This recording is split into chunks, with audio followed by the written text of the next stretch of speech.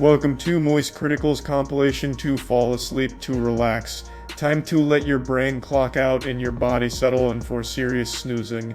Grab your premium slumber gear and prepare for a lady to your drowsiness. If this helps you drift off to dreamland, drop a like, subscribe, and comment goodnight below. Sweet dreams, you beautiful sleepy souls.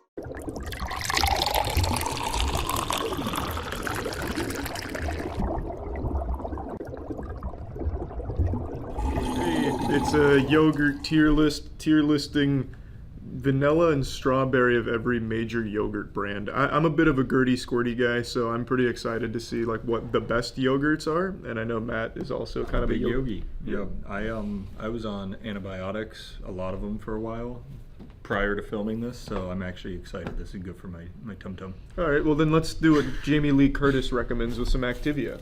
Oh, get your regular. Yeah, actually, this is the one that's good for probiotic. Well, so is Danimals too. Let's not forget. Well, that. I know they all are, but this one has billions of live and active probiotics. What, billions? Billions. Oh yeah, probiotics is Wow. counted in the billions, not the millions. That's incredible. You need a lot. Those little bastards. All right, so we're starting with Activia Strawberry. Yep. Feel like I'm back in grade school. Did you eat a lot of Activia? No, just little yogurt cups. Ooh, it tastes good, but there's little chunks. Yeah, it's very mediocre yogurt. What would you rate this bad boy? Like a C.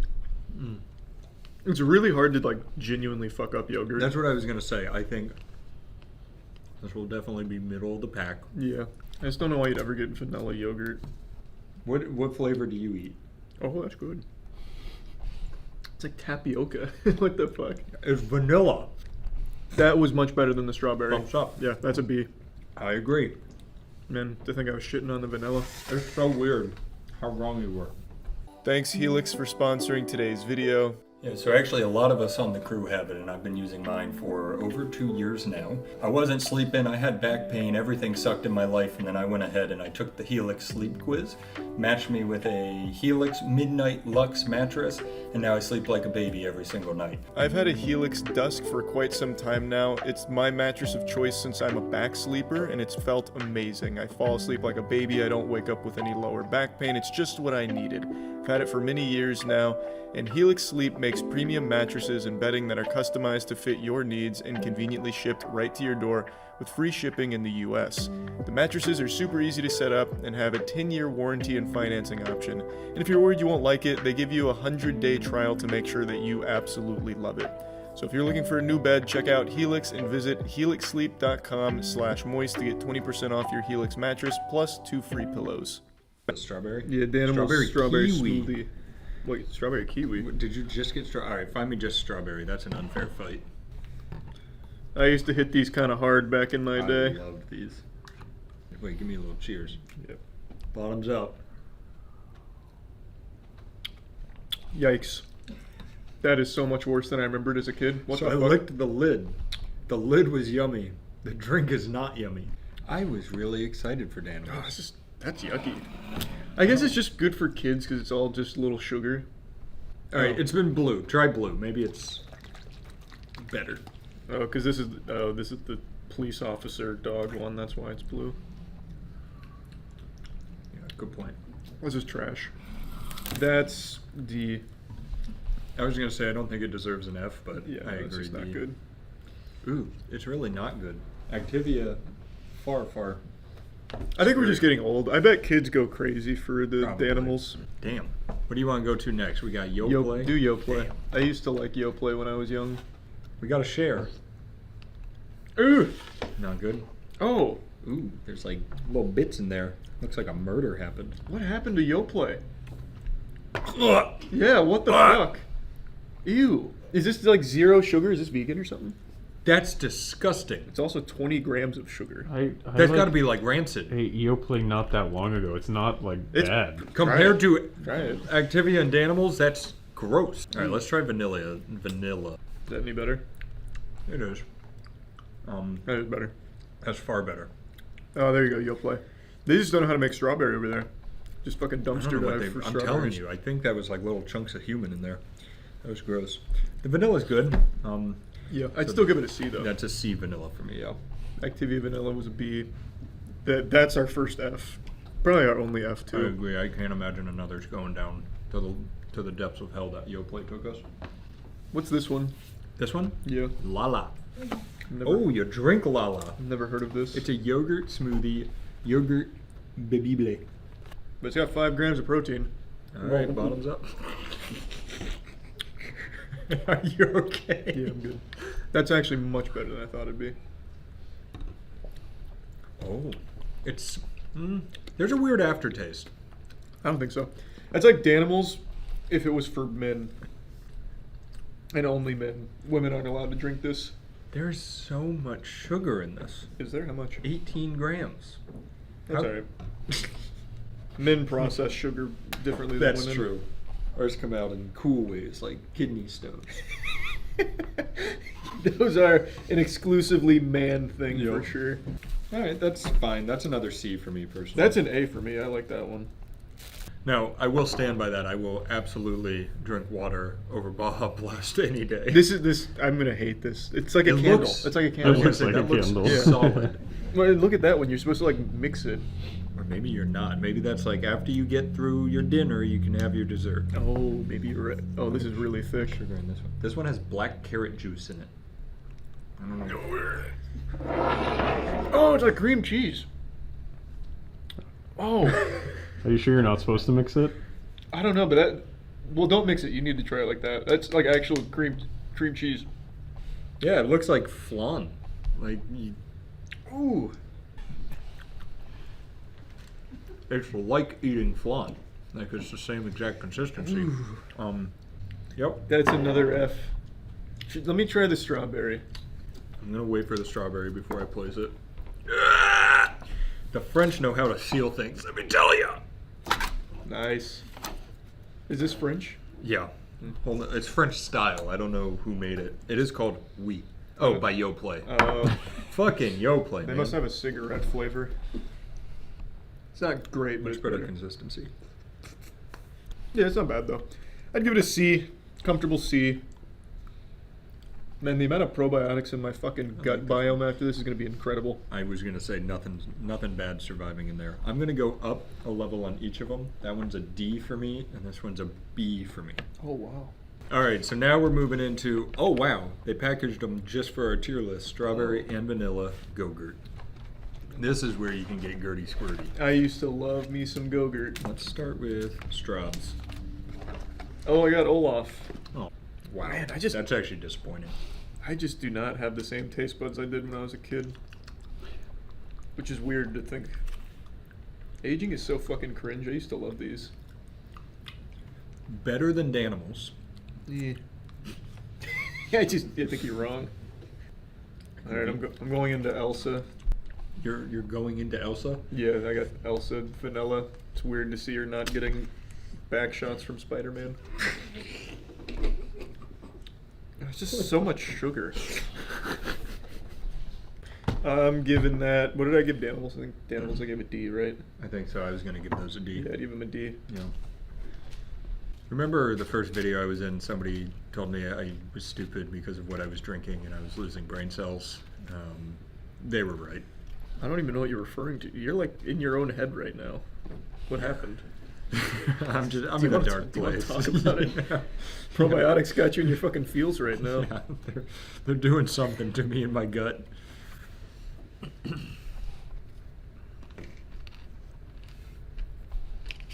I usually like. I've never had this one. I usually like the Chobani flips.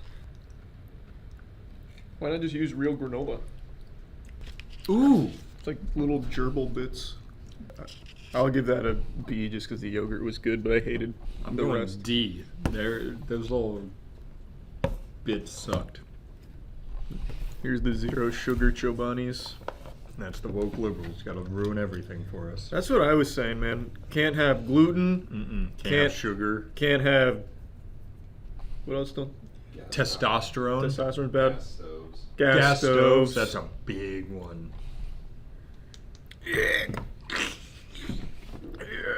Oh, why did?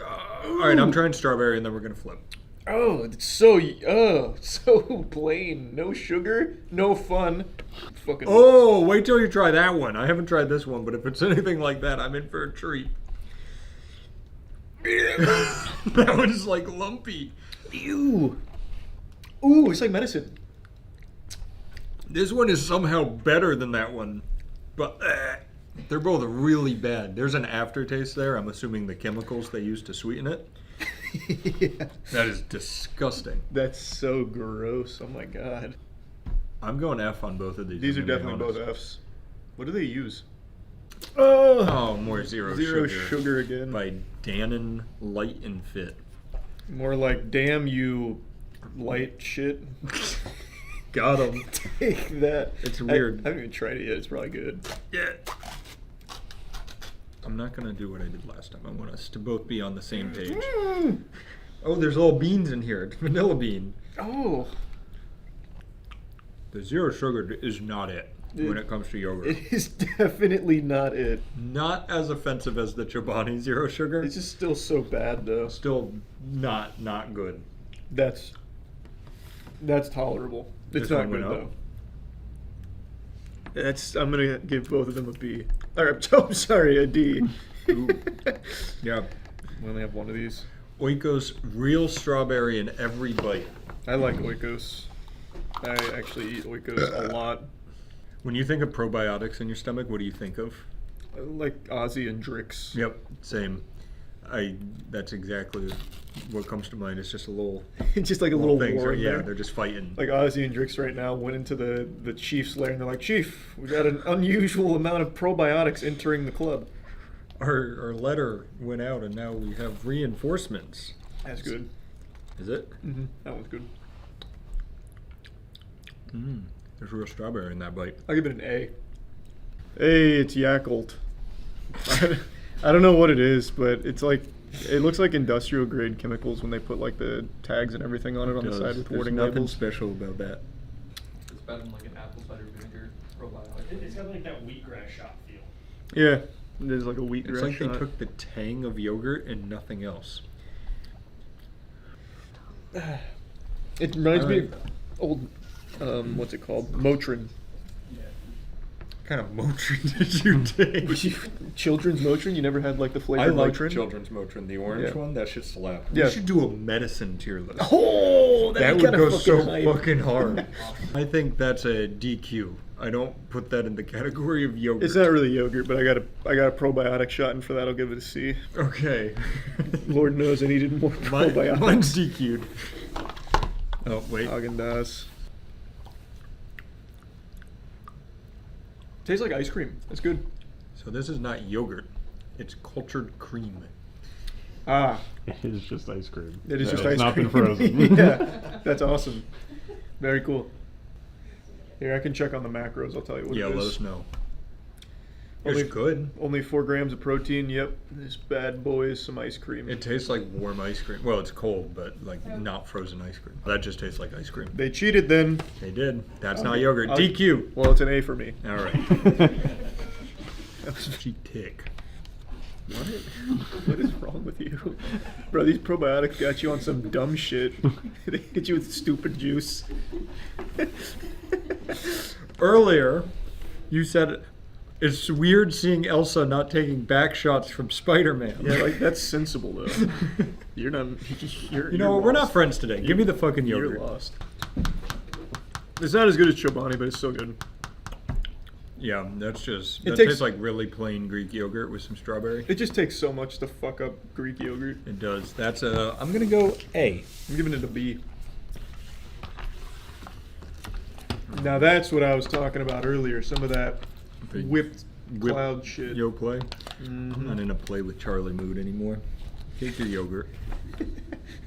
Fine. I'll call your mom to come pick me up. I don't want. I'll call my Mom, you need to pick up Charlie. I'm tired of him, Grandpa. Man, that is such a throwback.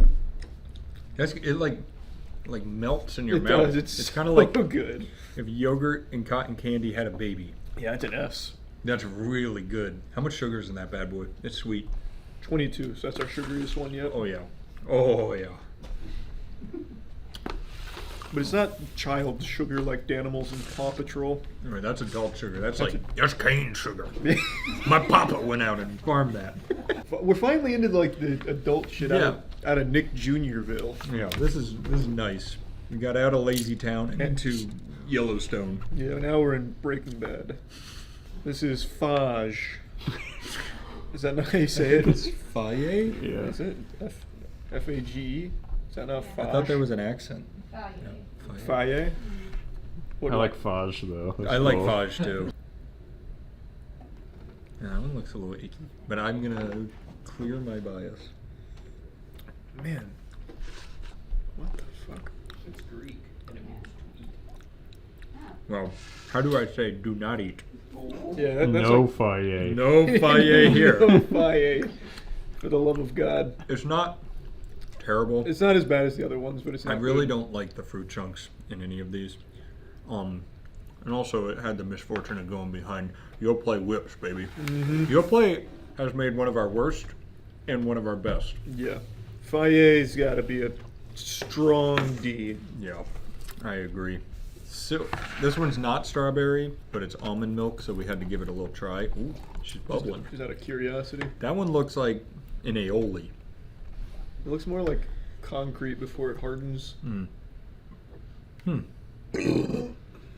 That smells very good, actually. Really not cleaning off your spoon well. I'm not. Man, do I have some bad news for you? Oh, I think I just received the same news. Did you get it? Yep. It Lil came- Birdie came in and said, that shit sucks. Yep. That's the news I got as well. I'm going F. Yeah, that one's probably got to be an F. That one not good. That You is- keep going back to the whips in I do. between each one. Yeah.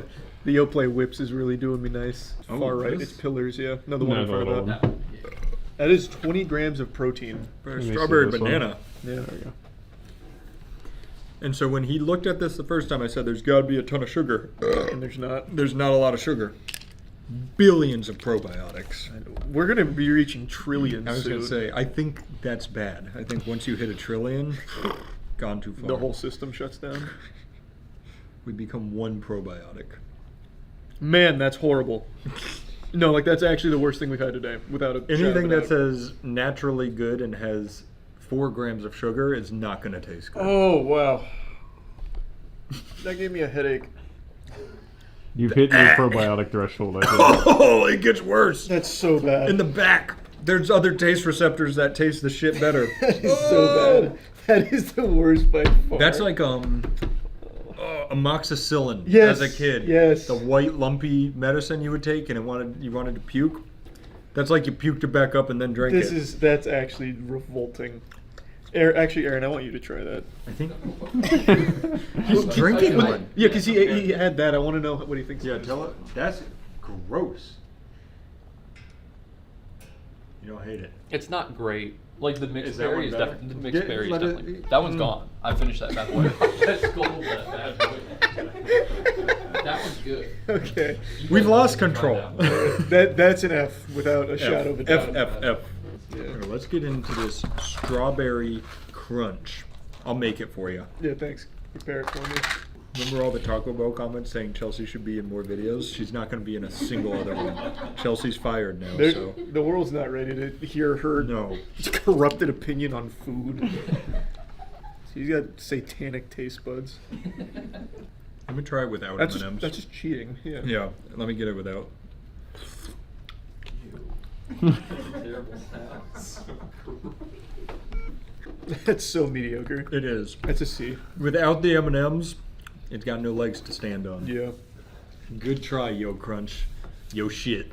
The M&Ms were its makeup, and without it, it was ugly. Band makeup. Women keep lying to us Yep, with they're makeup. all lying to us. Mhm. I don't get to wear makeup. So why do they? Where's my push-up jock strap? I haven't heard that argument before yet, but you're making a good point. I am. You're The you're actually- probiotics have hit the brain, and I'm firing on all cylinders. Now we're becoming real men. All right, this is crafted from hand-scooped coconut meat. Oh, that sounds horrible. Who is this? That's a rough sentence. I want yogurt from hand-scooped beef. I can already tell this is gonna be horrible just from the name is Harmless Harvest. Well, and check the sugar. I bet it's low. Yeah, oh, it's 9 grams. It doesn't have a chance. Let's be honest. It's gonna be. Is it ass. coconut flavored? No, it's vanilla. No, it's just made from coconut meat.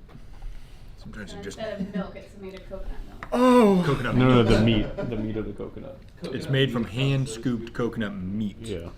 That's basically like jelloed it's coconut just water. like actually like thick coconut water. Yeah, it's like thick water from coconut. I like. I just said what you said in more words. Get the fuck away from me. I'm having a rough time today. Yeah, I was really expecting a lot more from yogurts. There's some actual bad options. Yeah. I like coconut milk, but I would never. I don't want it that. jellified. Yeah, that's F. Let's go for Lifeway Kefir, cultured low-fat yogurt. Let's dive in. Is this another like 20 grams of protein? 10 grams of protein in 1 cup, and 18 grams of sugar in 1 cup. Not bad. That seems like a lot. There's a note from the CEO on the back. Wow, you look like you saw God while taking a sip of that. You saw him. Don't like that one. Well, it says for best taste, shake well. You got the worst taste because we didn't shake at all. That's the worst one today. It's not even close. I couldn't swallow that. Yeah. That is revolting. A lot of times we say that's not offensive. That's offensive. That is insulting. Osmosis Jones has some work cut out for That him. It's actually really fucking good. It's sour. That's not bad. It's like What? it's tart. It's like tart. Why would you want tart yogurt drink? I wanted to die. Give it to every Chelsea. time If I- Chelsea likes it, then we'll know it's I bad. hate all yogurt, though. I hate yogurt. Danny has to try too. I really don't want to. It's good. It's not bad, actually. I told you. It's like slightly carbonated. We know that's a 0 out of 10 at this point. Why don't you put that in your plain Cheerios? I might. No. That's fine. Yeah. I don't know what's wrong. Give me. Is there something wrong with give us? Give me it again. I think this is sour. No, It it's is a little fine. bit. It's like almost like. It's like- bubbly. I'll give it another try. It's like It's like fermented. borderline carbonated, but it's good. Yeah, I could drink that. Nope. Get it out of my face. They're wrong. They're wrong. We're right. You guys are weirdos. Wait, That, what's I this one? really Let me hated see. that. Sabor. This is so bad. This is gonna be not this, that drink. This is gonna be another one of those. Oh, they just say the same thing as each other. We've known each other a long time. We have the same taste buds. Yeah. This one's a goofy. It's like when looking women's thing. menstrual cycles sync up our Right, taste our buds. taste buds are Yeah. the same. I was Yeah, it's thinking the the same. exact same thing, actually. Yeah. If you guys put your tongues on each other's tongues long enough, you'll have the same taste buds. Well, how do you think it happened? Are you tasting what I'm tasting? What are you tasting? I'm tasting a very solid Sabor Latina. All right, I thought you were about to say really bad, and I was going to say I really enjoyed that. Yeah, that sounds good. That's It's, an, it's that's a an boy. Congratulations. That's an S. I agree. S. You guys want to eat that? It's probably shit to you because Yeah, you you guys have probably won't terrible like that taste one. buds. We'll just get it out early. I like Siggy's. I've never had This it. is one of my favorite yogurts. High in protein. It's a thick boy. I'll tell you ahead of time. Let's go for strawberry. Aaron really likes Skier. He's been Yeah. talking about it a lot. Which one's that? This That's- is That one's Is that skier? Is that Yeah. one skier? Siggy's. Oh, yeah, that is Siggy's Simple Skier. ingredients here. I think they only make skyr. It's thick, but it's good stuff. Lots of protein. Great for you. You don't have to like it. You can eat it. I don't really like it. They don't really sweeten Yeah, I like hate that. it. No. I'm starting to think Charlie just doesn't like yogurt. He doesn't I- like any of them. I love Oikos, Try the vanilla. Chobani, Yoplait, and then there's these. Blasted with sugar. What do you, Oikos is not. Oikos only has 11 grams of sugar. It's actually the lowest sugar out of most of the ones we've tried. This is what I eat at home. Vanilla Siggy's. Mhm. The strawberry's fine. The vanilla. The vanilla is really good, outrageous. actually. Can I have a paper towel? We made a little mess. Yeah, I got some yogurt all over my brand new anime poppy coat that's not yet for sale. Well, I don't know when this video's up. Go check if it's up on moistglobal.com. Who See, knows? This is an A. That's a D. This is good. I go S, and then on this one, I do agree. This is Yeah. Best yogurts: Oikos, Chobani, Yoplait, and I guess Siggy's. Siggy's kind of showed up, except in strawberry. They need to delete that flavor ASAP. yeah. If I was on the board of directors, I'd shut that shit down right now. You should be. That was good stuff. I had a lot of fun today, and I know Danny did too. Yeah. Leave a comment letting us know your favorite yogurt. Also, thanks Jamie Lee Curtis for the Activia recommendation. Activia was good. Activia was fun. Yeah. All right. Fucking see ya. Bye, everybody. My nose is running. From all the probiotics, yeah. Infiltrating your head. Well, well, well. It looks like I was right all along. People used to call me crazy, say I was fresh out of the loony bin for one of my takes, but now the shoe's on the other foot. Just like Isaac Newton when he was ridiculed for proposing gravity, I too was vilified and called stupid because of my take about AI overtaking YouTuber personalities in a pretty short period of time. Allow me to explain. AI technology is evolving faster than I think anyone could have possibly predicted, and I speculated that it wouldn't be long before it starts to encroach upon creative spaces like influencer, YouTuber, creator type shit. And people said that that wouldn't happen for a long time, if ever, because you can't replicate a personality. No one wants to watch an AI try and be entertaining.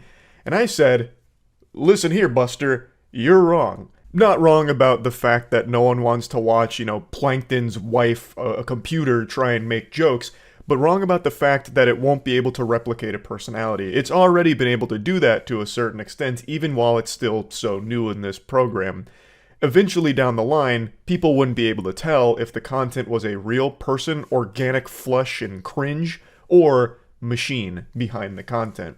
And we're just now starting to see that happen with a 15 million subscriber channel called Kwebbelkop.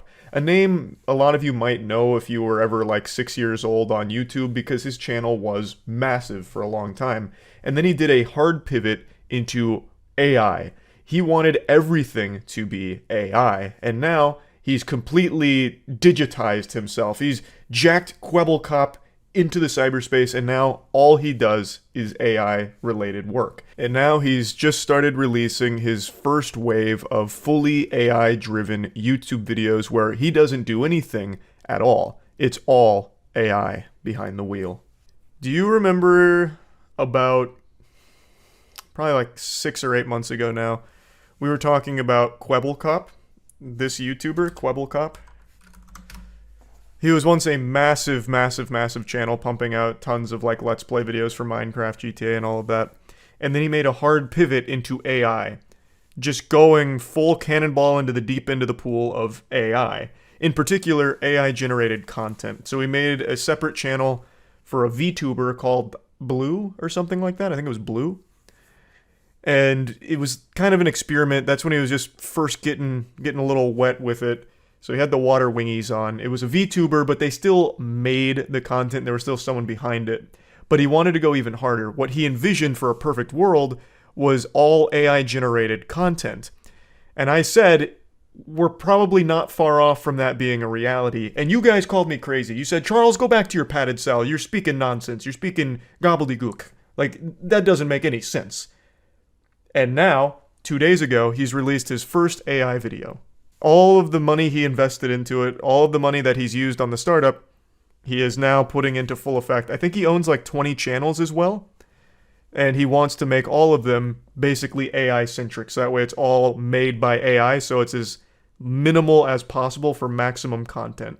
The views aren't big or anything, but you have to remember, this probably didn't even have him in the same room. Someone had to have played Minecraft, sure, but here, Today, I am stuck. He is on not one here. block. This is Can all we survive? AI. Watch until the end to find out. Oh my god, guys, it says break the block below you, but I can't lie. I'm kind of scared because I'm not sure. So everything that's being said here, the VTuber avatar, the fucking Bitmoji of him, and all of the dialogue and everything is AI. So he never even had to record. They just needed some kind of gameplay. At least for now. Eventually they'll probably be able to just have the AI do some rudimentary gameplay. And he can just pump these things out endlessly across like 20 channels. And his Twitter as well. You might have seen Kwebbelkop replying to a bunch of tweets recently. His Twitter is run entirely by AI. I think. I don't think he has any human input left on it. He even stated that this Twitter will be AI from now on. So I'm pretty sure it's all AI. I'm not positive. But I do know he was experimenting with that. Yeah, the description of his Twitter is AI influencer / VTuber. Yeah, all of his tweets still seem like they're ruled by AI, so His most recent one is, please be nice to Kwebbelkop AI. AI might rule our planet one day. Everything you say could be used against you. If you thought Kwebbelkop AI was cool, wait till you see what's next. The reason's pretty obvious. It's because it's extremely cheap. It's extremely easy once you have it all set up. All he needs to do is just have some gameplay, and then he can just have his AI VTuber do the rest. And he can do that for all of the 20 channels he has. No one wants to watch that shit. No, you're right. Everyone hates it. Nobody likes it. But it will come to a point where you won't know it's AI generated. Right now, it's very clear, and he's heavily letting people know that it's all AI. But there will come a point where you won't know that what you're watching is AI. Especially not a child. No kid's gonna know that. Isn't bot content already against YouTube TOS? I don't know if it's against their terms, but this isn't new. Bot content's been around as long as Finger Family, so at least 8 years. This isn't a new phenomenon. What's new is the fact that AI can start replacing YouTubers entirely. Scary shit. It is. There is not a single good argument you could make for having AI replacing YouTubers or anything like that. The literal only motivating factor is easy money. You would then no longer have to do anything. That is the only reason. There's not a single argument Kwebbelkop can make that is anything other than it's free money. I want to go over some of his tweets here because this is something he's extremely proud of and thinks is a good thing, which I don't understand the delusion of. There is nothing good about replacing people with AI across the board. There isn't. There's not a single argument that can be made that what Kwebbelkop is doing is good. It's only good for him because he can make a lot of money off of it without ever doing anything at all, besides just being the one who owns the program. So here's one of his tweets about the AI video, just to give you a little insight. He didn't lift a finger, something that he proudly proclaims here. It is fully completed work without him ever actually being present for it. And he's going to make money off of it. It's of course not as successful as the videos where he actually does appear, but if he can just crank 20 of these puppies out every day, it's going to add up and probably end up being more lucrative and significantly less work, obviously, than if it was him behind the camera. Even just speaking about this just made my lights flicker because it's such a fucking evil dystopian concept to have all of humanity replaced by AI counterparts that replicate their personality. And it's something that he seems very excited about for some reason, and I just don't get it. Now, him being the saint that he is actually wants to give this to everybody for the price of $100 per month, a $100 subscription plan, in order to make unlimited shorts and unlimited long-form content text to viral video. So he wants to give you the keys to the kingdom here, where you too can make completely uninspired, generic, formulaic AI content in order to try and gamify and maximize your gains online.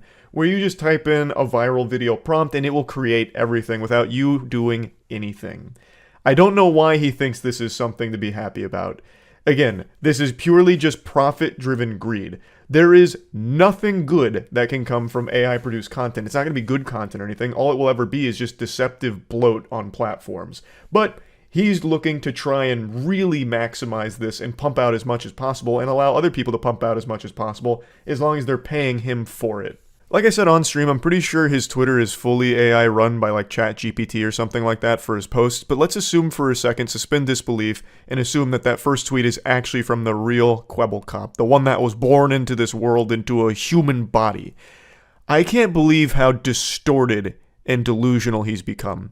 I love how so many people immediately shoot down the idea of AI influencers before even giving it a chance. What exactly is the problem here? Why are people so against it? Would love to better understand things. I can easily explain that to you. Because there's no real soul behind AI content, and it's only ever going to be deceptive into making people believe that it's a real person there. When it's mimicking a personality, it's not having a personality. The content will never be good content.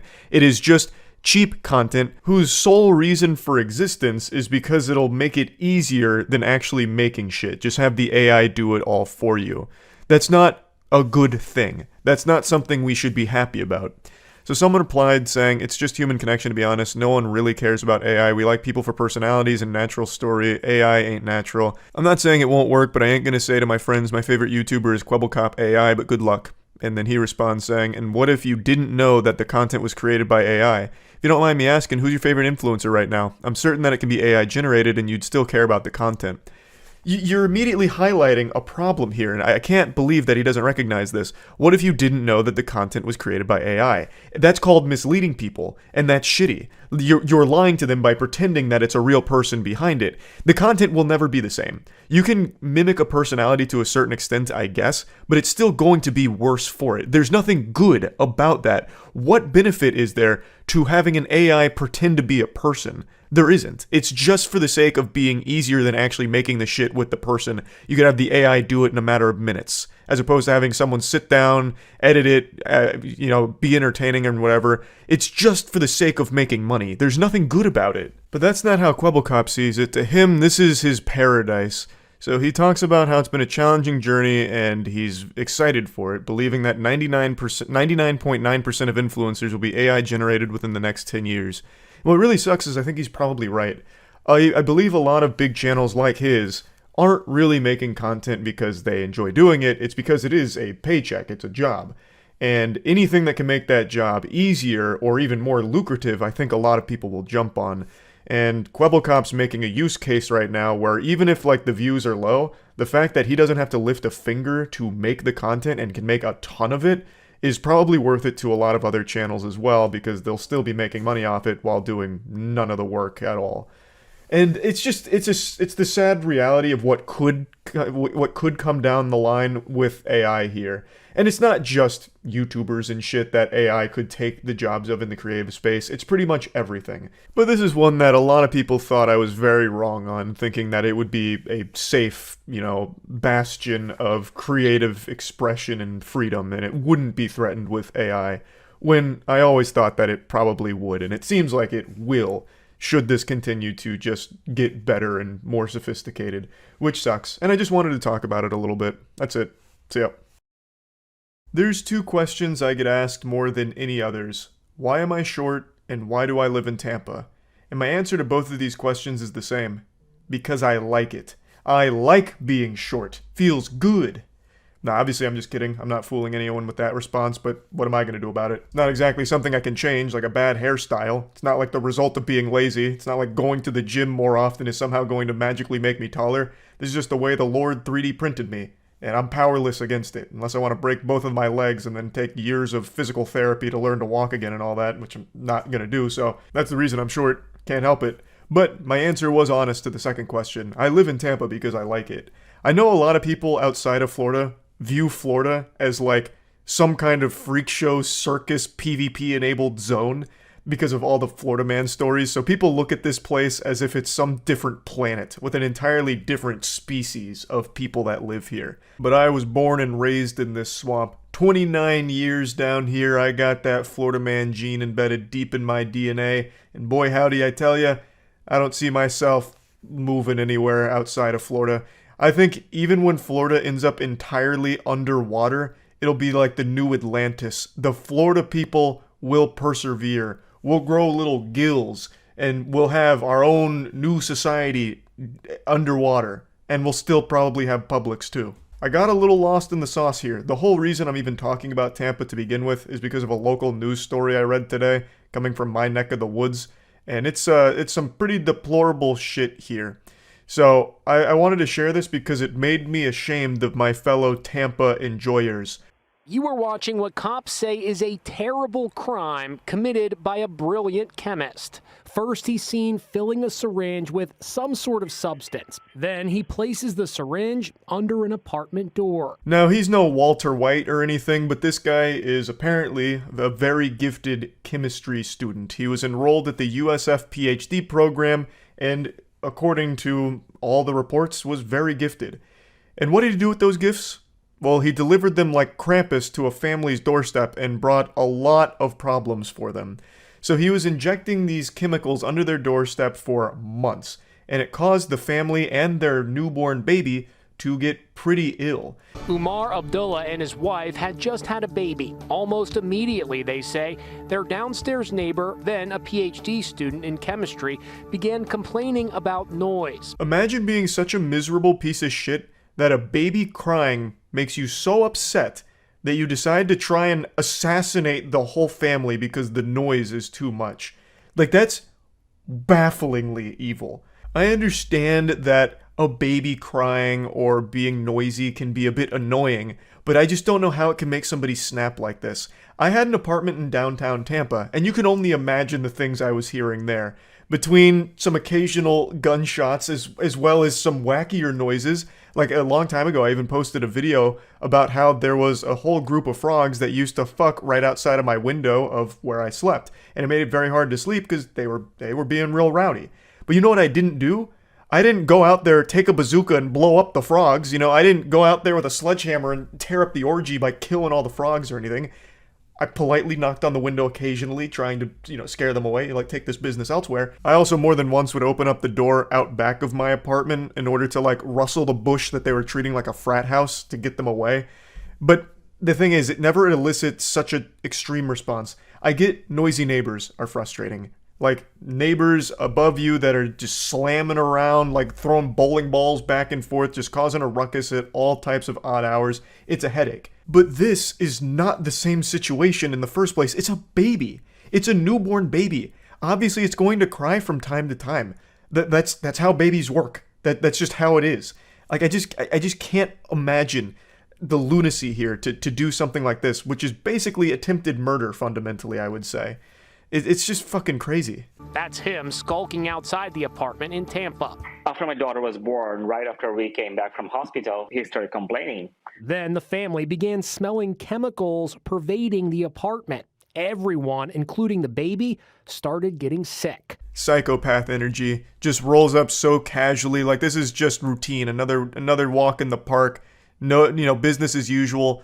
Gets the syringe out and then just blasts it under the door. I'm also a little surprised nobody else saw him do this. I guess I don't know how many residents there are in the area, but he walks around with the vial and syringe out, and no one really stopped to question that around the premises, that is. Or I guess maybe it's possible since we only see him at the top of the stairs, he brought it out right before the camera catches him. But yeah, just very nonchalant about what is basically attempted murder. Became overwhelming, and that's when the new dad decided to install a hidden camera. At first, the surveillance video caught just a glimpse of the suspect. The next day, when the camera was repositioned, this happened, and the terrifying truth came out.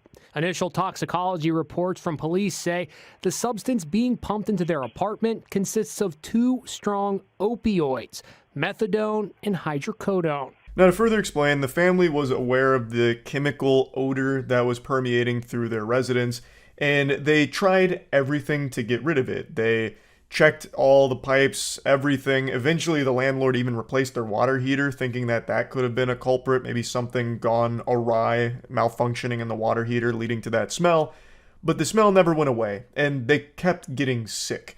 The husband noted vomiting. It was just not a good set of circumstances. And that smell that smelled smelly just kept coming back. So eventually the husband got a hidden camera that he could set up outside in a plant, just in case it could help lead to some kind of clues on where this smell was coming from. And that's when they learned who the villain was behind the smell. It was their neighbor that is still seemingly upset that a baby cries. Nobody tell him that he was also once a cringe baby that was making crying noises too, because he'd lose his goddamn mind on it, I guess.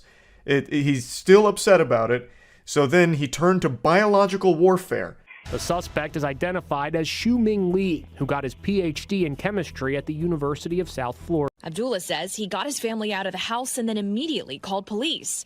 Lee was arrested and charged with multiple counts, including possession of a controlled substance and aggravated stalking. This is a situation that, had this not been ultimately caught, could have resulted in someone dying. It's scary to think that something as simple as your newborn baby crying was almost a death sentence for this family, or their child at the very least, because it's a newborn.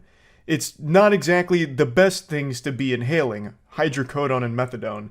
Now, I'm not exactly the most familiar with these substances, as shocking as that is to hear, but it certainly sounds pretty dangerous to me. So I'm happy the family got to the bottom of it. Hopefully there's no lasting side effects from this whole ordeal on them. Hopefully everything's just smooth sailing from here.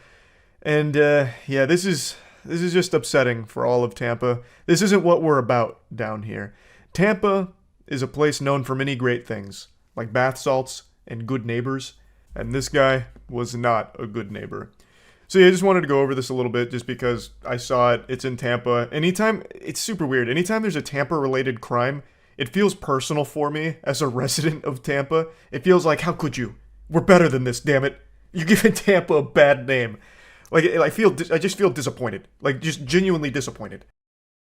For a lot of people, if they hear the word YouTuber, they immediately just let out a sigh or an eye roll. It's not exactly a career that everyone has a lot of respect for or is viewed all that positively by everybody, and it's not hard to understand why. The only profession with a more negative reputation than YouTubers is telemarketers, and it's pretty close. That's a tight squeeze there. Now, with millions of YouTubers on the platform, of course, there's obviously going to be some bad apples in the bunch, but that doesn't mean it's all rotten. And to prove it, I'd like to present to you a champion. This is a channel that I believe goes to infinity and beyond to deliver not only extremely high quality, entertaining content, but also extremely important work as well.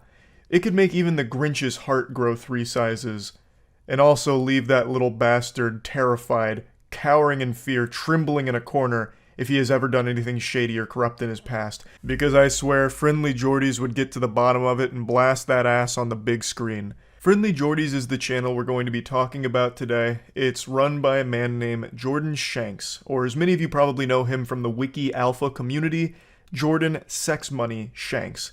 And he actually has an entire team of equally ripped immortal alpha deities that are all united by a single goal: to expose corruption in all of its forms and make a mockery out of evil people. That's not exactly the safest mission to embark on here. This is playing life on ultra nightmare mode, really, because he doesn't just go for low-hanging fruit.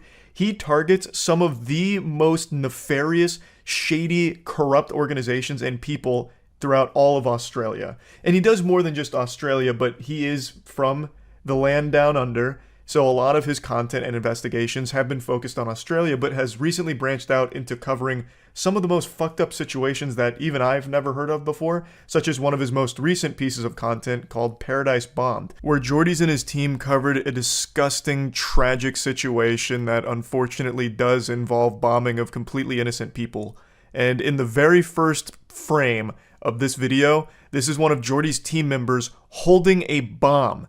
Like a goddamn corn on the cob. He's just manhandling a bomb while talking about the situation that's going on. I highly recommend watching this video in particular. It's not only an extremely eye-opening story they cover and an extremely sad one, but it also shows you just how seriously they take all of their investigations and just how thorough they'll be. They fucking went to the place getting bombed. Like, that is beyond, like, so far above and beyond what other journalists do these days, it's laughable. This isn't the first time I've talked about Friendly Jordies. In fact, it's far from it. Many of you have probably already heard me go full gushing granny mode over this guy and his team's content plenty of times in the past. And it's because I have such a deep admiration for the risk he takes doing it. It's, without an exaggeration, a hefty price he could pay with his life.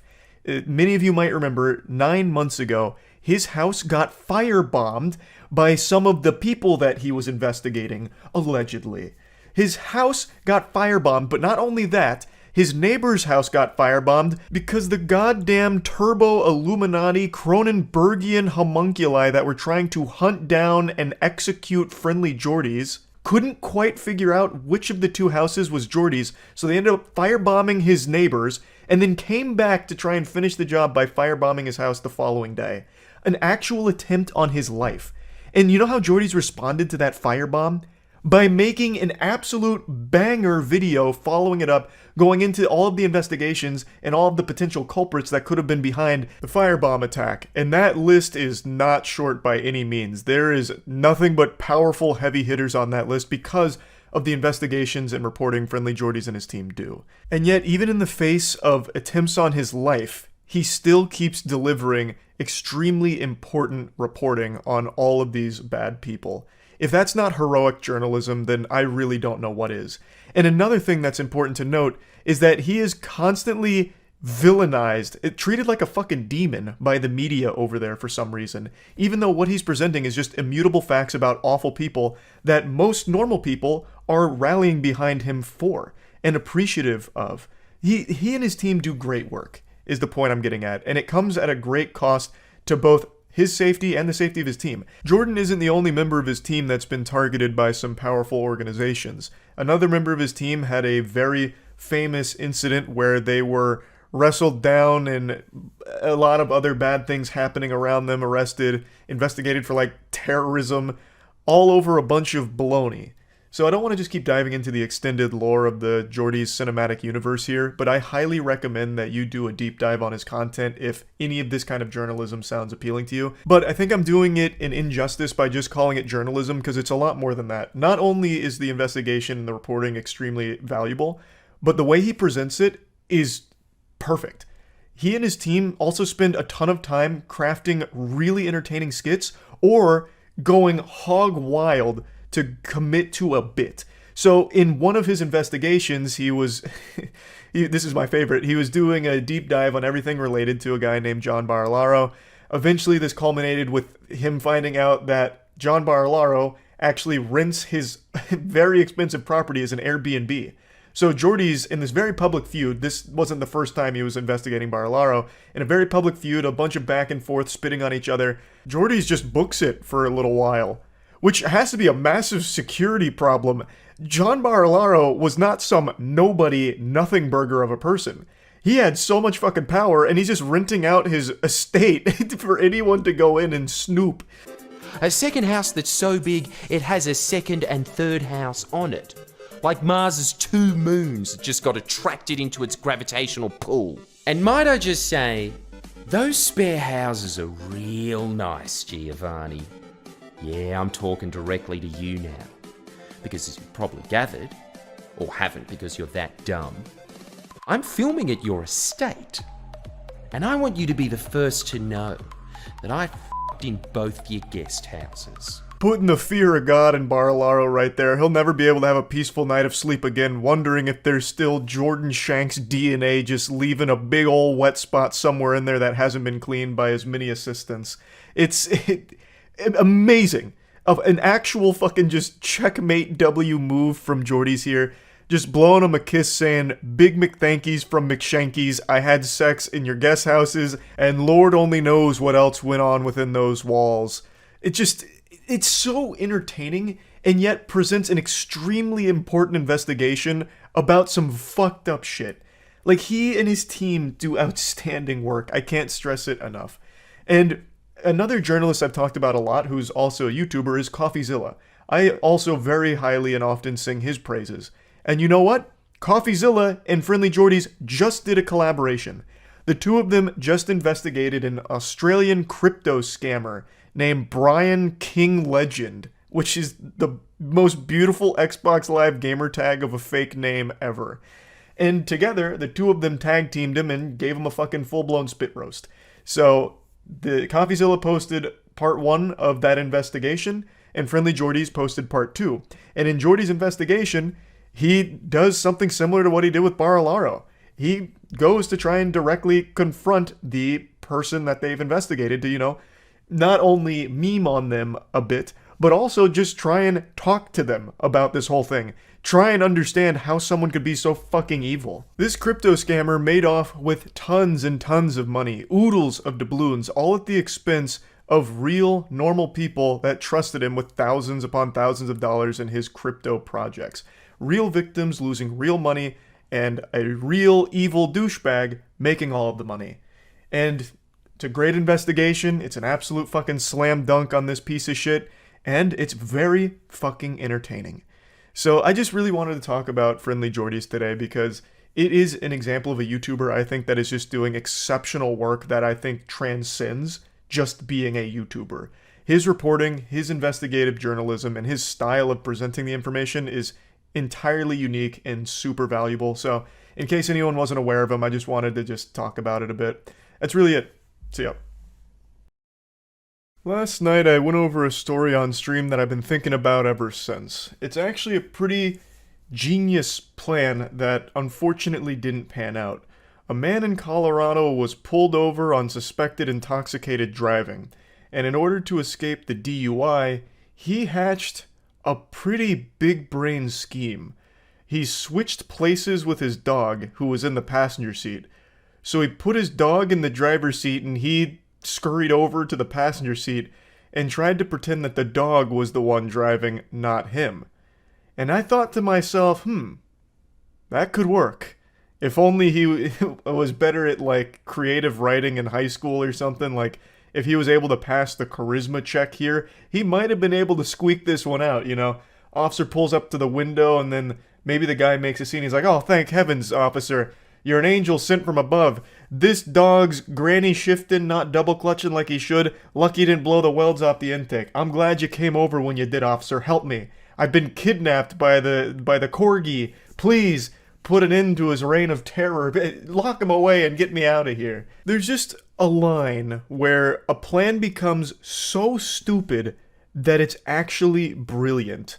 And that's what I think is on full display with this case. The only problem is they haven't released the footage from the situation. The guy apparently even took off on foot when all else failed. So I would have really liked to have seen this whole thing play out. Would have been a beautiful Looney Tunes moment, but they haven't released the video yet. So right now all we have is the story, which I'll show you the stream clips going over it. But I just really appreciate some creative plans like this. I have no respect for drunk drivers at all, so I hope this guy gets locked up and punished accordingly. But god damn it, I gotta be honest, I admire his dedication to a wacky idea.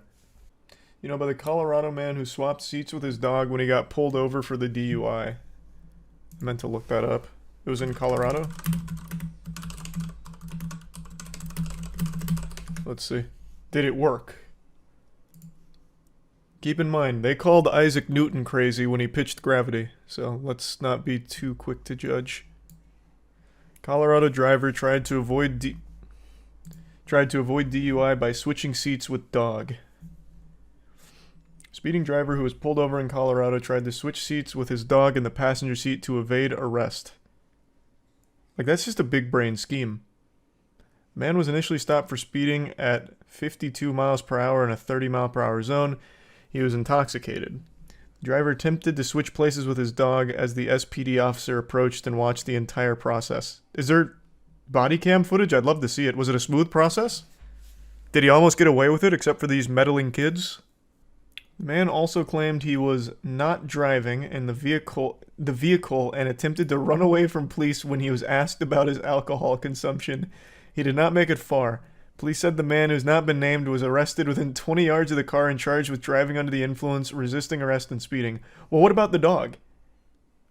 Was the dog not slapped in handcuffs? He could have been the puppet master the whole time. Oh, here we go.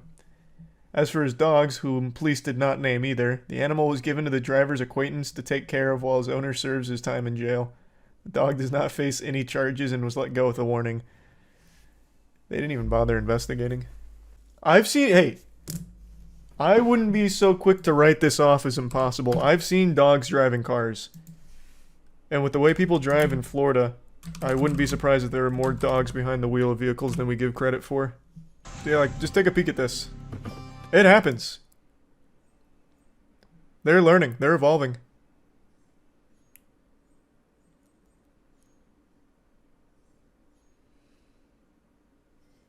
God, that's so cute. Holy shit. I really wish there was footage of this. I would love to see how this played out.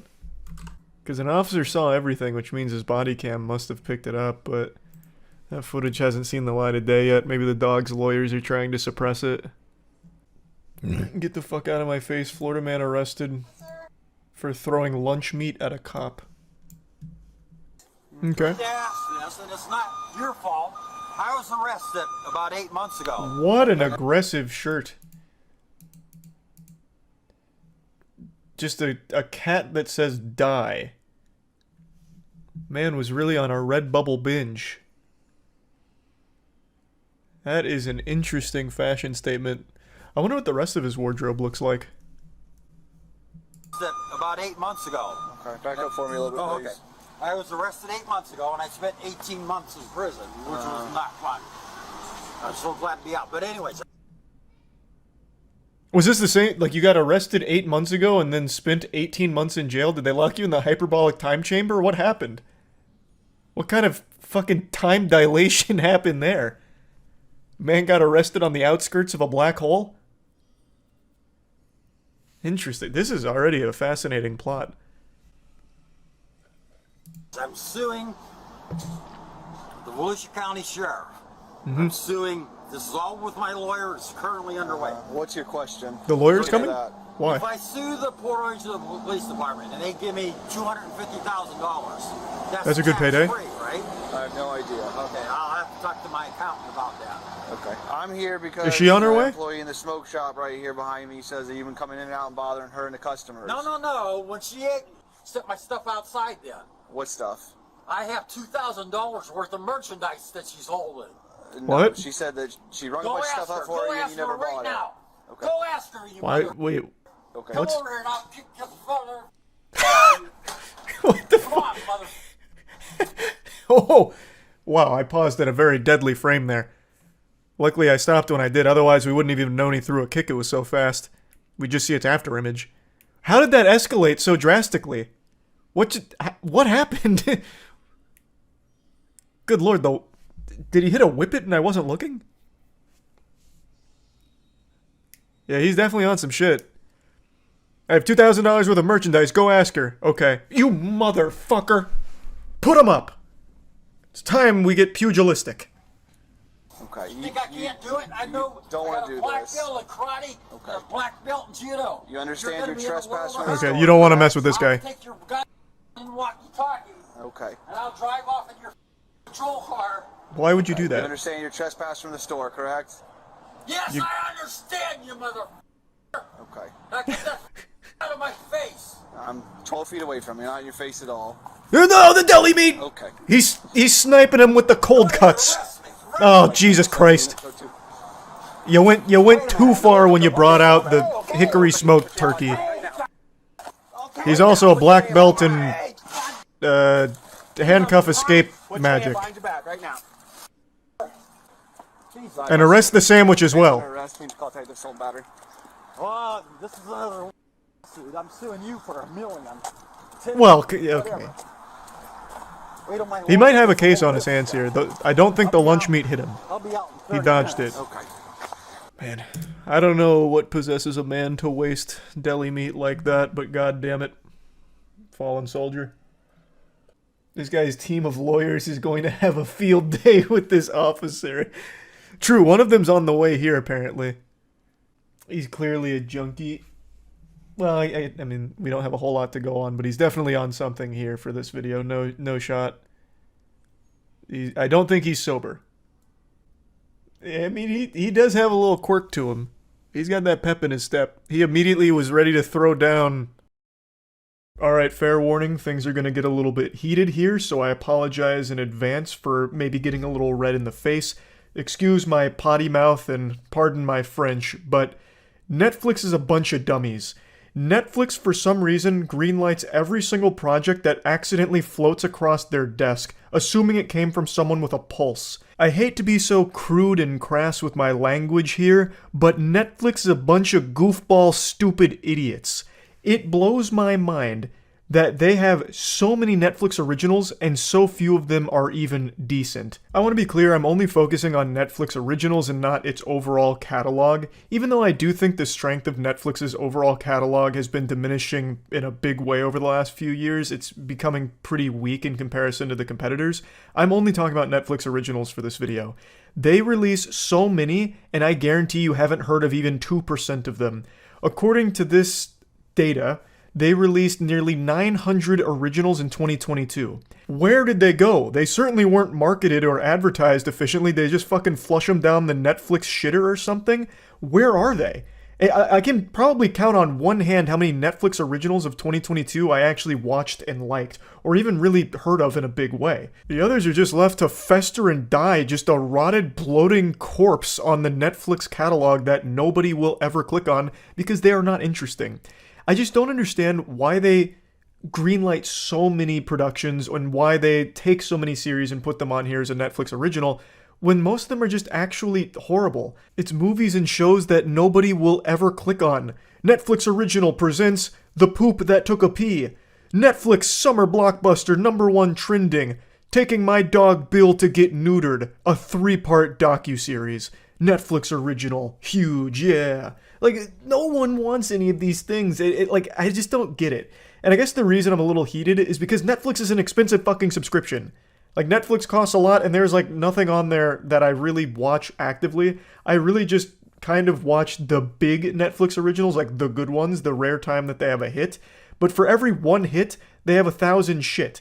It's just so weird how they, with a smile on their face, will throw so many things at the wall and just hope maybe 1 or 2 of them stick.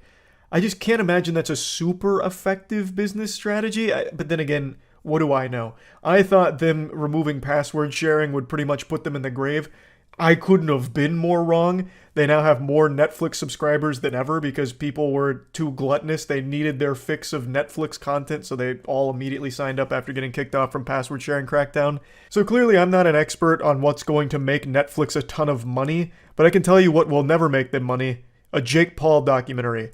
I think the Jake Paul documentary they have slated to come out pretty soon is the perfect example of how out of touch Netflix is and how willing they are to just say yes to any project ever.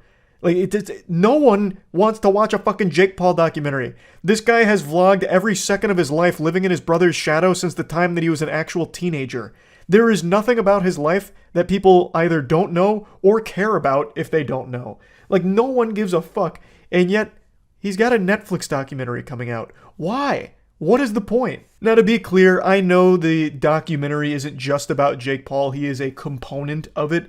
But what a wasted component. This is a waste of a Netflix original. Him just whining about being the villain of boxing, or the bad guy of the internet, or the Disney Channel star turned douchebag. Like, who cares? Who fucking cares?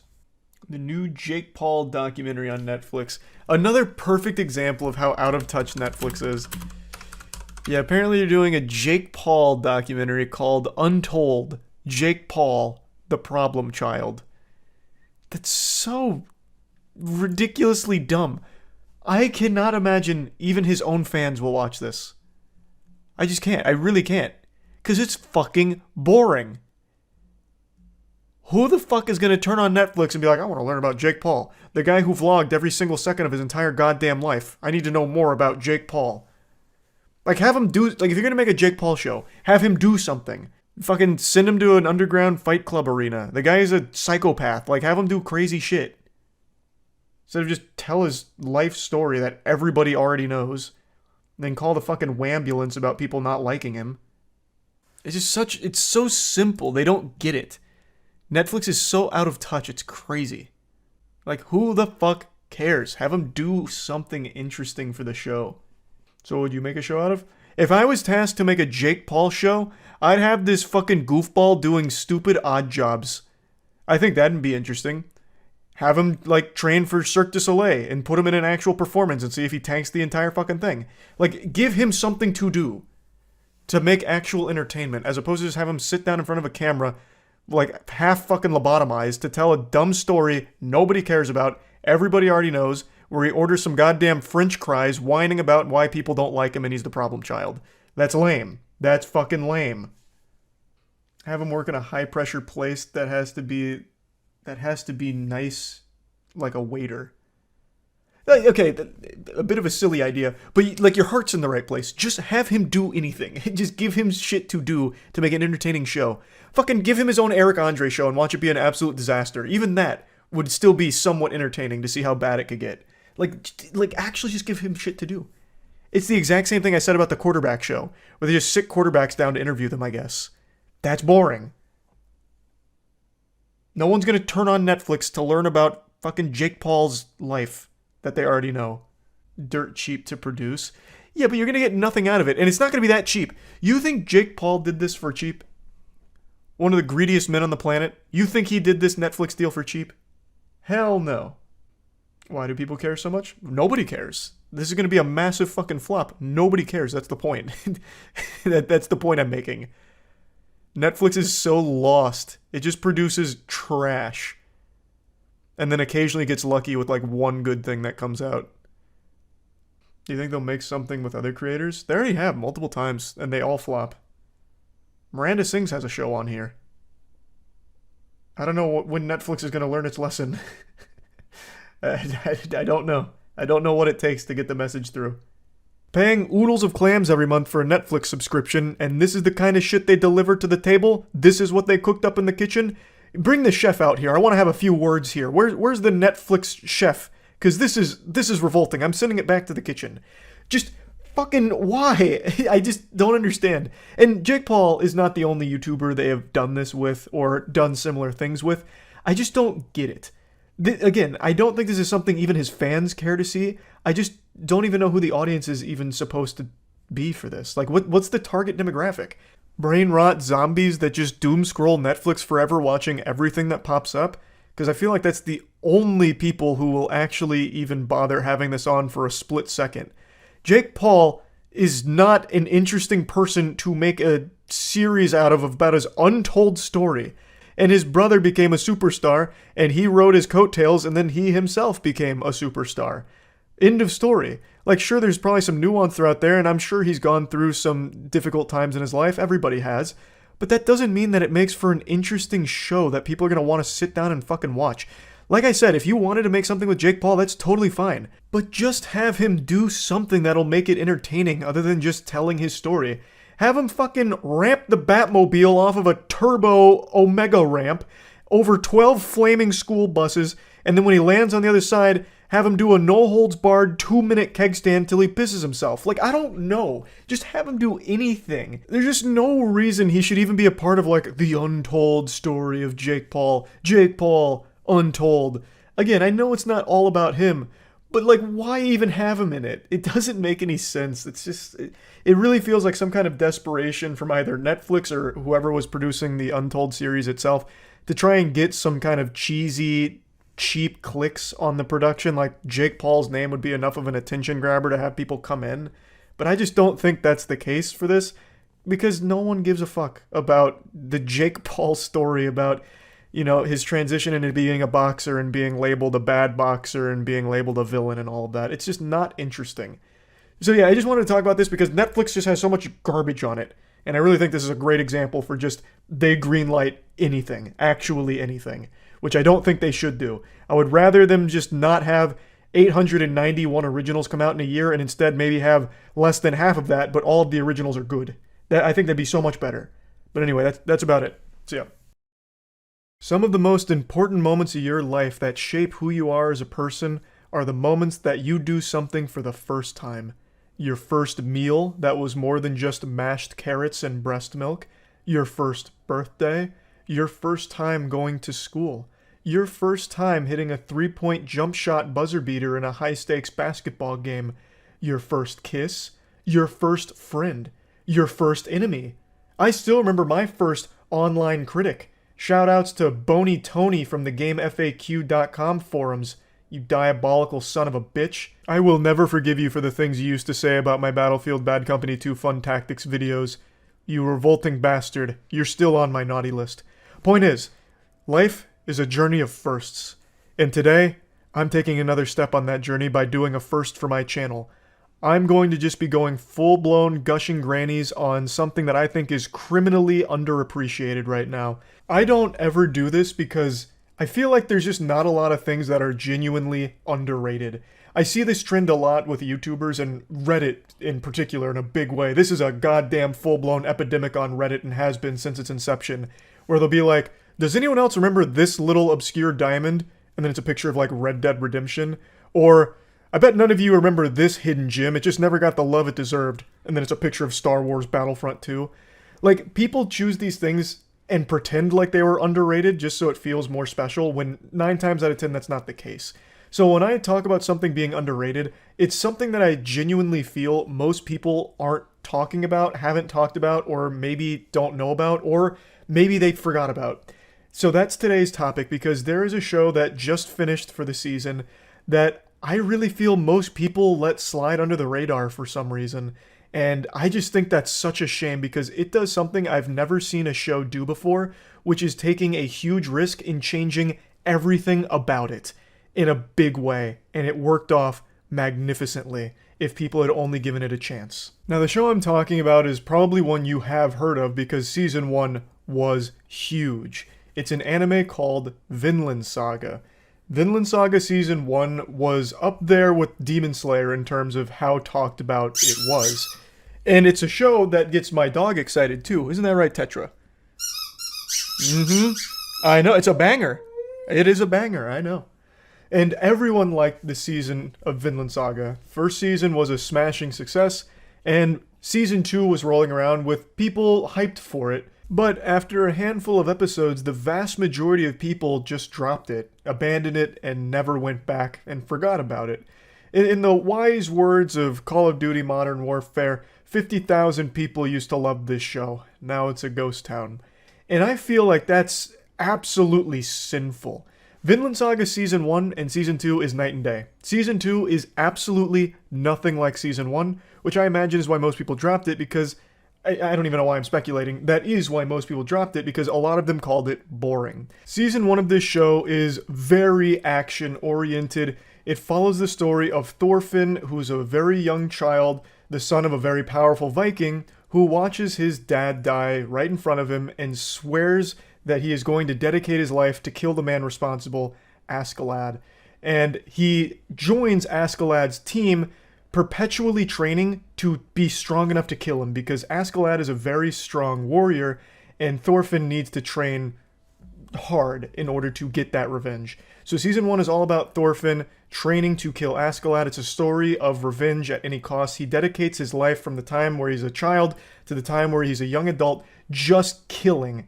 He's killing for Askeladd and part of his crew in order to get the experience, become strong enough to finally eventually kill Askeladd to avenge the death of his father. And all of season 1 is very focused on this relationship between Askeladd and Thorfinn. It's a really well-written show. It's not just mindless action. They are great characters. I still think Askeladd is one of the best villains anime's really ever seen, and he was only here for one season. I don't want to get into spoilers, but in order to talk about why season 2 flopped for so many people, I have to. So, spoiler warning, season 1 ends with Askeladd dying, and Thorfinn was not the one to kill him. So this leaves a void in the soul of Thorfinn because he spent his whole life with one goal in mind. He is actually he is a single-celled organism, and that cell is fucking vengeance. He wants to kill Askeladd no matter what. That was his whole reason for existing.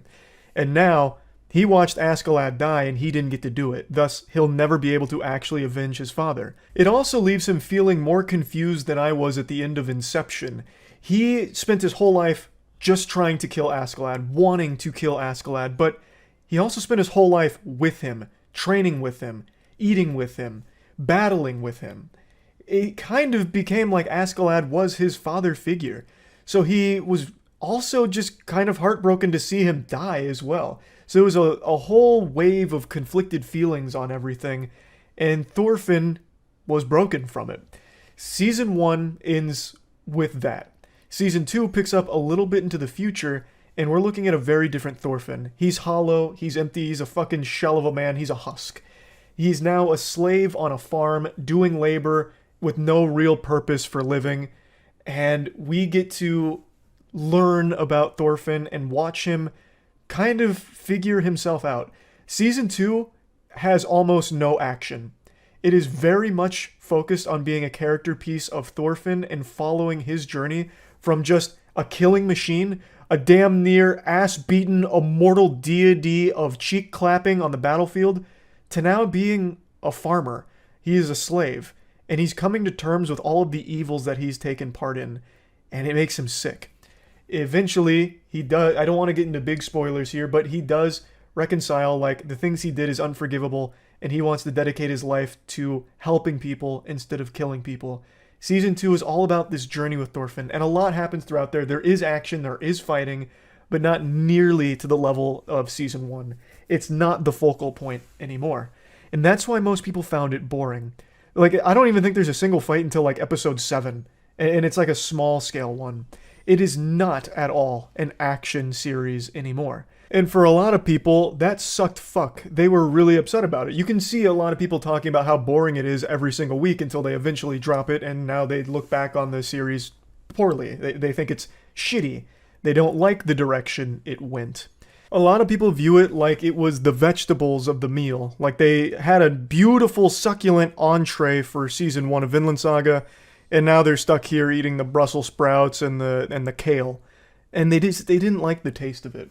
And I think that sucks, because what Vinland Saga did with season 2, I find extremely brave, and it is a masterclass in character development. I've never seen character development like this in an anime before, period.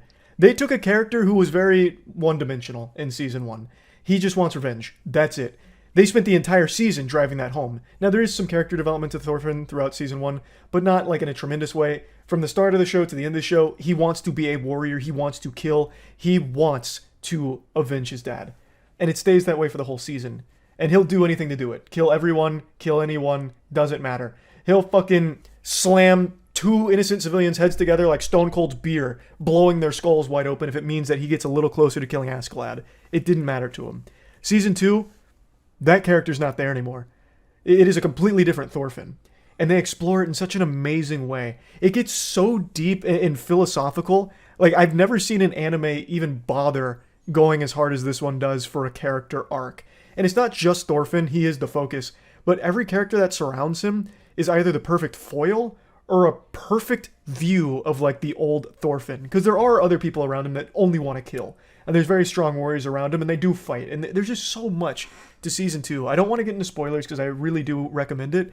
I just think it's heartbreaking to see a show that put such an emphasis on doing something special and then getting shit on for it.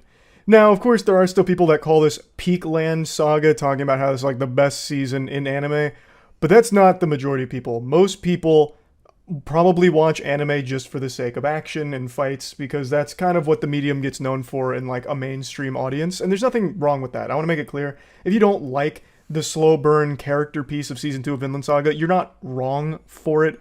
It's not, I'm not coming over here as like the opinion police spitting on you for it, for not being sophisticated enough to appreciate good writing or whatever. I just find it a bit sad and even a little surprising that more people didn't appreciate this direction, because they took a character that, again, is very simple, and they fleshed them out over the course of an entire season to make them an extremely impressively deep character. Flawed, fleshed out, and really goes through this journey of struggle and self-realization that I haven't seen really explored in a mainstream anime before. And just so many people write it off as boring or uninteresting, saying how it fell off, and it hurts to see, I guess.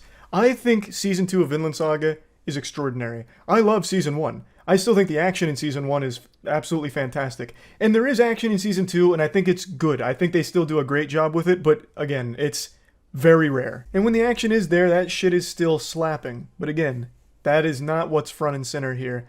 I really appreciated the risk they took, because they didn't just take a risk and then fall flat on their face. I really think they nailed it. I think they absolutely fucking crushed it. It is a beautiful character piece. Well, and not just one character. Every character in season 2 is really good for the most part. It's just one of those things where, you know, it's basically like if a restaurant changed its menu without letting the customers know. So Vinland Saga season 1 was serving up fucking ass on the menu, and that was a real succulent, juicy set of cheeks. And then you come back to Vinland Saga restaurant for season 2 expecting ass, but this time you're getting tits. And you're like, well, I was more of an ass guy. That's kind of what has happened here with Vinland Saga.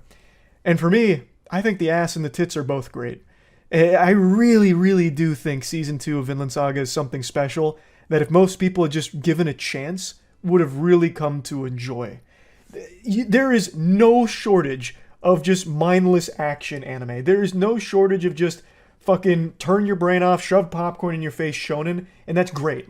There's nothing wrong with that, just having a good time with it. But this is one of the few anime that actually gets very, very thought-provoking and very deep, on a level that most don't even dare to go. So I just think Vinland Saga Season 2 is criminally underrated and overhated by people that just found it boring. So yeah, anyway, I just want to talk about it a little bit because it's been on my mind since I finished the season finale a few days ago. I was going to make a moist meter for it, but I felt like that just wouldn't do it justice.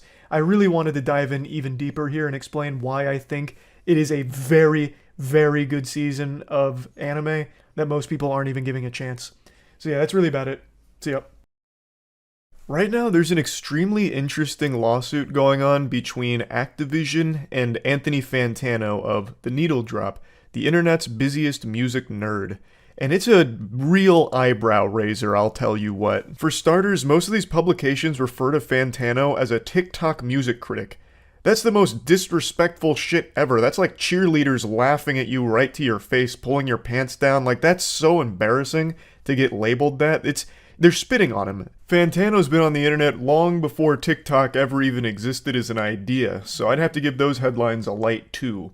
But anyway, when reading those headlines, what I expected in this story was Activision being 100% in the wrong and bullying a creator, because they are a company known for shady, awful, garbage, horrible, horrible things, as well as being unbelievably greedy. So I thought this would be a case of that, them strong-arming a creator and wiping their ass with their face. But after reading through the actual lawsuit and going over the case, it's super weird because Activision is still a supervillain, greedy, evil corporation, but the argument they're making in this lawsuit is actually one that helps normal TikTok users.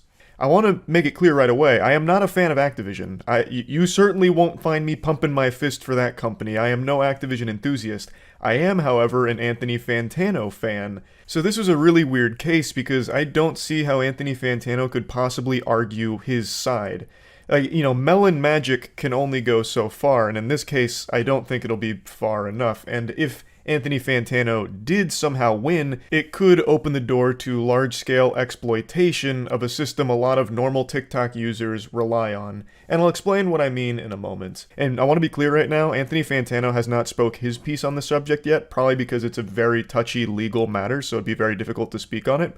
So I can only really give you the perspective of what's been laid out so far, and maybe that'll be subject to change as it continues, but basically right now, Anthony Fantano had a very popular meme of him go viral called Enough Slices. It's a meme that's been used endlessly on TikTok. It's become a very popular meme. And Activision recently used it in an advertisement they made for Crash Bandicoot on TikTok. And Anthony Fantano allegedly cease and desisted them, to which they complied and took down the video. But then, according to Activision, Anthony Fantano reached back out and said that they're going to be required to pay a substantial amount of money in damages for using his intellectual property, basically, that meme. And they said, no sir, we're not playing ball here. That's not a game of foosball we're interested in engaging in. So they are countersuing Anthony Fantano and looking for a declaratory ruling that states that he will no longer be allowed to try and get money out of users or companies that use his meme clip, because they say that Enough Slices meme was knowingly entered into the commercial sounds library on TikTok. Now, most of you have probably already activated your super sniffer and smelled a little something fishy here, because there is a big difference between a normal TikTok user, fucking Cliff Blast Cleaver using Anthony Fantano's Enough Slices meme for a goofy little TikTok he made, and a company like Activision using a meme he made to sell a product. They're very different. It wouldn't be unheard of to be okay with a normal person using your meme and not being okay when it's a company using it to sell a product that you don't agree with and you don't like. And that's a fundamental right that you have, that your likeness can't just be manipulated and used to mislead consumers or something into believing that you support a product that you don't. And this is what makes the case really interesting, because in here, what they used was a meme from Anthony Fantano that they are arguing was opted into a program called the Commercial Sound Library, and in the Commercial Sound Library's terms, it very clearly states that when you opt in here, when it is part of this directory, that it is completely fair game for companies, brands, advertising partners, and normal users to use for any and all purposes whatsoever, which does include paid content and advertisements. Now, since the ad was deleted, I'm unsure if they used Anthony Fantano's actual video clip that has his face in it, or if it was just the audio. I'm really not sure. But even still, the meme itself was uploaded, apparently, to this Commercial Sounds library, so Activision's argument is that he can't just selectively enforce who is and who isn't allowed to use that meme, because it has been uploaded to the Commercial Sounds library, allegedly. He can't just revoke permission for people that he doesn't like or brands that he doesn't support. That's the core of their argument. They're also claiming that this is overt gamesmanship, a nefarious money-making scheme from Fantano, where he'll allow some people to use it, but when he sees that there's a financial opportunity to make money from it, then he strikes and pounces on it and tries to threaten for money in return for the use of the meme clip. According to Activision, he's stated that he's done this before to a couple of other organizations, I suppose, to which they have complied, but Activision isn't going to. They are arguing he doesn't have the legal grounds to do that. He can't just selectively enforce who's allowed to use that when he has knowingly uploaded it to a directory that has a blanket use for everyone for any purpose whatsoever. And it extends to normal users too, and this is what I was saying a bit earlier, where this argument from Activision is actually helpful to normal TikTok users, because normal TikTok users often rely on the commercial sound library in their content, and by their own terms, it should be safe for them to use. But if Anthony Fantano does squeak out the W here, the big dubski, it would kind of throw that into turmoil, where you wouldn't feel comfortable using the commercial sound library anymore, because there could be a bad actor that has swooped in to exploit it, where you might use one of their memes and they'll sue you for it or demand compensation for it, even though it was uploaded to the commercial sound library. So like, if Sally Strawberry taps into a popular meme and the user's like, damn, that content was fucking cheeks, that was some turbo ass, I want money because you used it, then it would be a lot scarier. Now, obviously, Activision isn't making this argument for the better of the platform. They're arguing in their own selfish interests, but what they're arguing does actually extend to help protect normal users if Activision wins. I've seen a lot of discussion on this topic, and it seems it's all hyper-focused on brand versus creator, which I do understand. A lot of the claims are around brands trying to exploit creators and use their likeness to mislead consumers through advertisements and falsely label support where there is none. Like, I do get that angle, but this case is not specific to just that. If it was, I wouldn't really give a fuck. My heart's not exactly breaking or shedding any tears because brands might not be able to use TikTok memes. That's not a big deal to me. It's just simply, this was in the Creative Sound Library, and there is a potential that it wasn't uploaded by Anthony Fantano with his knowledge. There is definitely wiggle room that maybe there was some kind of automatic inclusion in there that he didn't consent to. That is possible, and that would be a core component of this case. That would be very, very interesting if that's the truth. But since it is there, and it does clearly state brands can use it for any purpose, then if it rules against them, it means that no one can really use it for any purpose, because all of a sudden it's now unsafe. This is just one of those things where I do think there's a potential for a dangerous precedent being set, where if someone knowingly uploads something to the commercial sound library, which obviously states that it can be used by anyone, including brands, for any purpose, you really shouldn't have the right or ability to start attacking selectively and threatening people for money, because that extends beyond just brands. That extends to literally any user ever. What's to stop me from uploading tons of audio and sounds and shit to the commercial sound library as bait, and then just going around cease and desisting and demanding money from people that use it because they were under the impression that it was safe to use? It's one of those things that exists on other platforms as well. Like YouTube has one for music. It's the Common Music Library or something like that, where artists knowingly post songs that are DMCA free for creators to use. You know, they just choose the music and it's totally fine, there's no problems.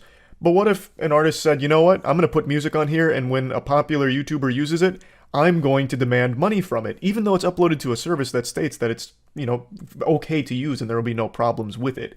It's one of those things where these directories exist on other platforms like YouTube and Twitch, and if all of a sudden people are able to put things on there as kind of like a trap where you use it and then you could potentially face like a lawsuit or something, it's just bad for everybody, not just brands. And according to a lawyer named Richard Hogue, he believes the company has a decent case. Basically, he says, as described by Activision, it would seem they have a good case.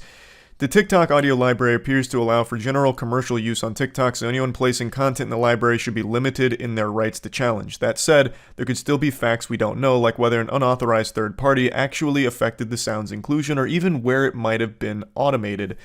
So fundamentally, the entire case is going to have to be argued on Fantano's side that he was not the one that put it in the commercial sounds library. At least that's my understanding of it, because again, it is entered in there apparently, and since it's there, it means any brand, company, or user can use it without consequence. It's fair game, you know? It's open season on enough slices.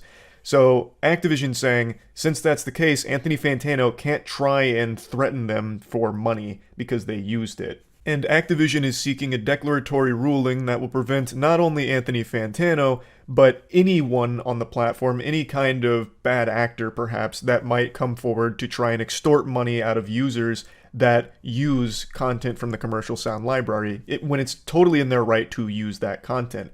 The only thing that can really win this for Anthony Fantano, I think, is if he can prove that he wasn't the one who opted into the commercial sound library for the Enough Slices clip. It was some kind of third party that automatically entered it in there without his knowledge, or it was, a fucking burglar broke in and in the middle of the night uploaded the Enough Slices audio or meme clip to the commercial sounds library. I feel like that's the only thing in this case, but even then, I still don't know how liable Activision would be for damages, because it's not like they would know that it wasn't Anthony Fantano that uploaded it. It's there, thus you would work under the assumption that the user is the one that put it there. So the whole case is just really messy, and it really fucking sucks because I very much dislike Activision. I really fucking do. But here, I just don't really see how Anthony Fantano has a good argument in this case. I'm going to go ahead and just play all the stream clips where I went through this from the very beginning here so you can kind of follow along with the entire story. I kind of just broke it down here in the beginning, but in the stream clips you'll get to get the entire, situation, so I'll just go ahead and let that rip. The game company claims Anthony Fantano is misusing intellectual property laws by threatening to sue TikTokers over a widely memed audio clip. Video game giant Activision is suing a prominent TikTok music critic over a viral audio clip that he created, claiming he is unfairly demanding that some of the social media users pay him an extortionate settlement after they reused the heavily memed clip. In a complaint filed Monday in California, Activision accused Anthony Fantano of misusing intellectual property laws by threatening to selectively sue TikTokers who use Enough Slices, a popular audio clip that originated with a video Fantano posted in 2021. Activision, which says it receives such a threat after it used the clip in a promotion for its Crash Bandicoot franchise, claims that Fantano intentionally made the clip available through TikTok's audio library, meaning he cannot now sue the hundreds of thousands of users that choose to use it. This dispute is a textbook example of how intellectual property law can be misused by individuals to leverage unfair cash payments, Activision's lawyer wrote. Fantano was very happy to receive the benefit of the public use of the Slices video. It was only after he identified a financial opportunity, namely receiving unjustified settlement payments, that he suddenly decided that his consent was limited. This law does not permit, and the court should not countenance such overt gamesmanship. That is interesting. If you make something available through the TikTok audio library, I'm very unfamiliar with the platform, does that just waive your right to enforce, IP law on it? Probably. Makes sense. It's like a public audio repository. Well, what I want to know, if on TikTok, do things just enter the TikTok's audio library by default just by posting? Because I know they have that, original sound shit, and it goes to the source, and it's like fucking Bumblefuck Joe over here is the one that created it, but it's not like he did it on his own accord. TikTok auto-generated it. At least I think that's how it works, right? You have to make it a sound through a video. Oh, so you do have to, say, I want this in the audio library by making it a sound. That's a very interesting case. So has Fantano done this to other TikTok creators, or is it just Activision? And if it is other creators and not just Activision, I wonder what the legal ground is for using it in an official ad. Because it'd be different if it's just fucking Carl Hamburger using Anthony Fantano's meme in a TikTok versus Activision using it in an official ad. Only way I think Fantano has a case is if someone else uploaded his video audio to the library. True. In its lawsuit, Activision says there's an obvious reason why this clip was used so widely. Fantano deliberately and knowingly added the audio to TikTok's library, making it easily available for millions of other users to incorporate into their own videos. They say he even opted into the commercial sounds library, which means he agreed his clip could be legally used in promotional videos and brands. That sounds like a dagger if that's true. That sounds like it's open and shut if that's the case, if that's real. If he opted into the commercial sounds, that seems like he waived all rights on that. I don't know how he'd win this case. The company says it was surprised when it received a legal threat from Fantano after it used Enough Slices in a TikTok video depicting the creation of custom Crash Bandicoot sneakers. He allegedly told the gaming giant the use of his clip not only used his name and likeness rights without permission, but also violated federal trademark laws by suggesting he had endorsed the company's games. Which is a real thing. You can't do that. But if it was made readily available on the commercial sounds library, I don't know how you're supposed to argue that you didn't give your permission. That's what this is for, I imagine. This is what it's for on every other platform. Maybe it's different on TikTok. Activision says it agreed to pull the clip down, but Fantano demanded the company either immediately pay him substantial monetary damages or be prepared to defend a lawsuit. The exact amount of money demanded was not included in the lawsuit, but Activision says Fantano asked for a six-figure sum and said that other companies had paid a similar sum in order to avoid the expense of litigation. What the fuck? On his Dr. Evil grind, $1 billion. Hey, I'm always rooting for the little guy here. I don't know how you're supposed to somehow argue that what they did is illegal and violated federal trademark laws if it was knowingly agreed upon to enter the commercial sounds library. That seems like it's an uphill battle, but I mean, that maybe there's more to it. This is right now just Activision's lawyer. With Fantano's approval and encouragement, hundreds of thousands of TikTok users have incorporated Slice's audio into their videos over the past 2 years. But now, Fantano has embarked on a scheme whereby he selectively threatens to sue certain users of the Slice's audio unless they pay him extortionate amounts of money for their alleged use. The commercial music library from the TikTok's ad manager. Let's see. In order to get it there, it's called Commercial Sounds. Even in the own post, Commercial Sounds. But it's listed as the commercial music library. Okay, I see. So this is it. This is correct. CML features commercial sounds, both with and without lyrics, whatever. Who can use the commercial music library? Is for TikTok users that use TikTok for marketing, advertising, sponsorships, endorsements, or publicity, including official brand accounts, their promotional partners and creators, NGOs, and government organizations. You can also use the commercial music library for organic and paid content. This sounds like it's kaput. If it was uploaded there by Fantano, I think it's probably checkmate. Yes, sir, lawyer Critikal. Hey, man, it's just basic reading comprehension. If I uploaded me saying, woo, yeah, baby, to the commercial library, I can't exactly be upset if all these brands start using it. I can't then start looking for compensation. Yeah, you can. No, I can't. I literally cannot. Do you agree that your sound can be used by brands, marketing, endorsements, sponsorships, and all of that? Yes. Okay. And now I don't. I've changed my mind.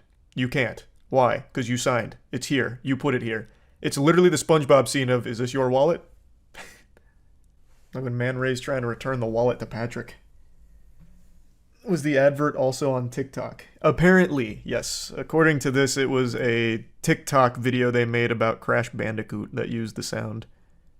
I think Danny's right. I think he'd have to prove that he wasn't the one that uploaded it to the commercial sound library. Even then, that wouldn't be on Activision. Them taking it down at his request would have been more than enough. True. That would be true. They would have no idea that it wasn't him, but instead his evil twin that uploaded it. I mean, you're not wrong. And they did take it down. They just said, oh, okay, we'll take it down. And now they have to defend themselves against a lawsuit, or they have to defend themselves against legal threats, and are now issuing a lawsuit as a counter. Are you talking about this last sentence? Activision is seeking a so-called declaratory ruling that Fantano cannot sue TikTok users over the clip. They're saying that Fantano can't go after anyone that uses the clip because they're well within their rights to, since he waived the rights by putting it on that commercial library. I'm confused. This trial about Okay, here's a little advice to all of these publications writing articles about this. Change the title. This title has confused everybody. Actually, reading through the case is very different.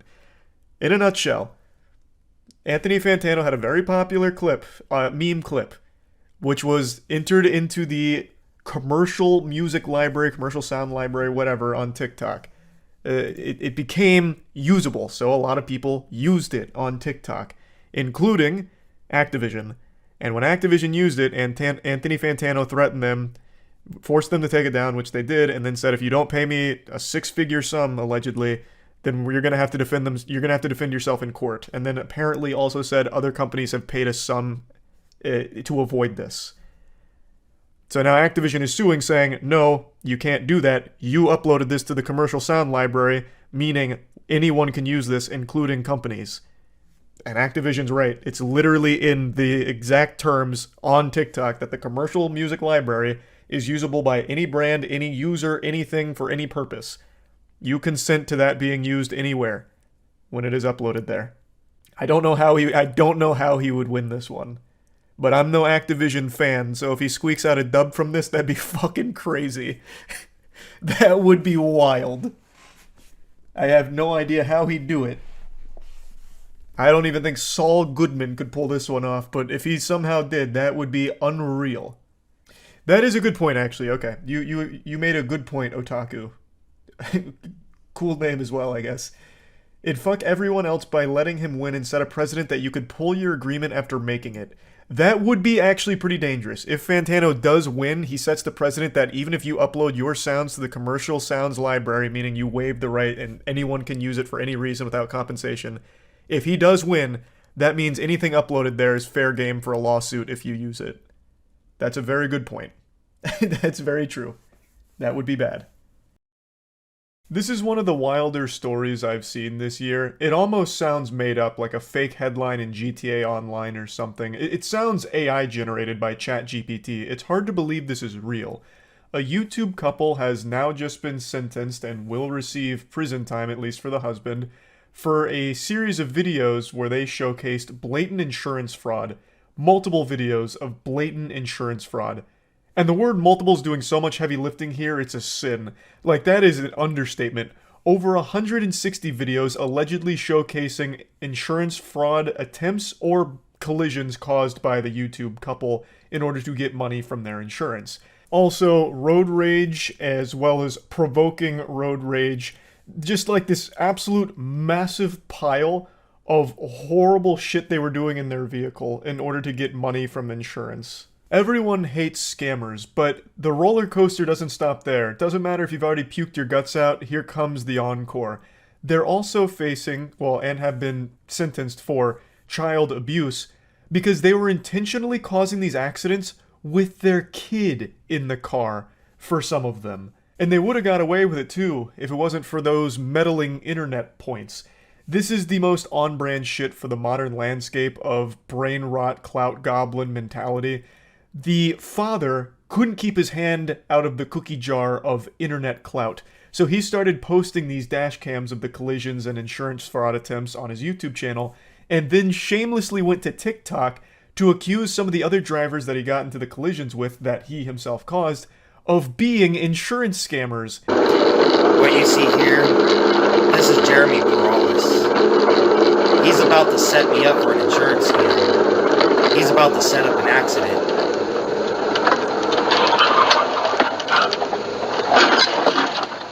He recognized me from Facebook. Unhinged lunatic behavior right here, and then proudly posted on his own TikTok page. So what happened is, he had suddenly started to brake, and the driver behind him had to cross the double yellow line to get around him to avoid a rear-end collision, and then Christopher turns into him in order to force the accident. And the driver was initially found to be, I believe, like 90% at fault because he crossed the double yellow line. Christopher was actually quite gifted, an idiot savant when it came to insurance fraud. He's doing, and he knows how to not be at fault for him. It was last April. Jeremy Perales says his insurance premium shot up after this accident in Yucaipa. But was it really an accident? To think, to be able to do this to a person, set them up for an accident? I was stopped and then he hit me. Jeremy says his insurance deemed it 90% his fault because he crossed into the other lane. But it isn't the first so-called accident Phelps had been in. Just the way Christopher Phelps speaks is off-putting. He sounds straight out of Dr. Evil's lair. He just sounds menacing and, like, genuinely unhinged. And then he's talking about how, like, it's unspeakable how this man could try and set up an accident all because he recognized me from Facebook. Holy shit, that is deranged. You think he recognized you from Facebook and then tried to set up this accident? That doesn't even make sense. Obviously, Christopher doesn't believe that. His whole MO was insurance fraud in order to collect on the insurance paycheck. But Jesus, it's just so weird to listen to him speak. He just gathered mountains upon mountains of evidence against himself and posted it online. And somehow investigators stumbled upon this cornucopia of evidence that the husband, Christopher Phelps, was gathering of their insurance fraud and child endangerment. Like, Christopher ended up being his own worst enemy. He was like, the Zodiac killer, leaving all these clues, all these breadcrumbs for investigators to somehow find. And I have no idea how they found his channels, because he was getting like 50 or 60 views per video. I don't know how the fuck they ended up there. You would have been more likely to end up in Narnia than on his channel.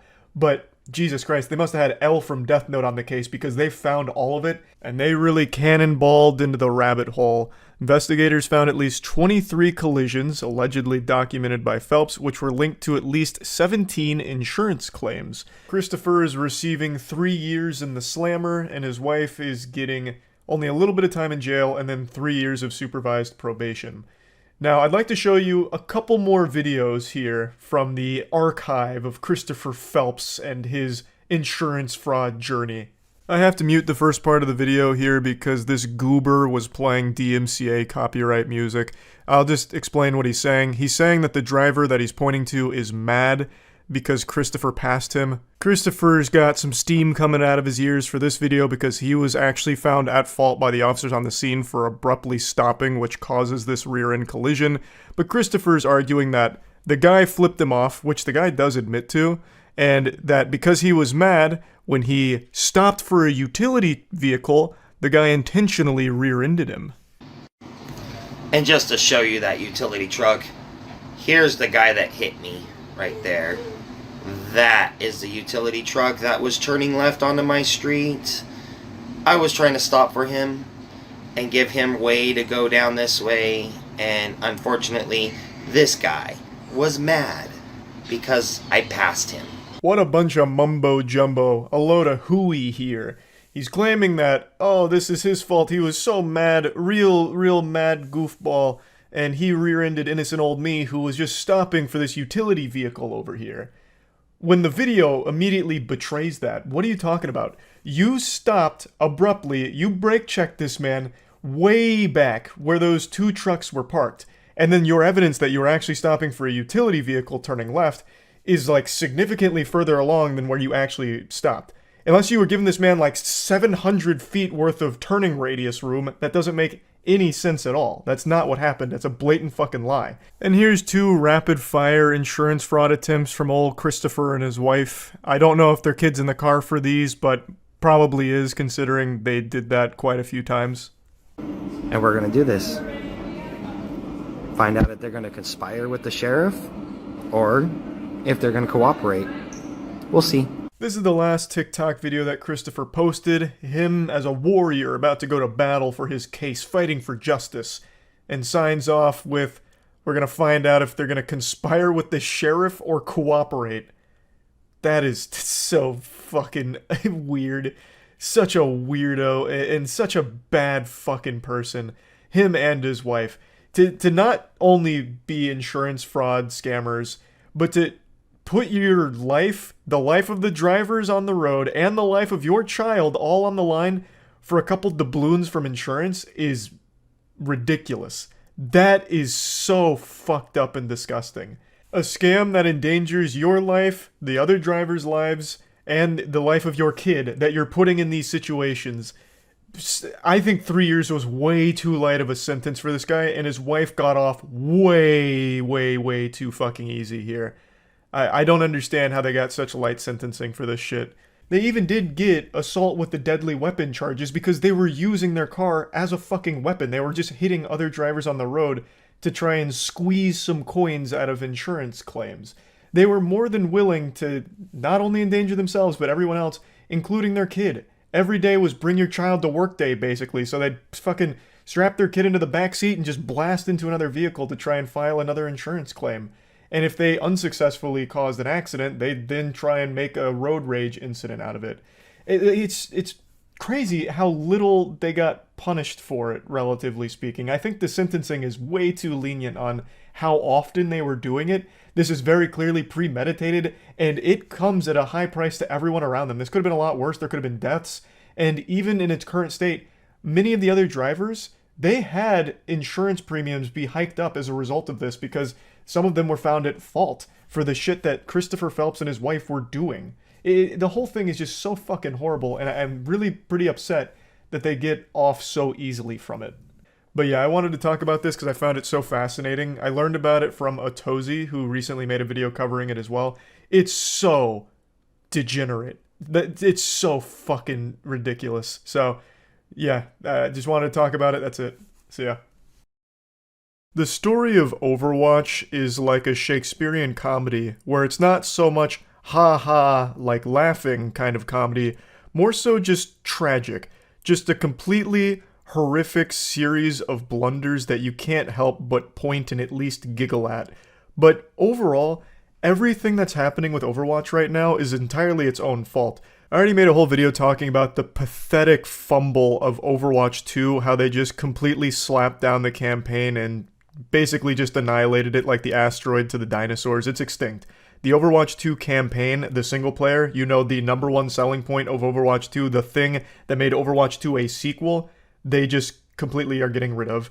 And now you're being drip-fed little bits and pieces of what that content once was in the seasonal storyline PvE shit.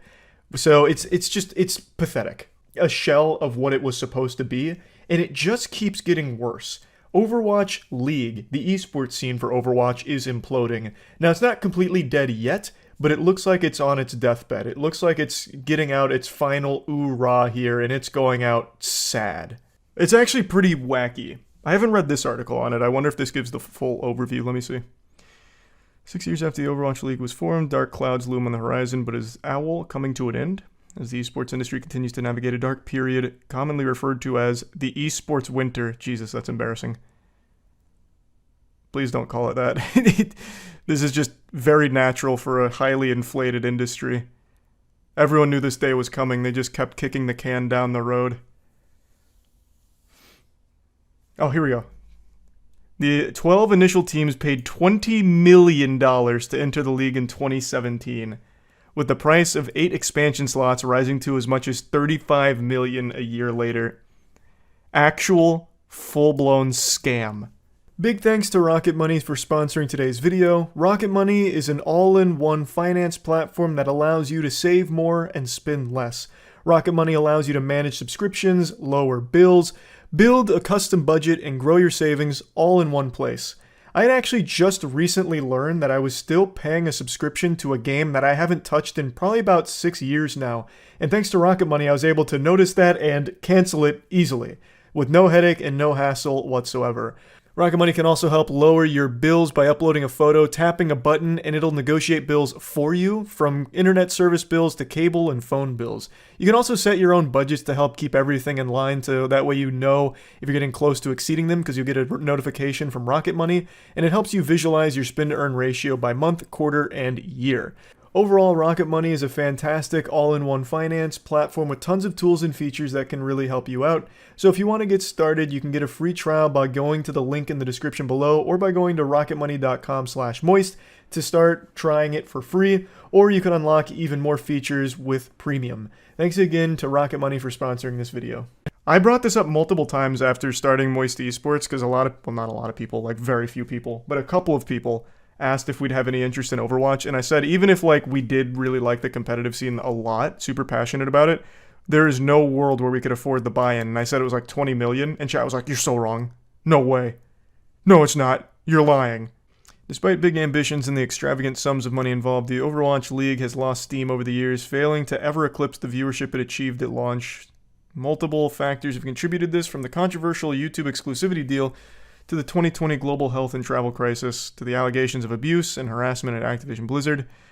I don't know how much the YouTube exclusivity deal mattered. Even if it wasn't, and they were still broadcasting on Twitch and YouTube, well, actually, they wouldn't be able to under Twitch's new rules. That'd be illegal. That's forbidden.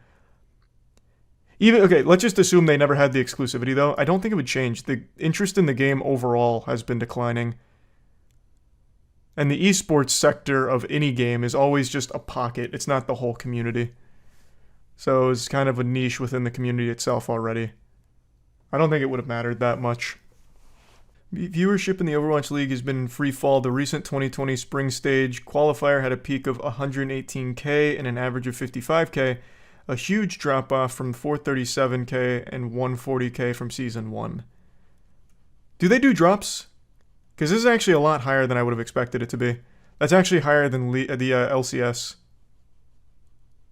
I imagine they do drops in order to gamify it a little bit to cheese some viewers. They do? Okay, that makes sense.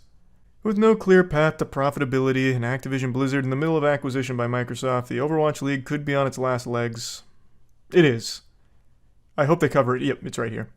As of July 20th, there's no confirmation that the Overwatch League is coming to an abrupt end. However, this possibility has become increasingly likely since Activision Blizzard released its second quarter earnings report, and the document revealed that OWL teams will vote on a new operating agreement at the end of the current season. A team that opts out of the league will be entitled to receive $6 million in termination fees. This means that if all 19 franchise teams decide to withdraw from the league, Activision Blizzard will pay a total of $114 million in termination fees. They're literally paying you to leave. They're like, please leave. We will even pay you to get the fuck out.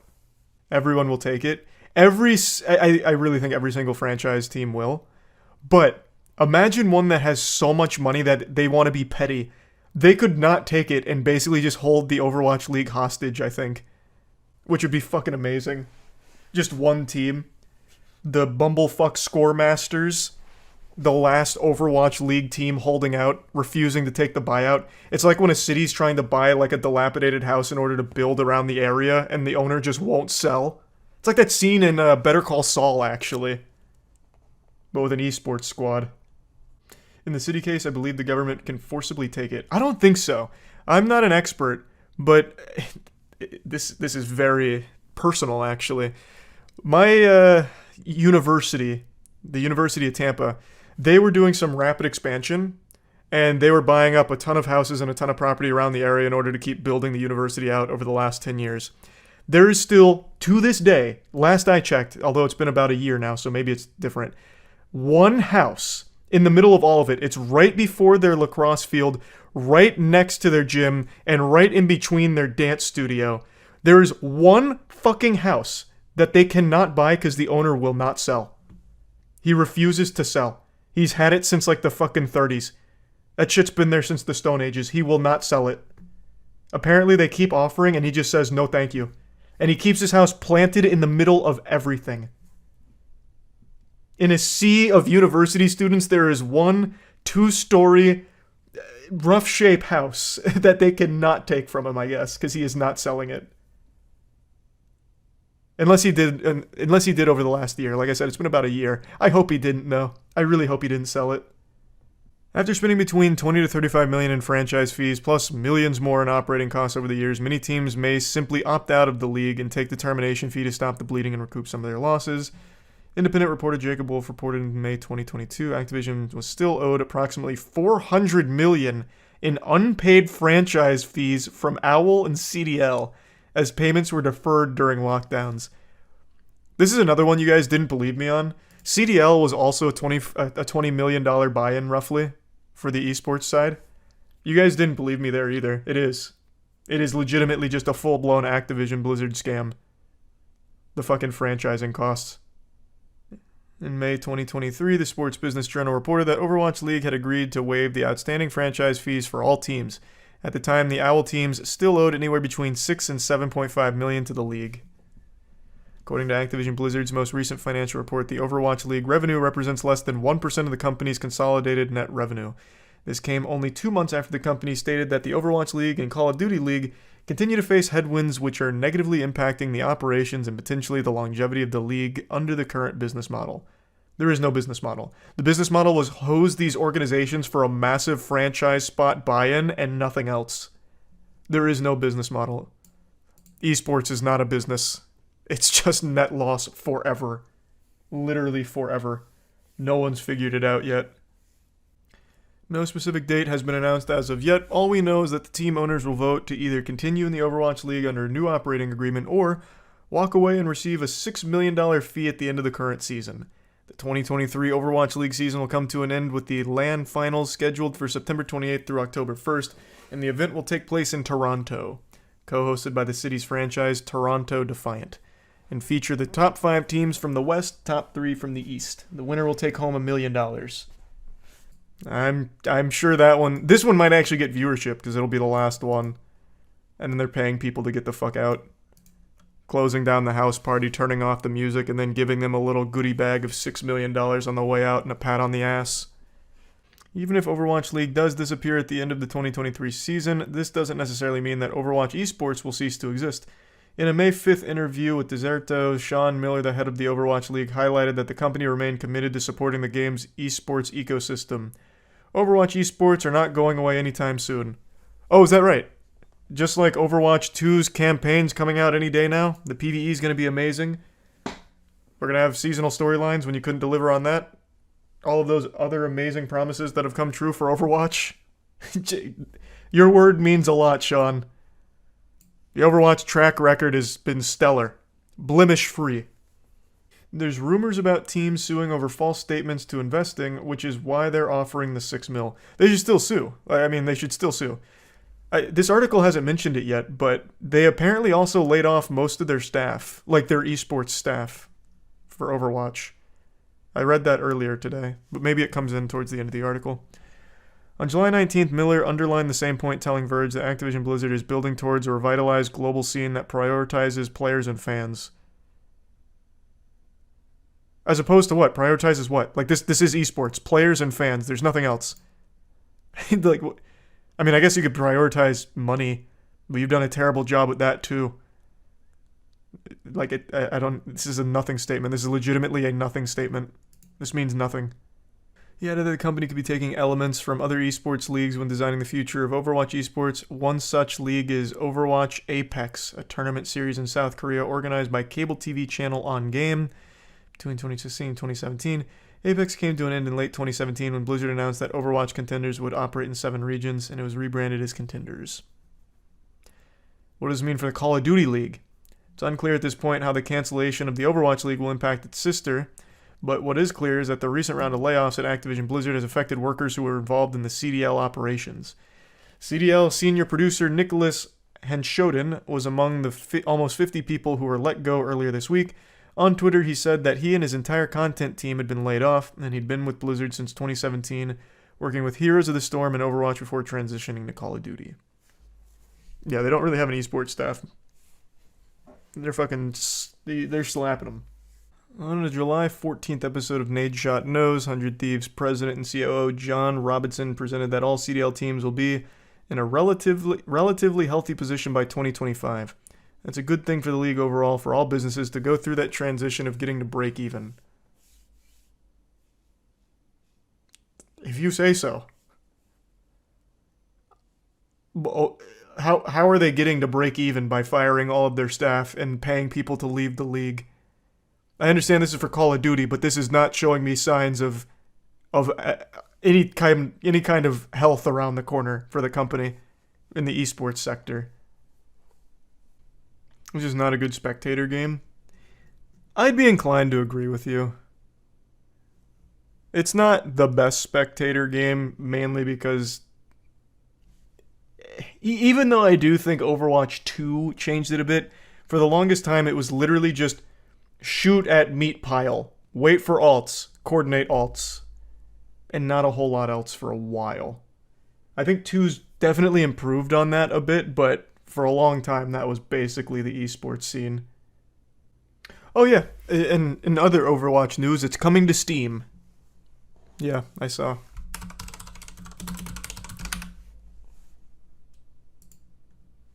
Oh, actually, it's coming to Steam much sooner than I thought. August 10th. Overwatch 2's coming to Steam. To me, that sounds desperate. Very desperate. Those player count numbers must not be looking good. Everyone knows about Fire Festival, one of the most catastrophic events that never happened. A giant scam, and creator Billy McFarland went to jail for it, and he still owes victims of it millions of dollars. Fire Festival was hyped up to be one of the biggest music festivals ever created. It made outrageous claims about like the headliners that were performing, bringing in the biggest music artists of all time. Basically any artist with a pulse that ever cracked the Billboard Top 100 was slated to perform at Fire Festival. Hey, we've also got a necromancer on staff, and he just revived Elvis Presley, who just committed to performing at Fyre Fest. Get your tickets today, you don't want to miss it. All of the biggest musical stars are going. It's also the most luxurious event ever held. We also turned off gravity so you can float around. Like, it's got everything you could ever want. Get your tickets to Fire Festival. But then when it was time for the event to happen, it didn't. All of the excited guests were greeted with nothing but a tent and some cheese sandwiches that I think Billy McFarland himself whipped up in his kitchen. Just 2 pieces of Wonder Bread and like a slab of government cheese. Like, that's all it was. It was a huge scam. Everyone lost their ass on it, and it sent Billy McFarland to jail for being a fraudster. But he's been released from jail. And you know what he's doing? Fire Festival again. He even tried to do a Crypto Island NFT scavenger hunt, but now he's just going back to calling it Fire Festival too. Fire Festival organizer and fraudster Billy McFarland announced a ticket drop on Monday for a sequel festival. After teasing the follow-up festival early this year, 100 pre-sale tickets went up for grabs on August 21st for $4.99 apiece. Tickets will continue to increase incrementally, with the last round selling for $7,999 each. For $1,500 or less, you could get 4 VIP tickets to Coachella with accommodations and a ready-to-go Lake El Dorado tent. If anyone buys tickets to this, you deserve to lose your money. You absolutely deserve to get scammed. Legitimately. You 100% deserve it. Those 100 tickets have sold out, according to an email from organizers and McFarland's social media, despite the event having no lineup of artist, exact date, or location. So he literally sold them nothing. He actually sold them nothing. All 100 people that bought this should be investigated. Like, that's criminal levels of stupidity and recklessness. It's been the absolute wildest journey to get here, McFarland said while wearing a white bathrobe, wireless headphones. It all really started during the 7-month stint in solitary confinement. It looks like he learned so much, too. He continued that during his incarceration at Federal Correctional Institution Elkton in Lisbon, Ohio, he wrote a 50-page plan to parlay interest and demand into Fire into new projects. There was a mention of a new Fire documentary and a Fire Broadway music festival. Now there's Fire Festival 2 slated for the end of 2024, with pop-ups and events across the world. What's up, guys? This is a big day, because as of right now, Fire Festival 2 tickets are officially on sale. Yeah! It's been the absolute wildest journey to get here, and it really all started during the 7th-month stint in solitary confinement. I wrote out... Hey, Billy, I'm not your PR guy. I'm not on the board here. Why would you mention solitary confinement? Hey, guys, Fire Festival 2 is coming out. By the way, I am a convicted criminal. I spent 7 months in solitary confinement. But that's when I went on my spiritual journey and I really found myself. So I'm doing it again.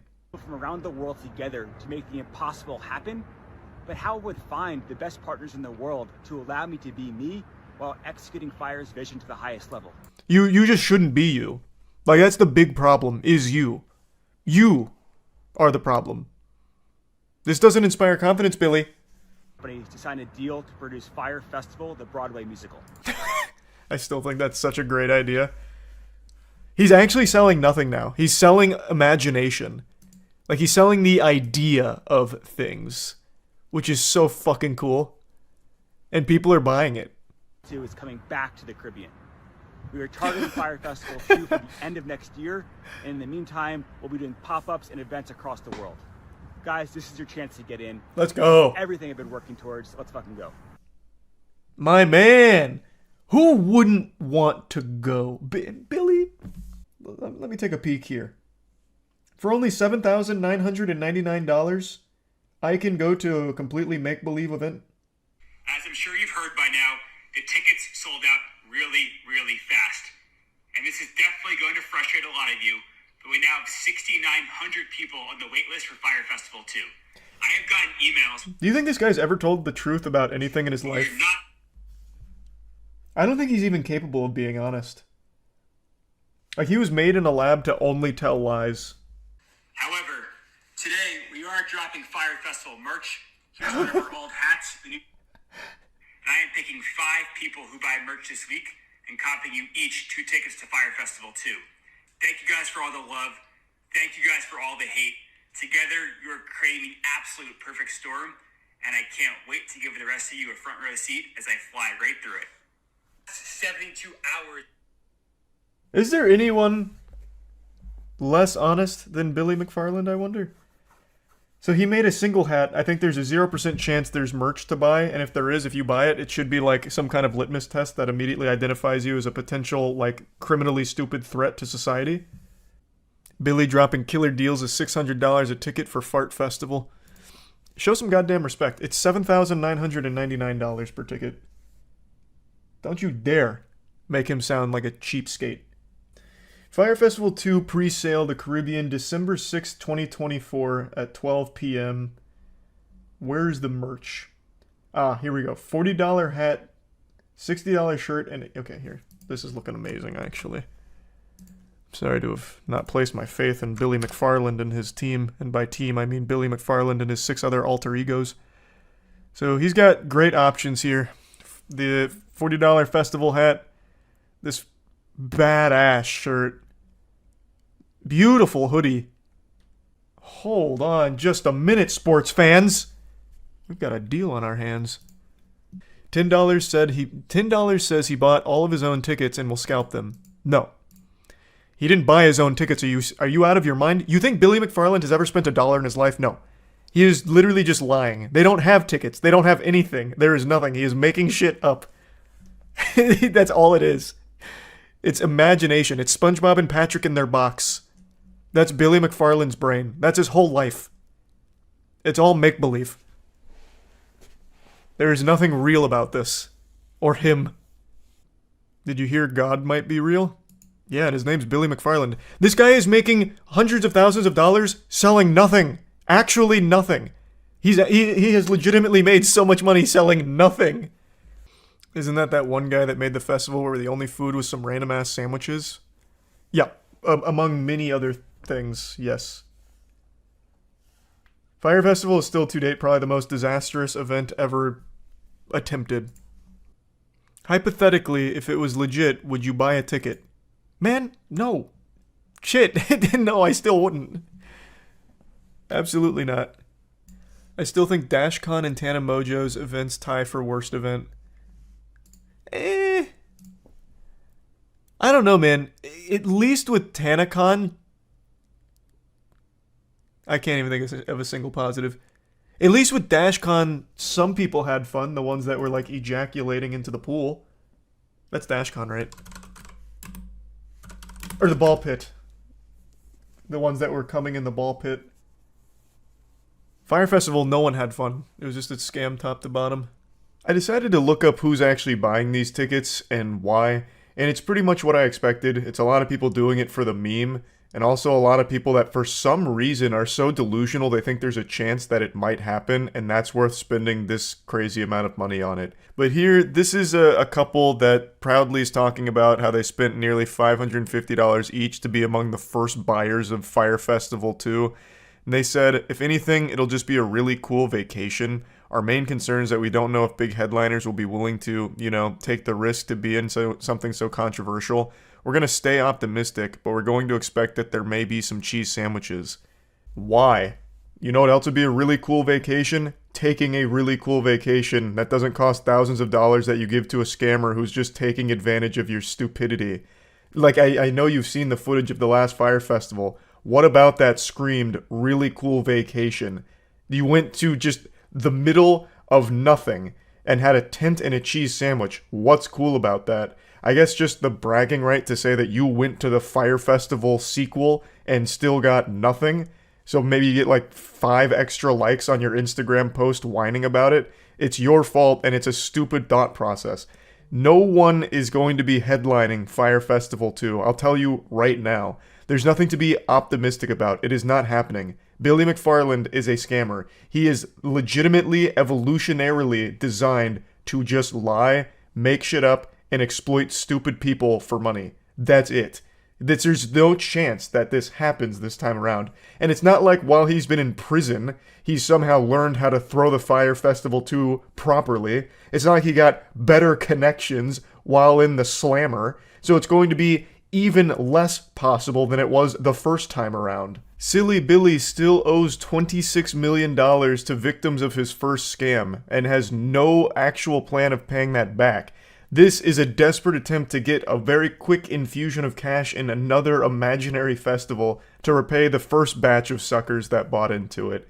And let's not forget, this is already the second time since being released from jail that he's cooked up a fucking festival. He tried to do Pirate last time. I made a whole video on that. He tried to do an NFT scavenger hunt island vacation called Pirate, which he has now apparently wiped his ass with. So he's already canceled one of his imaginary events after trying to get money from it, and now he's doing it again with Fire Festival 2, but this time around, for some reason, people like this couple are spending money on it. It's pathetic. It's so fucking pathetic. He's also still considered a fugitive in the Bahamas. Like, no one is going to work with this guy. Absolutely nobody.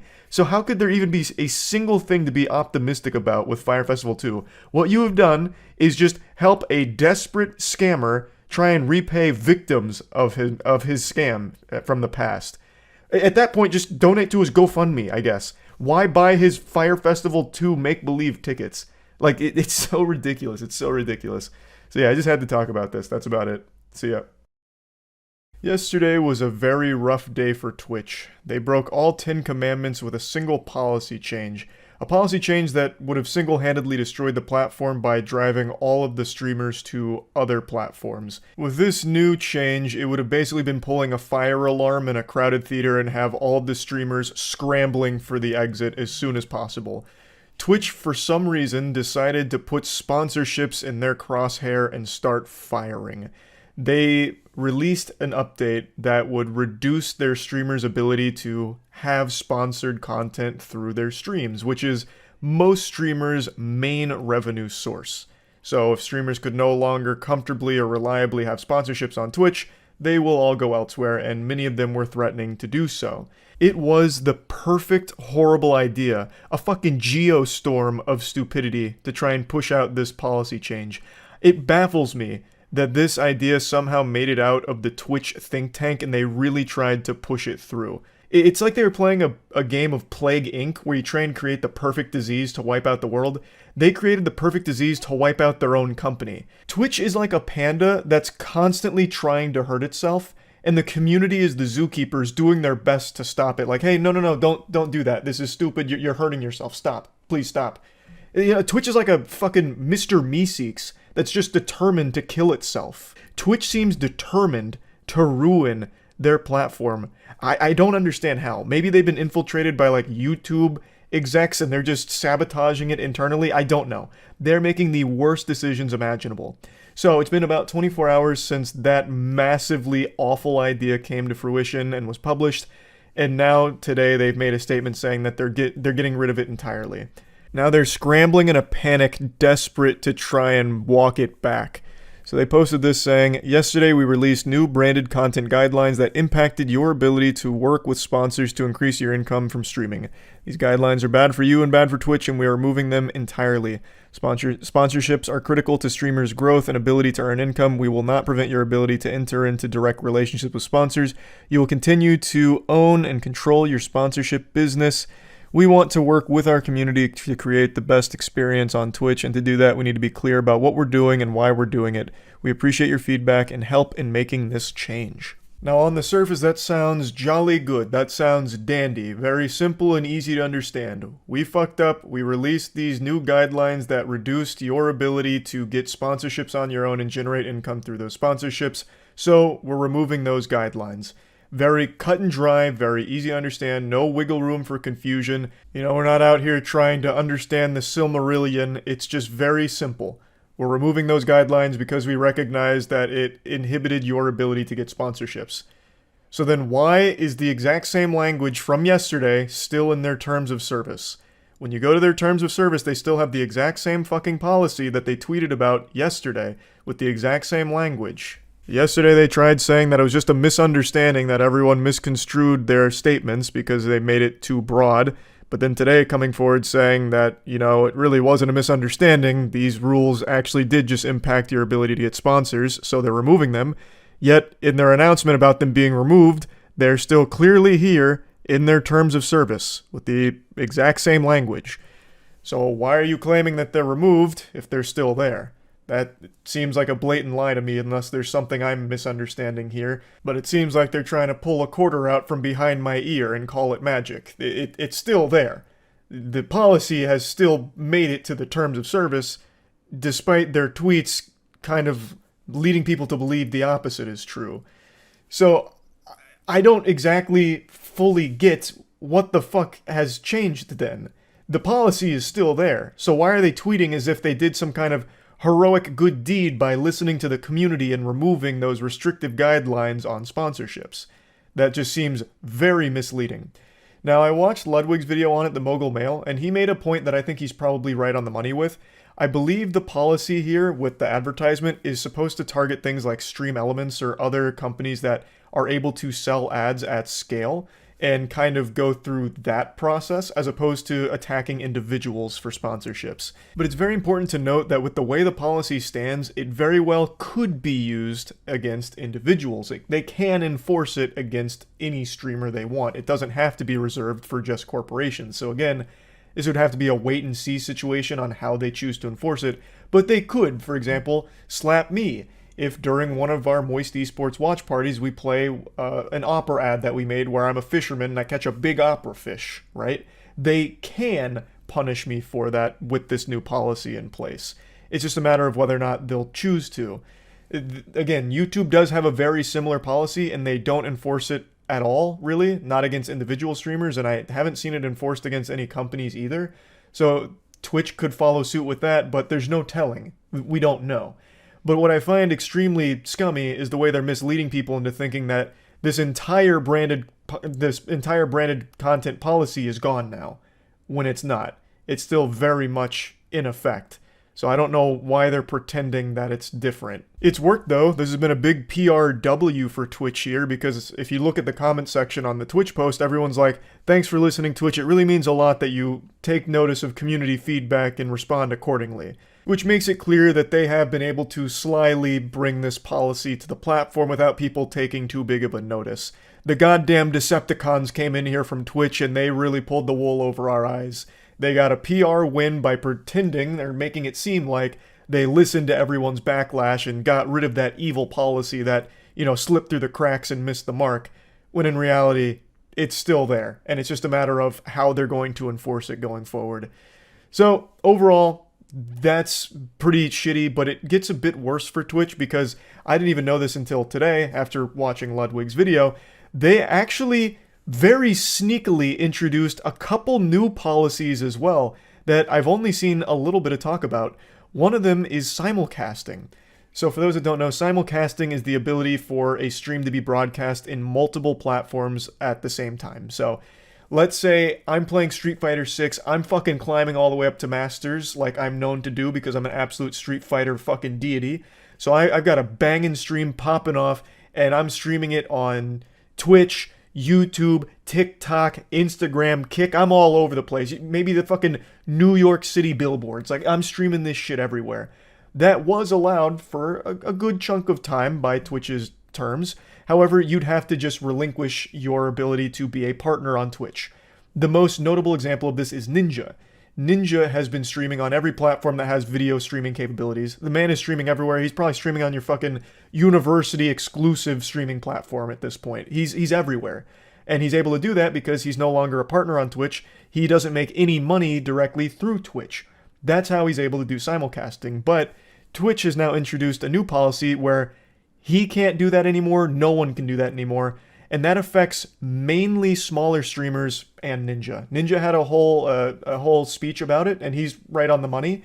Since he can't do that anymore, he's not going to stream on Twitch, because the options are stream on Twitch where he's making no money and can't make any money on Twitch, or stream to like 20 different platforms at the same time. The choice is obvious.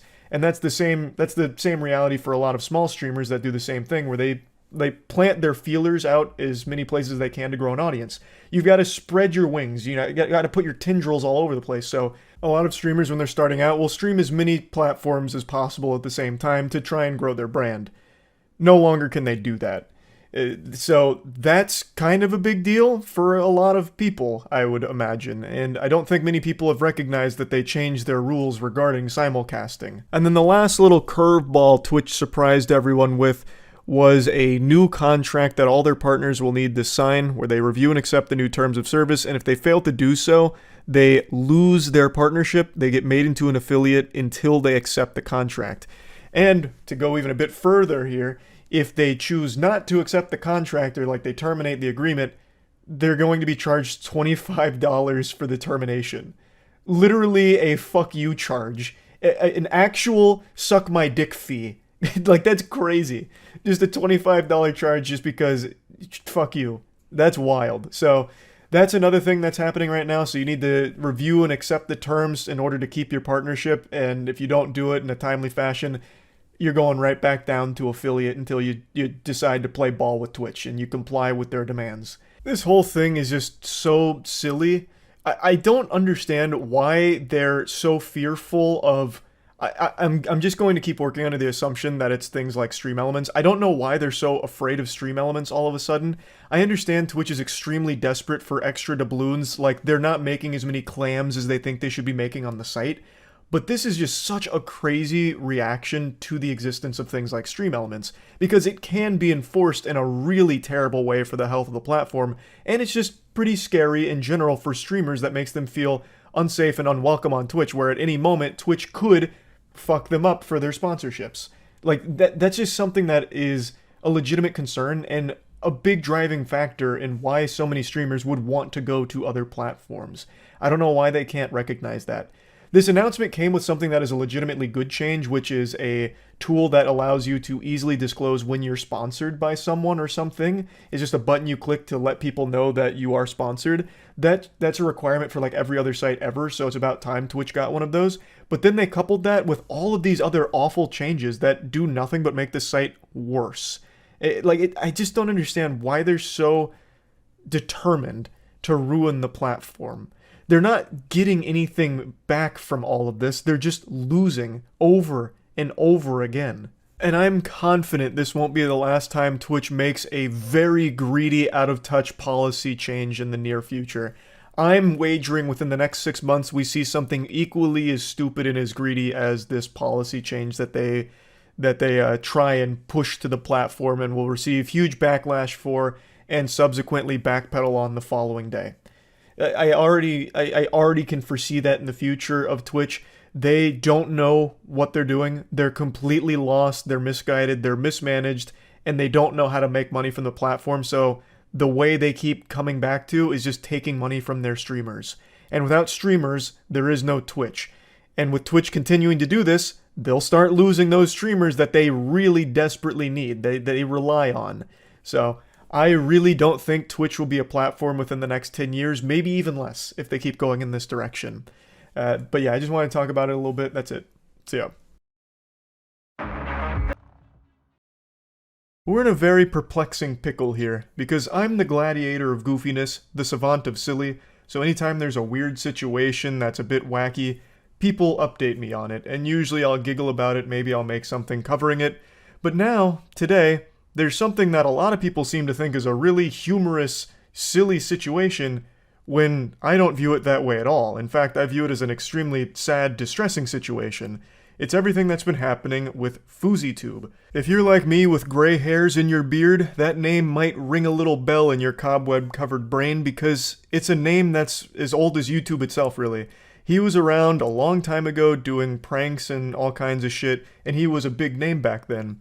But he had a mental health meltdown that kind of caused him to step away from content creation for a while to work on himself and try and better his actual life away from the internet. And now he's come back as an IRL live streamer, broadcasting pretty much every waking moment of his life on camera.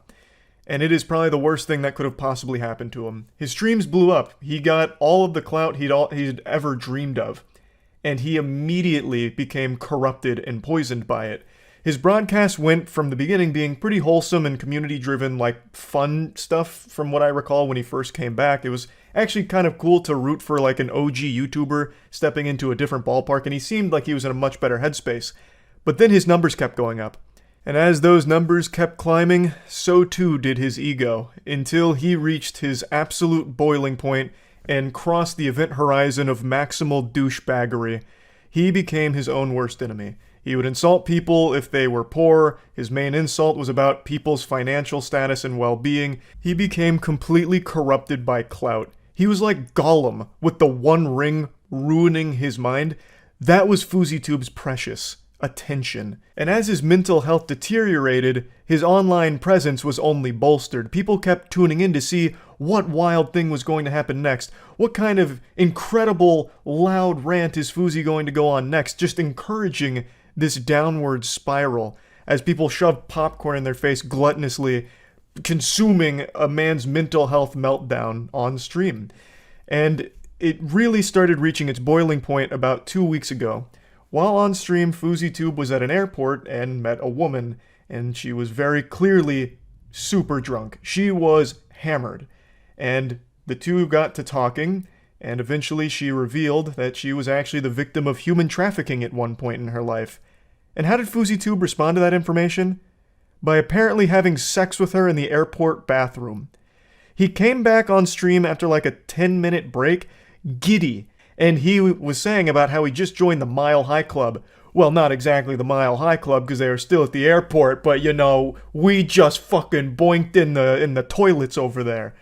And he was so pleased, and then his community turned on him. They were like, wow, that's actually extremely fucked up. She's super drunk, and she also just confided in you that she was the victim of human trafficking. How could you have done this, Fousey? You just took advantage of this woman. This is really degenerate, unforgivable shit. So then he very quickly tried to like play it off as a joke, and he wasn't being serious. Like, haha, no, haha, that not real, didn't actually happen. Ha, you guys fell for a timeless classic prank. Get pranked, epic style prank, not real, didn't actually do that. When it seems like that's exactly what happened, and this is like Twitter in a nutshell with absolute unhinged lunacy. I did see some people defending this by saying, yeah, but he also raised money for her, so he should have been allowed to have sex with her anyway, so it's not that big of a deal. What they're referring to is he asked his community to donate to her, and they raised like $2,500 for her. And that's apparently an excuse for having sex with an extremely drunk woman who also had just confided in you that she was the victim of human trafficking at some point. It's so alarming seeing people try and rationalize and justify it. That is concerning. Like, that is just downright fucking alarming. But anyway, FouseyTube did face backlash for that, but it actually only made him even more popular because it put FouseyTube's mental health on a bigger stage for more people to see. So more spectators funneled in to watch the train wreck unfold every single day, because he was broadcasting fucking 24/7 basically. A lot of people just kept coming in to point and laugh at the freak show. Look at this crazy guy doing crazy shit. Everyone come watch and laugh at this guy as he broadcasts a very serious mental illness, and as it continues to only get worse. Ha ha. And last night, he ended up getting arrested on stream. I don't even know where to begin with this stream. I actually watched like the last 2 hours of it because even before that, things were looking really bad. FouseyTube had assaulted 2 people earlier in the stream last night after they had only lightly bruised his ego over very minor things. He had been yelling and insulting a ton of people. It was looking really bad. He legitimately looked like he was a danger to not only himself, but others. There was also some unlovable, kissless, virgin, loser, turbo, insufferable asshole troll that was calling and harassing FouseyTube's family and threatening their life, threatening his life, which of course only continued to push Fousey down this path. The troll was like threatening his family, threatening Fousey, which only made everything significantly worse, obviously. He ended up getting kicked out of an Airbnb and then checking into a hotel where he had a manic episode again and ended up calling the police. And he basically swatted himself. The fucking questions, send the fucking cops. Send the cops. There's a gun to my head right now. There's a gun to my head. Help, ma'am, he left. Ma'am, he left. There's a gun to my head. Help, get them. Help, bye. Ma'am, Intercontinental, what's my room number? Help, tell me. 2020. He spent like the last 45 minutes of the stream in a panicked, manic state where he was very afraid of that troll who was making threats against his family and himself. And he ended up calling the police, hoping that they could go arrest him and take him away to try and, you know, fix this whole situation. And it was only made worse because the troll kept pushing him. Like, earlier in the stream, Fousey had apparently, like, fallen in love with this girl, and she had, like, broke up with him, and the troll took credit for it, claiming that he had actually planted that girl there so Fousey would fall in love with her, and then she'd break his heart. So he mentions that multiple times in the last 45 minutes because he truly believed that that girl he met was a fucking plant from this troll who's controlling every aspect of his life now. Even the girl he had fallen in love with was actually on the troll's payroll working for him in order to hurt Fousey. So it was this just very, very sad thing to watch unfold. And the police respond, obviously. He called them and said that, you know, his life was in danger. There was a fucking gun to his head, so the police do actually show up. He's a stalker. Okay, and who is this guy? I don't fucking know. So how do you want us to look for him if you don't know where he is? I have his address. What is his address? I said grab my security 20 minutes ago. Alright, listen.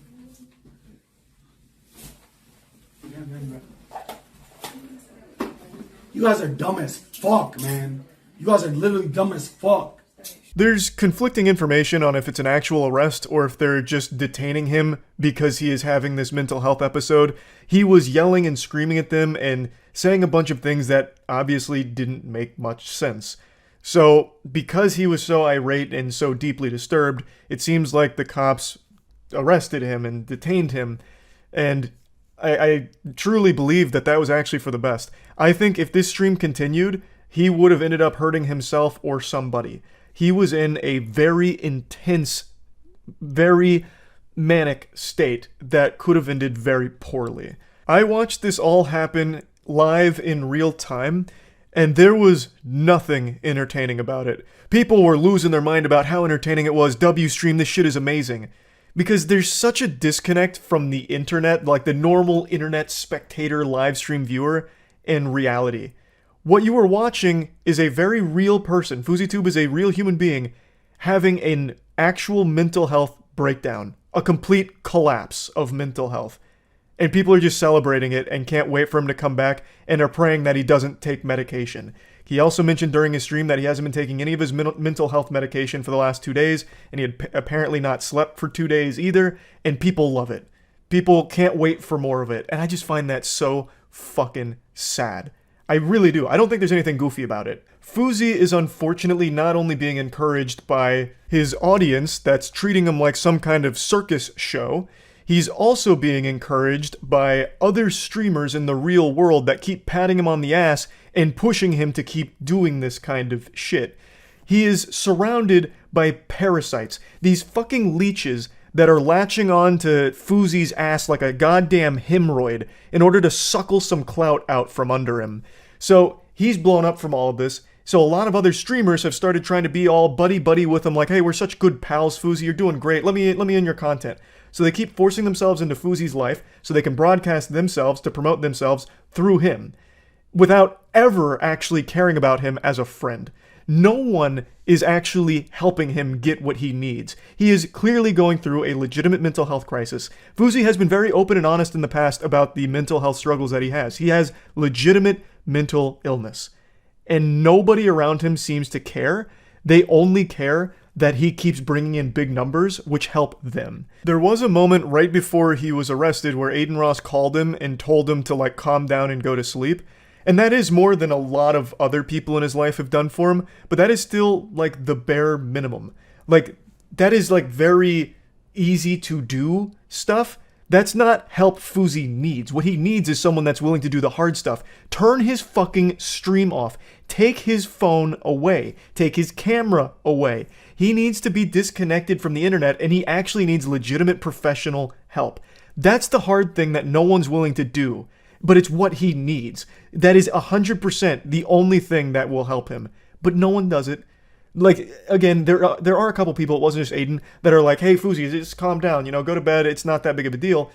But that's not, he's not going to do that. He is in a actual manic state. he's not just going to stop and go to sleep because you asked him nicely. You need someone that is actually caring about him to take all of that away and get him to where he needs to go, to a professional. And also, a lot of other people pointed this out too, the platforms can also do something. Kick could have absolutely suspended the stream.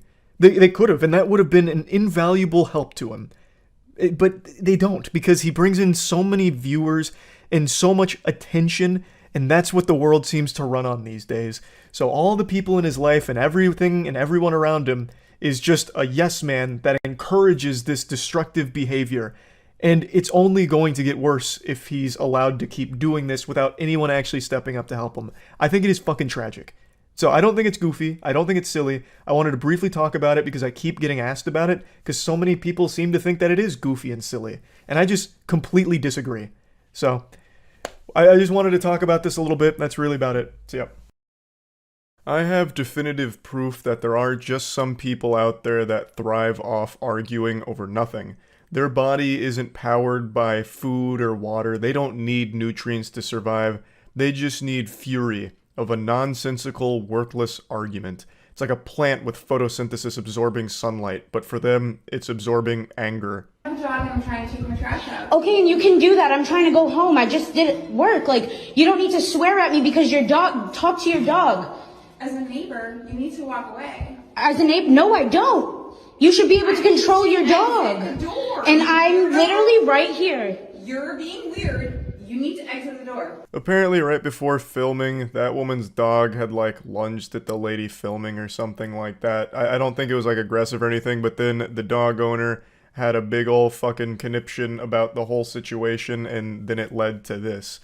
You can go now. I have a lot going on here. You need to be normal. You need to be normal. You literally just told me to back the fuck up. I'm going to my home. I have a dog. Okay, and that's not how you speak to people. You could literally have said... talking me. No. I'm gonna send this to the office because this is ridiculous. I live here. I am literally trying to go. You can go. Is he attacking you in any way? Did I say he was? You acted like he was gonna attack me. I said hi to him. He ran up on me. I have 2 hands, buddy. I love that she tried to play the I'm a woman card on a woman who's filming her.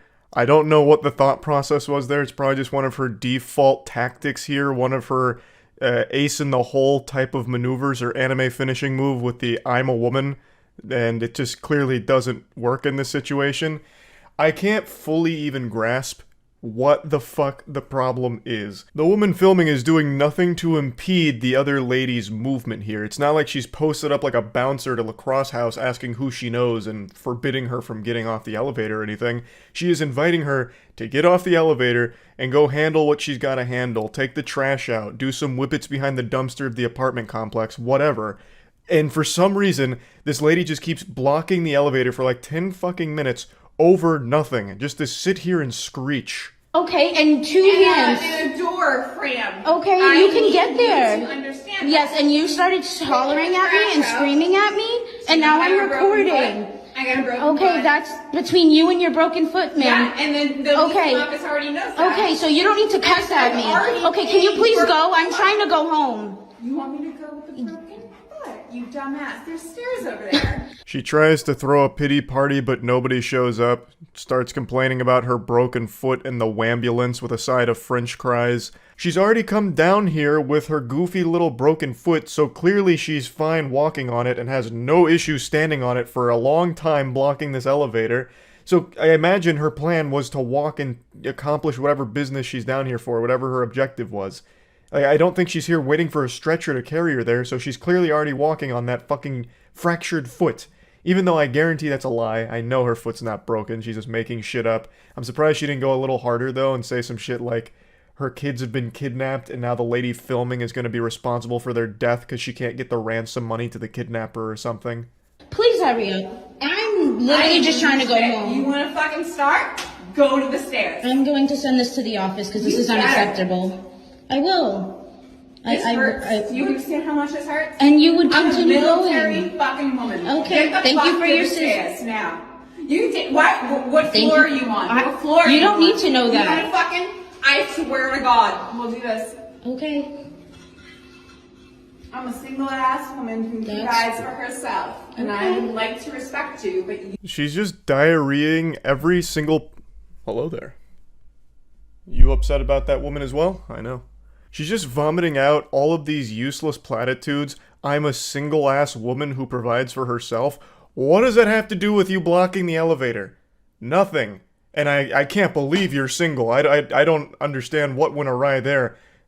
I can't believe every man in the city isn't pursuing this absolute angel. That's weird. I also highly doubt that she actually did serve in the military. That just seems like yet another lie. So fucking stolen valor on top of that, most likely. And even still, that has nothing to do with you refusing to get off the elevator. That's the crazy thing. That is the wild thing. Her whole objective is off the elevator, which she can easily do, but refuses to out of just the principle and the love of the argument. Now, I know a lot of you are probably saying, why doesn't the woman filming just take the stairs and put an end to this madness? Just be the bigger person. Well, because fuck that. Patooey. That's a bunch of baloney. At this point, stay there, and if her foot really is broken, make sure that it is agonizing by the end of it, that shit swells up and doesn't heal properly. This lady is a piece of shit. I don't think the woman filming is in the wrong here for sticking around out of just sheer pettiness is the wrong word because it's not petty. She wants to go home and she might live on like a high floor in this complex and doesn't want to take the stairs, which is totally reasonable, especially after a long day of work. I think that's totally fine. This woman has no reason at all to be blocking the elevator for this long and refusing to let her go home. So, her taking the stairs is admitting defeat, and she shouldn't have to admit defeat in the face of such a fucking weak, useless opponent like this lady. You didn't respect me as soon as you got off the elevator and told me to back the fuck up. We're not doing this. Okay. You already know what you did. You didn't do anything, but I'm definitely gonna record because this is ridiculous. Yeah, you are recording. I'm aware of Okay, that. I'm just letting you know that I'm sending this to the office. You can wait all night. You're the one I who's... served my country. What the fuck have you done? All right. Thank you for your service, ma'am. Yeah, I know. Okay. Yeah, we'll do this. We'll do this all night. You're the one complaining. Technology. Yeah. Christ, no logistics. Her brain's really starting to malfunction now. That double core brain cell really starting to fall short here with a bit of a hiccup. She just starts humbugging technology. You and your technology, meh. Just mad that technology exists now because she's being filmed like Sasquatch. She's just getting real upset. Oh, you bitch! How could you fucking film me? I know you're filming, you bitch. Technology. Ugh. Also, I don't want to overlook that little zinger she slid in there about her service to the country. So she says, like, I served our country. What the fuck have you done? And it is eerily similar to an iconic speech from a legend from that viral trumpet fight video from a few years ago. You know the one I'm talking about, where like that goblin guy comes up and gets really upset because someone is playing the trumpet poorly. So he walks up to him and he's like, why are you disrupting the peace with this filth, this trash? I played the trumpet for 80 years. Who the fuck are you? I was first chair Los Angeles Philharmonics back when we still only had black and white television. Who the fuck are you?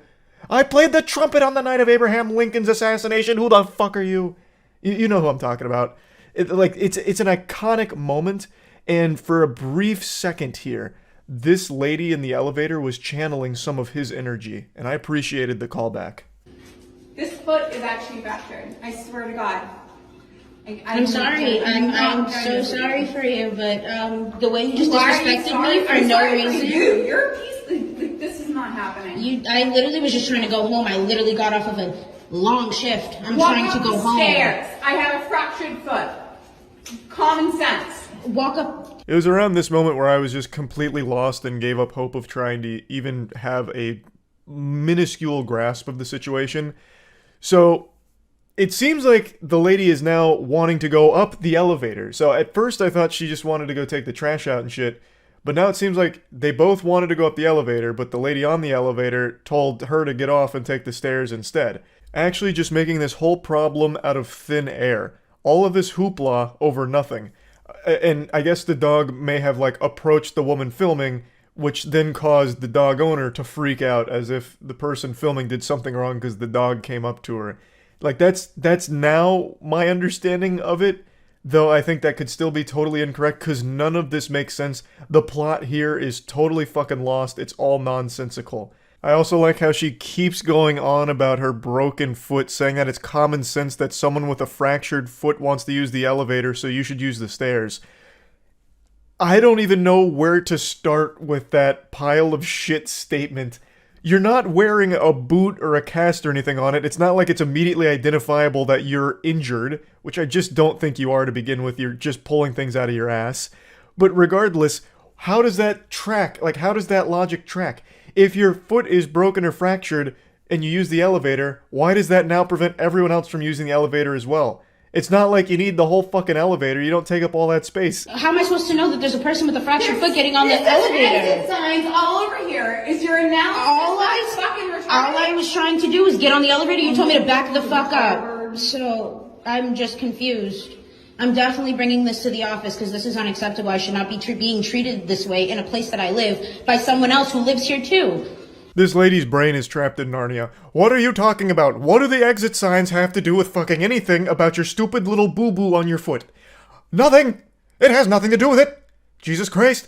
She is trying to find every possible thing to argue about because it is the only excitement she gets in her life. It's the only thing that keeps her going. Can you move out of my way? And you started attacking me. Are you serious? I really hope there's a camera here. Oh, I am serious. Oh my goodness. What you're doing. I'm glad there's stamps on this.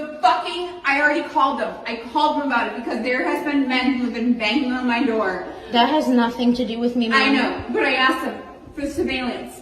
Can you, because my door is up there. Men have been banging on my door and I've opened it. And I'm sorry that that's happening to you, but I didn't do that. I didn't do that to you. Psychosis. This has to be a psychotic episode here. What the fuck does men banging on your door have to do with anything here? Because she's using it to point out like there's security cameras or something? I don't know. I also, you know, maybe there are men banging on her door playing Ding Dong Ditch on the creepy witch lady that lives in the apartment like the fucking ghost that haunts the halls. Maybe, I guess, but even still that has nothing to do with anything here. Can I please get home? I'm just trying to go home. It's been a long day. Walk up the stairs. You can walk out. I'm not taking up any of your space or time. You have all the space in the world. Please go. I'm a government agent. That's okay. Walk up the stairs now. No, I don't need to. Now the narrative shifts again where it's her wanting to get out but refusing to get out because this lady wants to get in. And once again, the camera lady mentioned she has all the space in the world to just get the fuck off the elevator. She could just go. Take literally 3 steps and be done with this whole thing. But now she tries like, I'm a government agent card and you need to go up the stairs. You're under arrest. Give me your badge and your gun. You're off the case. Get up the stairs now. Jesus Christ. It's so weird that people like her exist. I don't. You need to get off the medication that you're on. Can you please go? I am on 0 medication right now. Okay, then put down the drink, please. You're Can you go? crazy. There's no drink. What drink are you talking about? The one that you drank before you got on the elevator. Your dog must want to go to the bathroom. You have trash to take out. Okay, you're not though. I swear to God. Are we doing this? Can you back up off of me? Because if you put your hands on me, I'm going to call the police on you. Go on the stairs. I'm trying to go. That was a horror movie approach right there. She had that just shit her britches walk cycle coming at her, waddling up, getting right in her face. I really half expected her to dislocate her jaw and scream for a jump scare. That was some terrifying shit. Maybe her foot really is broken. And if that's the case, I'm glad that she's continuing to put so much pressure on it to make it worse. That is fantastic news here. Incredible strategy. She mentions that she's not on medication, but I think it's time they start exploring that option because there is something that's gone untreated here. This is not normal. This is not healthy. Or maybe the lady filming is correct in that she's just been hitting the alcohol hard and she's had a couple drinks already. Or maybe she took a stupid potion with breakfast. There's really so many possible explanations, but none of them excuse any of the behavior here. Please back up. I'm a government. I do not care, but if you put your hands on me, I'm going to call the police. Can you see this? Do you see this? I just want somebody to. I'm just trying to get on the elevator. She's crazy. There's stairs. I'm gonna call the police if you do not stop. Stairs in if this you place. try to barricade me, I'm going to call the police. Yeah. I'm going to call the police. Nobody's confused on how the elevator works. We're all just confused on why you're such an insufferable little asshole here. Just get off the elevator. Just get off the elevator. Go put the trash in the fucking dumpster. Oh my god. It goes on for so long. It just goes on for such an agonizingly long time period here. It takes like half the afternoon just with this random encounter NPC. It's fucking... like, I'm getting upset for her just having to watch it. It is the most annoying video I've seen in so long. This is bad. This is really bad. This is super fucking bad. You're causing a disturbance. We live here. Everybody lives here. This is bad. I'm just trying to go home. Thank you. You're not going in there. Yes, I am. And if you touch me, I'm going to call the police on you. No. You want to go war? All right. Well, I'm calling the police now. Stay there. Okay. I'm going to call the police now. It's like when you try and leave Kakiri Forest in Ocarina of Time and that guy's like preventing you, just stopping you at all times. Even when you think you have the angle and you make a run for it and he stops you yet again, that's what just happened at the end there. The lady finally abandoned her post for a brief second, but then right when the lady tries to finally get on the elevator and go home, she storms over with her broken, useless foot and says, nope, and puts the kibosh on it. For no reason, again. Again. She just really doesn't want her getting on that elevator. And there's no explanation as to why. And then she eventually takes the elevator up and we don't see her again. So I guess her objective was to go up the entire time, which she could have done from the start. Even if her objective was to get off the elevator, she could have done it from the start. None of this had to happen. This is just one of those repulsive people that love to argue and make an issue out of nothing and cause an inconvenience to everyone around them. It's fucking sad. It's just downright pathetic. So yeah, that's about it. See ya. It takes a strong man to lift a car, but it takes an even stronger man to admit when he was wrong. I can do both, but I'll only be doing one today, and that's admitting I was wrong about a show that I thought had absolutely zero chance of being entertaining in even the slightest way. And the show that I'm talking about is Twisted Metal. It's based on a video game franchise that I cherish deeply from my childhood. All of the trailers and all of the clips they released were horrible, and I made a whole video complaining about it because I felt personally attacked. First, they make a Halo show and completely ruin it, wipe their dirty cheeks with a beloved property with a horrible show, and then all of a sudden, Twisted Metal, what's next? It's like they're going up here in my noodle and looking for all the things I used to love growing up in order to ruin them with a TV show.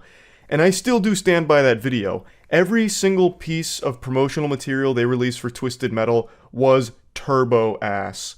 But now that I've finished watching the show, since it just came out a couple days ago, I can confidently say that I subscribe to a conspiracy theory that there was some kind of internal sabotage run on this show from the inside.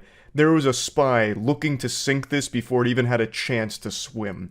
Because all of the trailers and clips are the worst moments from the show. The show itself is actually fun. Now, I know that's become a bit of a cliche when something isn't great, but you want to be nice to it, but I use that in the truest sense of the word. I don't think Twisted Metal is a great show by any means, but it is an actually enjoyable one, which I really didn't think there'd be a chance of, because, again, all of the trailers and clips made it seem like it was written by, the fucking Saints Row team from 2022. It had, like, Forspoken level dialogue and jokes. It was rough.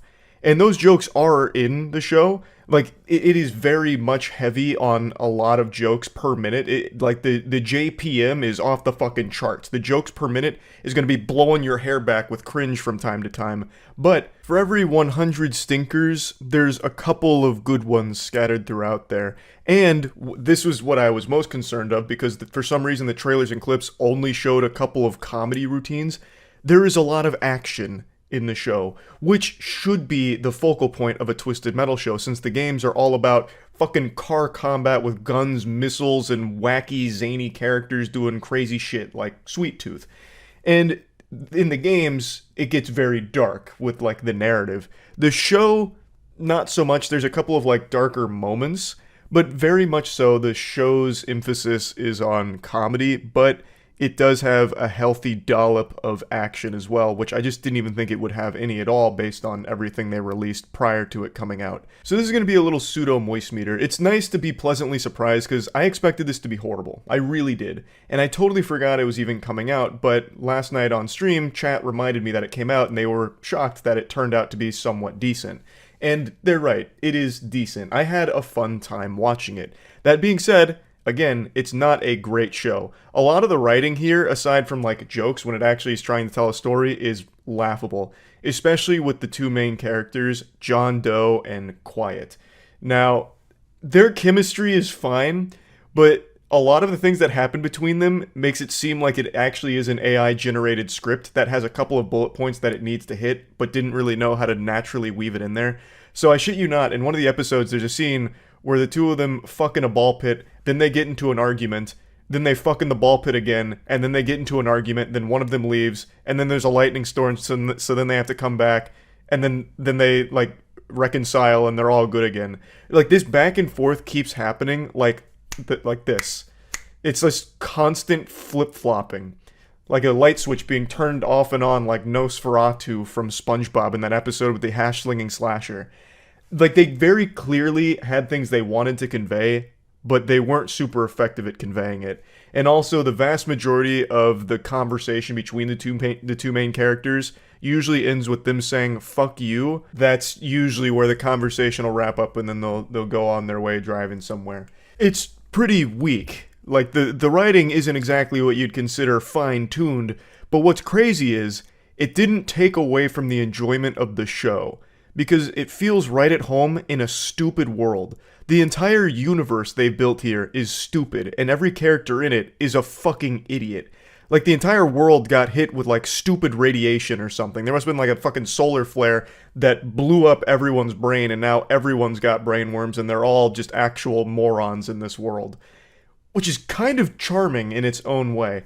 The actual story of the Twisted Metal show is, 20 years ago, there was a bug that took out pretty much all electronics. The opening monologue had me rolling my eyes. It was mentioning, porn's gone, so the world collapsed. That people couldn't access the internet anymore, and the world went to shit. So now it's a post-apocalypse, it's a dystopia, and our main character, John Doe, is what's called a milkman who does deliveries for settlements back and forth. And every character you meet is dumb. Actually stupid. So when there's bad writing like this, it almost feels like it's on purpose to a certain extent, which I guess is a real blessing to the writers because they could be as lazy as they want with like character relationships and it doesn't feel awful to watch. Because you kind of expect it in this broken world filled with broken people. So, I know it sounds like I'm shitting on it, but I'm really not. Like, that's not even actually a complaint for me with the writing being bad. There's a lot of bad jokes, and that is a complaint, because there is a lot of jokes that just do not land and fall super flat. They also repeat a lot of the same jokes. Like, it's like they forgot that they told that joke an episode ago, and it's not even meant to be a callback. It's just they said the exact same thing in a different situation, and I don't believe it was on purpose. I think they just actually forgot. But there is a lot of jokes that don't work, but there are quite a few that do. And I think the real star of this show is Sweet Tooth, whom I was the most concerned about going into it, because Sweet Tooth is the face of Twisted Metal. He's not the main character here, but he does have a lot of screen time. In the video game franchise, he is a wacky character, of course, but he is fucked up. He has an extremely dark past. Like I mentioned in the last video, one of his main wish in the last Twisted Metal game is he wanted to kill his daughter. His daughter was the only person he was unable to actually kill, so his wish from Calypso was to be able to go and kill her. But it turns out she had already killed herself from the trauma that Sweet Tooth had inflicted upon her after he killed her family. So like it's very dark shit that Sweet Tooth deals with, and in all of the trailers and clips, they just make Sweet Tooth look to be like some kind of really embarrassing Joker clone. Like the classic, I'm the Joker, baby, meme, right? Like, it didn't seem like they really understood Sweet Tooth as a character and what would make him both fun to watch and also intimidating and scary. Again, all of the trailers and clips make it just seem like he's going to be a goofball, we live in a society Joker meme character. Like that shit on Facebook, poop in a toilet, no one bats an eye, poop in the fridge and everyone loses their mind type energy, kind of Joker character. But in the actual show here, he shines. They do a good job with the character. He doesn't really share a whole ton in common with his video game counterpart, but it really does feel like they understood somewhat of the spirit of what Sweet Tooth should be in a live action format. So I did appreciate him. Like, I enjoyed him on screen here. Yeah, he wasn't the main character or anything, but they do have a large chunk of an episode dedicated to kind of laying out the foundation to what made Sweet Tooth crack and what turned him into a psychopath maniac.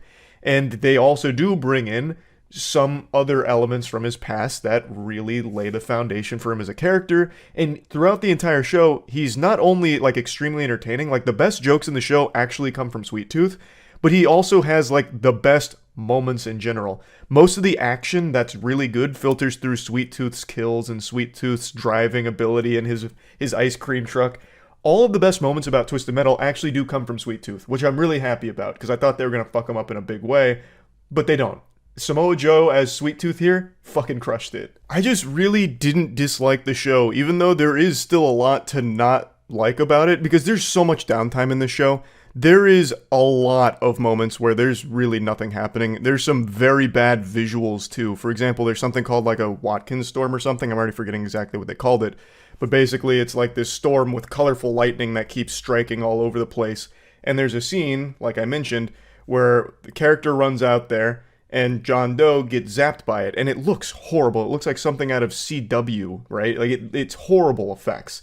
There is a lot of well, I won't say a lot. There's a few moments like that where the visuals fucking collapse and look terrible. But even still, I just didn't dislike it. It was a lot more entertaining than I would have ever expected it to be based on everything they released for its marketing materials. I do wish they had spent a little bit longer polishing that up, because again, that in particular, that lightning storm was terrible. That was horrible. That entire scene should have just been fucking cut. It looked like an Adobe's After Effects tutorial on YouTube. It was bad. And there's a couple other moments like that. That's definitely the most egregious of them, though. And I do also wish there was more car combat. A lot of the action in the show takes place outside of cars because obviously it's easier to film that. But there is still a couple of chunks that have car combat, and that's when the show's at its best. I just wish there was more. I really wish they had leaned harder on that. I think the opening scene here is really good with the car combat. It kind of peters off a little bit there, and you don't see too much for a little while. And then towards the end, it once again gets its footing back, and they have more car combat. But there's a lot of in the middle where there's pretty much none, and I just wish there was more. I won't go on too much longer about this show. Overall, though, I'm just happy that it was entertaining. It does set itself up for Season 2 that really does feel like it's supposed to be going more true to Twisted Metal itself. I don't want to get into spoilers, but the way that the Season 1 here wraps up leads into what you would expect Twisted Metal to be about, a tournament. And that's very exciting. So I think they did a good job of laying out the world here with Season 1. I wish it wasn't so heavy on lame jokes that fell flat. Like, they did have some good ones, and I just hope that if it does get a Season 2, it puts the car combat more front and center and focuses more on refining good jokes as opposed to just an overwhelming flood of non-stop jokes. So overall, though, I'm just surprised that it wasn't a complete disaster, because all of the marketing material, all the promotional material they released for this made it look irredeemably awful. So yeah, I just wanted to make a video saying that I was wrong, and this turned out to be a pretty fun watch. That's really about it. See ya. Jiminy Christmas, sports fans, buckle your seatbelts, because I'm about to take you on a wild ride here. And I don't want your, noodle getting blasted against the side of your skull, because this is a lot of information you're going to need to be processing to keep up with the lore. So, yesterday, and I'm sure a lot of you have been keeping up with this as well, but I'm still going to lay out the bare bones of the situation. Yesterday, out of nowhere, there was a statement posted on Lil Tay's Instagram claiming that she has passed away, as well as her brother. Lil Tay is 14 years old, so obviously this was very shocking to hear for a lot of people. It's just an extremely sad situation. Not only did she pass away, but now they've just revealed that the brother has also passed away. Just horrible all around. This was a huge story and just like a complete out of nowhere event that caught everyone by surprise. And it also seems a lot of people forgot who Lil Tay was because it's been 5 years since she's been active in the cyberspace, and in internet time, 5 years is ancient history. That shit's going back to like the primordial ooze. Nobody remembers things that happened 5 minutes ago, let alone 5 years. So I'll just go ahead and give you a brief refresher here. Lil Tay was a 9-year-old influencer who blew up in 2018 by posting content of her flexing money. She'd also do tours of mega mansions talking about how she buys them all the time. She'd be in expensive sports cards and say shit like, I don't have a license, but that doesn't mean that I still can't own the goddamn Batmobile. And then she'd do like a fan of money, like she was a magician asking you to pick a card, but the only card there was Benjamin Franklin's. The content was basically just, here's a 9-year-old who's saying absurd things and has a seemingly absurd amount of money. Now, obviously, no 9-year-old is going to really act this way. This was all a persona. But it turns out it wasn't like her idea or anything.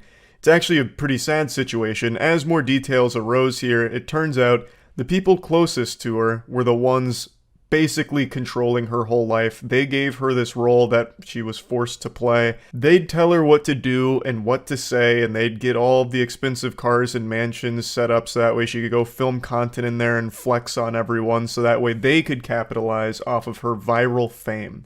It's a classic case that we've seen a million times in Hollywood with absolutely degenerate scum using their kids to live vicariously through and make money off of. It's just abhorrent shit, really. Now, obviously, when this news broke, everyone was surprised and upset. However, there was a small number of people who got suspicious because in the past, the Lil Tay Instagram account has actually posted something out of the blue before with some very disturbing allegations. It's since been deleted and buried, but it was enough to at least put it on people's radar as something that maybe requires a little more investigation just to ensure that there's no fishy business or it's not some kind of lie or some hacker pretending to be the family of Lil Tay and making this announcement. So there's a group of people that did some super sleuthing, cosplaying as L from Death Note and just putting together the puzzle pieces, and most notably this included TMZ. So they had been contacting like police departments as well as other organizations just asking if they had any death certificates or records of her passing or her brother's passing, to which they all said no.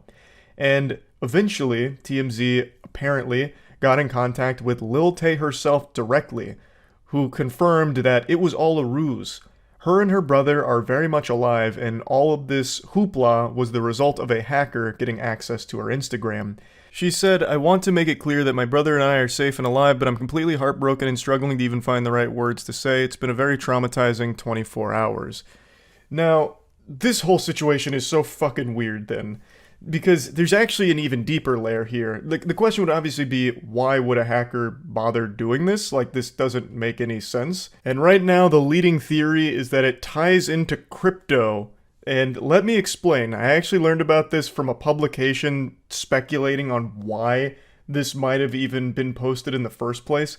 So it turns out there is a crypto coin called Lil Tay token, and it's existed for a little while now, though I don't think it's fully released or anything like that. But in the wake of all of this information here with like the fake out that Lil Tay and her brother are dead, people were wondering what the fuck would anyone even gain by making up that lie. So they turned their attention back to the Lil Tay token, and this account is actually pretty active on Twitter. They're denying that this was all a publicity stunt. This is actually spearheaded by someone who has worked closely with Lil Tay in the past. So the theory does hold a bit of water. They wanted to get Lil Tay's name out there in a big way to get a ton of publicity and hype around her. So they went with the Dino Spumoni approach here from Hey Arnold with the fake death thing. And it got everyone talking about Lil Tay, which in turn would get people to talk about Lil Tay token when it drops. Maybe the idea was drum up all of this interest around Lil Tay's name, then this crypto token comes out and people buy it in honor of her memory. And I think that is the stupidest idea ever. If that is actually the root of all of this evil here with this whole situation, that would be a dumber idea than the fucking shake weight. That is so stupid. That would make no sense. There is no logical thought process that would go into someone saying like, man, it really sucks that Lil Tay and her brother passed away so young, that's tragic, and then being like, in order to show support to their memory, I'm going to buy an overpriced crypto shitcoin. That's what they would have wanted. Like, that's just not going to happen. This would never move tokens. This would never sell crypto for them. So I don't really think that's what the whole purpose was, but it's also hard to deny that there is a chance, with how degenerate the internet's become, that a team might actually try this. So it's possible, but I think it's unlikely. I think one thing is very clear here, though. Lil Tay is surrounded by bad people. They told her everything to say back in 2018, saying awful things, doing garbage shit for the sake of being a viral celebrity so that they could make money off of her. She is surrounded by fucking parasites. The people that she's supposed to be able to trust and rely on most in her life seem to be the ones that are controlling her whole life for their own personal gain financially. It's so sad. But I would like to expand a bit on what I alluded to earlier, where this isn't the first post that's popped up on her account from somebody else about some very disturbing stuff. A couple years ago, there was actually a post on her Instagram talking about how she needs to be saved from her abusive father, and it linked to a GoFundMe page which raised like $17,000, alleging that the father was abusing her and a lot of other really disturbing allegations as well. It was started by her brother and alleges that the father is evil and abusing her and doing everything he can to control all of her money, and it also has like a bunch of pictures as well as evidence. It says that the goal of the GoFundMe is to free her from the life of abuse that she currently lives, and that they're going to be doing everything they can to get her away from the father, and I believe that's through the like court system. But I haven't been able to find any information on that or any updates on the situation at all. There's only one update provided on the GoFundMe, and that was like a week after it launched, where this is what was said. I want to take this time to personally thank everyone that believes the truth and supported Tay even through the conspiracy theories. Please realize the Supreme Court case directly involving a minor is not public information. All documents are sealed and will not show up in the registry. The truth will eventually come out. Chris Hope owes $400K in child support and has stolen millions. Just now speaking about this because I no longer am a minor and now have the right to do so without harming my family legally. All people alleging that I am stealing money through a GoFundMe, please look at the facts, look at the police reports and the abuse. This is a serious situation. I feel like if you raise $17,000 for a situation as serious as this, you would want to keep people updated on what's happening here, and people would want to know. But somehow, this has just flown completely under the radar. I can't find any follow-up to any of these claims or anything that's happened since this GoFundMe. The brother hasn't said anything on it, which is fucking weird. A lot of people apparently accuse this of being a scam, claiming that the brother was taking the money here from the GoFundMe for himself, just pocketing it. And I can see why people would think that, because he hasn't fucking said anything about it. He hasn't given any updates on anything here. It's just been complete radio silence for the last couple of years where no one knows what's going on with this. And that doesn't make any sense. Why wouldn't you keep people in the loop, especially because it's so serious and people are directly donating to try and do their best to help? The brother of Lil Tay has been a very controversial person since the beginning of Lil Tay's career, where there's a lot of accusations against him for a lot of different things. So the fact that all of this here, the hashtag Save Lil Tay movement, all of it that he was putting out there to try and get some steam behind has just vanished without a trace from him or anyone else involved here. It's all really weird. So the post out of the blue claiming that both Lil Tay and her brother had died is not the first time that something has popped up on her Instagram out of the blue with some very alarming stuff. So the whole thing is baffling. It's such a weird mess. I don't know why a hacker would take over her Instagram account to make that post, and I also don't see why anyone on her team would make that post either. There's just nothing to be gained from anyone, no matter what angle you spin it. Like, even the crypto angle, assuming that theory is even remotely true, there's nothing to gain there. Like, there's no one wins. Like, nothing makes sense about this situation. So, yeah, it's just been a weird, wild ride here with this whole story that I just wanted to go over. That's about it. See ya. Good evening. I was feeling rather sophisticated, so I threw on a pair of these spectacles. They're not like a prescription or anything, unless that prescription is an ass beating on blue light, because these are just some blue light blocking glasses, I think. The main purpose is they're supposed to help you sleep better, and I've been having a hard time going night-night recently, so I'm giving them a whirl to see if they help at all. This isn't like a hashtag ad or anything, it's just I know most of you haven't seen me in glasses, so I wanted to explain the jump scare here, because I've learned it's always an alarming situation when I don't look exactly the same like a goddamn cartoon character. So anyway, that's not what we're here to talk about. We're here to make fun of some losers, some turbo douchebags that just recently embarrassed themselves. I'm sure a lot of you have already seen the clip. I don't know if I can show the clip, so I'm just going to show an image from it and explain what happened. Yesterday was Gamescom, which is a huge gaming showcase where a lot of trailers and a lot of information come out about games that are coming up, and it's something a lot of people tune into. It's hosted by Jeff Keighley, and pretty much right off rip for the presentation, a rowdy little rascal in the audience went up on stage with his goofy, glue-sniffing sidekick and did a little unholy fusion dance of cringe, just interrupting the whole thing for this. Don't be jealous. I'm not allowed to say anything about it. Yes, exactly. All right. Well, guys. Okay. Thank you very much. Thank you very much, guys. Really disappointed. They're disappointed. That's just so disappointing. This is such a special night for so many developers. Goober really tried to emulate Matan. I'm sure most of you remember the Bill Clinton kid from last year. After the Game of the Year award was given out, he went on to the mic and said that he wants to dedicate the award to his Reformed rabbi, Bill Clinton. And it actually, blew up his online presence as a result of that. And this absolute goofball thought he could get the same thing happen to him. So he went up on stage, tried the same thing basically, and got zero clout, and nobody laughed. It was just met with sighs and boos. Oh brother, this guy stinks. And he wasn't alone. Most people don't even realize that there was a friend of his that went up there with him. So if you freeze frame right here, and I feel like I'm getting in a fucking some kind of film Easter egg here where I have to break it down in order for you to see the hidden messages. There is another guy on stage who is not supposed to be there. He's the guy doing this pose, are you not entertained? And the answer was a resounding no. Nobody was. This is lame as fuck. He had the gall to put his online handles on his shirt, thinking that people would flock to it and be like, wow, that was such a good troll. But what's so good is no one even realized he was there. This man was basically invisible. I had to catch him like some kind of ghost in a photograph. I had to freeze frame because I thought I caught a glimpse of something, and it was this dumb asshole. So he tried to get, clout out of it even more desperately than his friend who just went up there with the Bill Clinton wants GTA 6 line.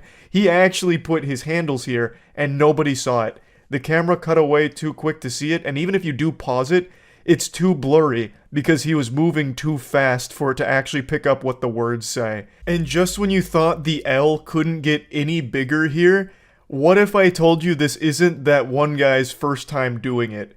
A couple years ago, he went on a different show in Germany and basically did the same routine but without Bill Clinton. He just said, GTA 6, where's GTA 6? And got water thrown on him and kicked out. It's just so pathetic.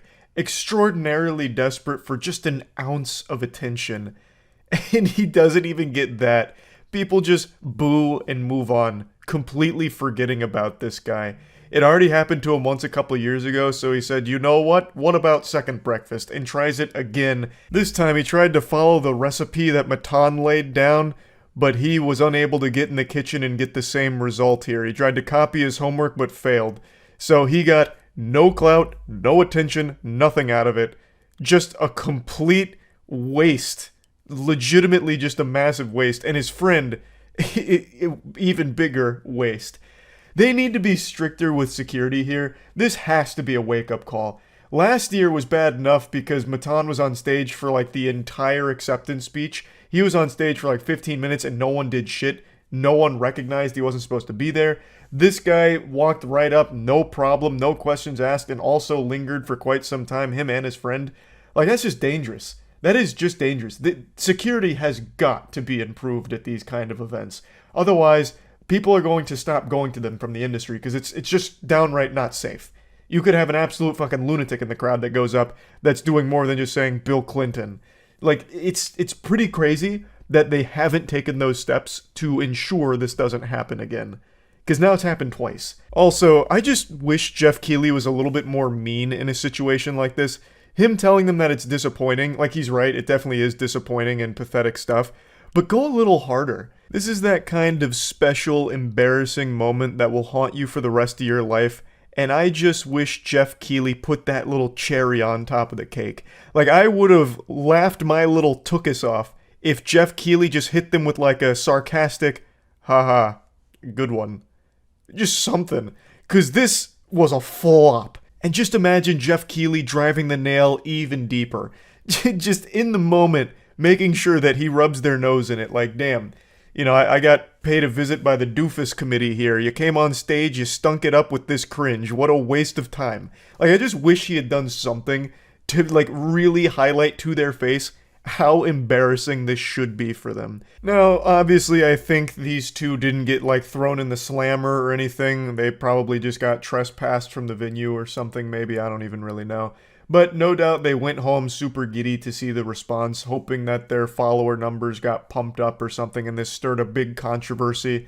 And I can only imagine the shock and disgust that washed over them when they realized nobody fucking cared. Nobody knew who they were. People quickly made fun of them and moved on. It didn't even trend. There were just like 2 posts about it, one from Zexerto. It was just like 500 comments in total across both posts, and people couldn't even be bothered to throw tomatoes. They'd either just leave a picture of Matan and saying like, the worst copycat attempt I've ever seen, or not even that much, just something like weak and moving on. This was probably one of the worst plays for attention I've ever seen. It's got me talking about it though, but that's only because I love to roll around in the mud of silliness, and this is quite silly. They tried so fucking hard to get some kind of attention from this. One of them tried twice, and both attempts fell right on their fucking face. It just, nothing, less than nothing out of this for them. Just now, a little Boy Scout badge of shame that they can both remember fondly, I guess. I'm really hoping this doesn't become some new trend. This is the second time it's happened, and hopefully the last one. I think it should be buried after this last awful attempt here. I'm hoping this Bill Clinton, charging the stage meme doesn't continue past this. And I really do hope they start upping the security and actually taking security seriously at the upcoming events. That way this kind of shit doesn't even have a chance of happening at like the upcoming Game Awards or anything. But yeah, anyway, just wanted to talk about this a little bit. That's really about it. So yeah. Today I saw a video that perfectly demonstrates just how fixated people have become with social media, and just how ingrained in our DNA it is to post every second of every day online for validation from complete strangers. It's reaching a point where it's becoming like an obsession for a lot of people to post everything all the time. And I swear to God, drinking an entire gallon of mercury is less poisonous than spending an hour on Twitter. You could be boofing arsenic and it'd still be less detrimental to your overall health than just doom scrolling social media. It's getting out of hand, and the video that I'm about to show is a babysitter who gets in an argument with the father of the child that she's babysitting because the dad is upset that she posted a photo of that child on Instagram without telling him. And when he's confronting her about it, like, hey, can you take it down? I really don't like that you did that. She's fucking flabbergasted. She's dumbstruck. Her whole universe collapsed. It was like she had just seen a ghost. Like aliens had just fucking invaded and blew her mind. The whole concept that this father didn't want pictures of their child posted online for strangers to look at blew her away. And she got extremely aggressive about it, even calling him a pedophile because he saw that she posted that. Shouldn't be posting photographs of my children on Instagram. She looks really cute in it. She does look really cute, but why are you putting it on public? Anyone could be looking at her. No one's going to think about, no, your address isn't on there, your phone number isn't on there. It's just her face. This caption here is going insano style. The parents I babysit for got annoyed I uploaded a picture of their child. Yeah, that sounds like a pretty reasonable thing to be annoyed about at the very least. The fact that she posted this herself, once again, is delusional. People film their worst moments and post them online thinking they're right and expecting people to pat them on the back about it like, wow, What a champion. You really showed that father that posting a photo of his daughter online was actually a good thing, and he was stupid for thinking otherwise. She's just living in fantasy land here. Like, this is a load of dirty barnacles. She is 100% in the wrong, and it's inarguable. It's totally understandable that the father would be upset. It is absolutely his choice whether or not photos of his child get shared online. It's not the babysitter's choice. There's no argument in her defense here. It's completely understandable why this father wouldn't want pictures of his child posted online without his knowledge. I completely respect anyone's decision not to post photos of their loved ones or their children or anything online. There's fucking weirdos out there. You don't know who's looking at that shit. It's not some kind of social obligation that you have to share everything from your life with the cyber world, the cyberspace. So it's just, you know, it's unnecessary, and if you don't want to partake in that shit, then don't. In fact, I encourage you not to. I don't think you need to be oversharing everything about your life online. Now, another thing I find very fascinating here is the babysitter says that she didn't share a phone number or address anything, and she's stunned that this is even a problem. She only shared a picture of his child. The child's face and everything is now out there in public, and that's not a big deal. Which is wild to think of how quickly this mentality has shifted. I remember when social media first started to pop off, first started to get gas in that fire, the general consensus, not just shared with the geriatric octogenarians, but even like my classmates and everything, was don't post too much shit about yourself online. Like, don't tell people your name on the internet. Don't put pictures of your face on the internet outside of like your tight MySpace group, because there's strange, creepy people out there, some fucking freaks, and you don't want them to have that information. There could be some bad actors.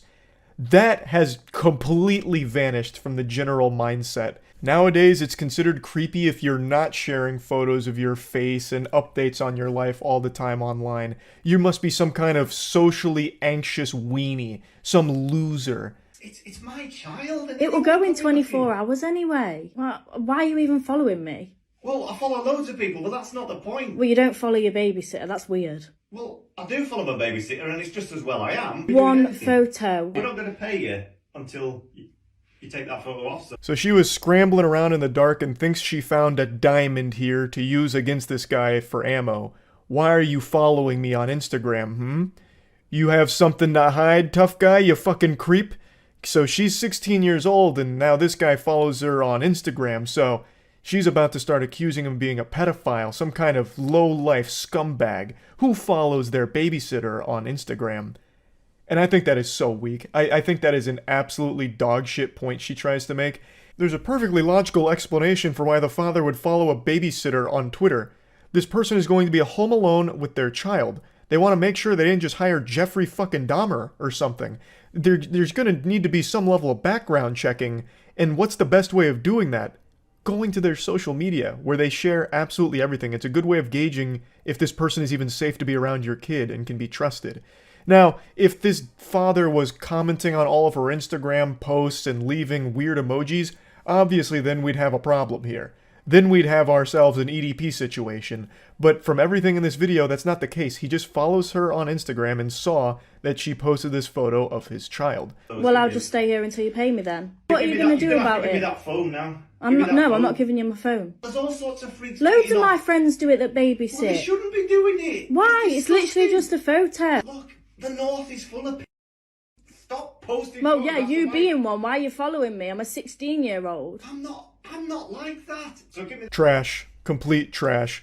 To say the father is a pedophile because now you're getting offended that he's upset at something you did wrong is beyond stupid. It's so fucking dumb. Now, him threatening to not pay her till she deletes the photo, I think is totally reasonable. I don't think there's anything wrong with that. You have done something very much against what you were hired to do, and you won't be compensated until you just do the bare minimum of deleting the photo. It's a super simple request. You shouldn't have taken the photo or posted the photo without talking to the father first, so the least you can do is take it down and then receive your payment for this and wash your hands of the situation. It's just so easy, but she's making a big fuss about it, making a whole song and dance out of it. that phone. Well, why have you got Instagram in the first place? How old are you? You shouldn't be even babysitting. You haven't got a DBS. You hired me. Didn't realize there was an age limit on Instagram. Like, she's just so lost in this sauce now. Oh, you're so weird. You have an Instagram. How old are you? Goofball, huh? You ancient fossil, stupid goober. You have an Instagram? You're going to jail. Hope you like going to the slammer, you fucking pedophile. Wait until I call up the police and tell them that a 45-year-old man has an Instagram, huh? Yeah, they might just come over here and execute you on the spot via firing squad for your pedophile crimes against humanity. Signing up for Instagram when you're 40-something years old. Despicable. Are you joking? I'm 16 years old. I'm still in school. Shocking. So you could be doing anything. Well, you know me. I'm not like that. I'm shocked. We're going to have to tell everyone that you're a bad babysitter. I can't believe I'm hearing Well, I'll this. tell everyone that you follow me on Instagram. I'm a 16-year-old girl. How's that going to work out for you? Threatening to just call this guy a pedophile to society because he's refusing to pay you for something you did wrong. He's just very simply asking you to remove the photo. He's not even being, like, over-the-top aggressive or mean about the situation. Like, his only threat so far is, we're gonna have to call you a bad babysitter. Like, that's something you say to your dog when you're disciplining them after they pee on the floor, like, bad dog, please don't do that again. I don't like cleaning up pee, please. You know, just don't do it again. It's easy. You know, like, he's not even being like an asshole here. He's 100% in the right. He is completely justified in being annoyed and frustrated with her, and yet he's still going to pay her, assuming, of course, that she just takes down the photo, which is super easy. It's super simple. Like, everything she's doing is so over the top and downright criminal. To falsely accuse this guy of being a pedophile. I don't know what to say. I'm shocked for words. All I want to do is, will you please just take that photograph off Instagram and we can move on from this. You could get your money. You could go home. Isabel can be safe. Is that it then? Just take the photo down and that's it? You give me my money and I go? Yeah. I mean, I don't know what else to say. Well, yeah, that's fine then. Finally, a happy ending, a great, satisfying conclusion here. She gets paid for the babysitting job and they both go their separate ways. End of story. Until she posted it all online. For TikTok clout, I guess. She should have been feeling overwhelming embarrassment from this whole situation, and yet she felt pride that she'd be getting a lot of internet likes for it because she stood her ground against an unreasonable father or something, I guess. I don't even know what angle she was trying to go with here. She just looks really fucking awful here. She looks downright evil. To just blatantly, like, go on this tangent about how this guy's a pedophile because he followed her on Instagram is so crazy to me. The whole thing is just so wild. And I'm about to make a really obscure reference that I feel like a lot of people aren't going to pick up on or appreciate. But the father in this video really sounds like the Duck brothers from Courage the Cowardly Dog. They were only in like 1 or 2 episodes, but they're the ones that are like, stop laying eggs! We're Duck brothers! Those guys. He sounds just like them. So I don't know if he's done voice acting in his past, but he is like extremely close to their voices. Has nothing to do with anything, I just wanted to get that out there before I forgot to mention it. But yeah, I think this is just a perfect demonstration for how distorted people's perception of reality has become. There is nothing wrong with not wanting your child's picture online, or your picture online, or anyone's picture online, or information about themselves. Privacy is still a good thing. Privacy is still a great thing. I don't know why privacy has been vilified all of a sudden. I think it's great. Keep things to yourself. You don't have to post shit online. So yeah, I just wanted to talk about that a little bit. That's it. See ya. The title's not clickbait. There was a new policy on Twitch that was announced today that will legitimately destroy the platform, with the majority of streamers choosing to go elsewhere if it goes into effect. Now, this was announced like 3 or 4 hours ago, but I decided to wait a little bit to see what Twitch would respond with, because the backlash has been considerable. Everyone is rightfully furious about this, and I just kind of wanted to let it all simmer, let Twitch kind of marinate in this witch's cauldron here and see how they would respond to all of it. So I went and played basketball, which is why I'm very sweaty right now, and I've just got home and it turns out they did respond. I expected them to respond with something like, our sincerest apologies, earlier this afternoon we were coming down with a severe case of big fucking idiot disease. Turns out one of our employees replaced our water with plutonium and stupid juice, so we had radioactive brain rot when we came up with this idea. We're scrapping it, we're sorry. That's what I expected. But they went in a different direction. They went with a very pathetic attempt to save face and backpedal. So we're just going to go over this whole situation from top to bottom here. It was revealed today that Twitch has put sponsored content and branded content in their crosshairs to try and fucking slap. So formats permitted with the new guidelines on branded content on Twitch are logos on stream. So branded overlays are limited to 3% of screen size at most. So any branded overlays can only be 3% of screen size. That means like if you have a G Fuel sponsorship or something, you can only have like G Fuel in the 3% of your screen area. You can no longer have burned-in video ads, meaning you can't play like your own ads during it or ads of another brand that's working with you. You also can't have display ads, so like banner ads, which is a big one because a lot of sponsored game streams require banner ads, which completely removes that, which is a huge hit to most streamers. We'll get into the specifics in a moment. And then you can't have audio ads played during streams.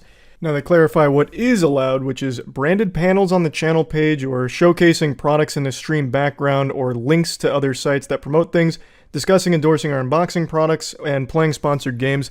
The last one's a little silly considering that when you play sponsored games, part of that package almost always includes at least one of the things that is now forbidden with the new policy changes they're toying around with.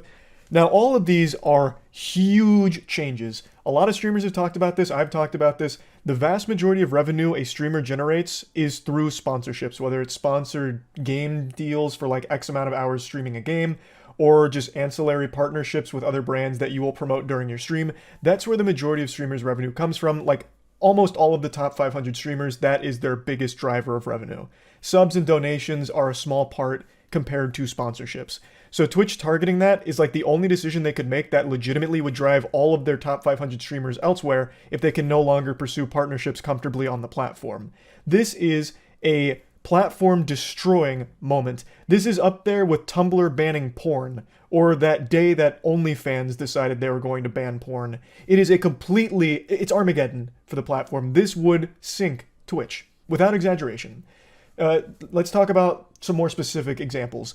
Tournaments, video game tournaments, or even just any general events could no longer function on Twitch because for those tournaments to exist, they have sponsors. And as part of those sponsorship packages, the events, like a Smash event or a Valorant event, are obligated to play those sponsored ads during the event, which has now entered Santa Claus's naughty list here on Twitch. It's illegal. You're going to the fucking slammer, you're going to jail if you play a sponsored ad during your stream from these policy changes. So let's take, for example, Valorant. Valorant has an eBay deal. So during intermission in between games and Valorant broadcasts, they play eBay ads. Not anymore. Not anymore, Buster. You can't do that shit yet, you outlaw. Listen here, Bubba. No more of that shit. Now, there's something very interesting to note here is that YouTube actually has a similar policy that a lot of people are bringing up to compare the two right now. But Twitch's enforcement and the way that they spoke about it seems very different than the enforcement of YouTube. And from everything I've read, YouTube doesn't really enforce this policy even at all to begin with. It's just kind of there as a blanket in case things get exploited or misused.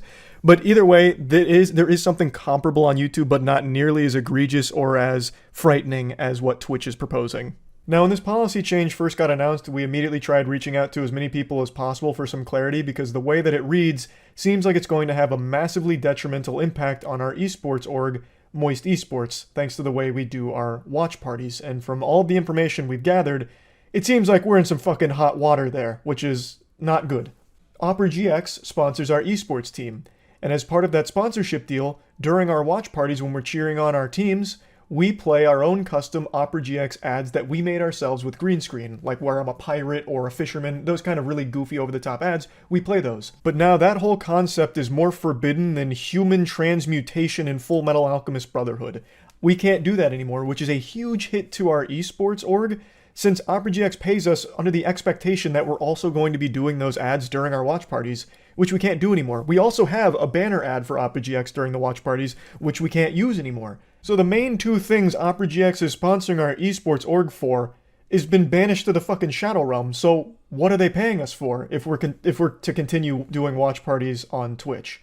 And it's entirely out of our control. It's not like we're choosing not to fulfill our obligations with OperaGX. Twitch just wouldn't allow us to, or else my channel would get banned on Twitch for doing so, I imagine. Now, OperaGX has been an extraordinary partner. I don't think they'd actually drop us for it, but they would have every reason to, because they wouldn't be able to get what they were paying for with our esports org and our watch parties anymore because Twitch isn't allowing it in its current state, at least not as it stands from their first pass of this policy. It's just so fucked up. Now, it's not just, our esports org or, you know, top streamers or anything like that. It's any streamer that would pursue sponsorships, which is a lot of them. You know, big and small streamers, all of them alike, do rely on sponsorships. And this hits everybody equally. It fucks everyone in the face all the same.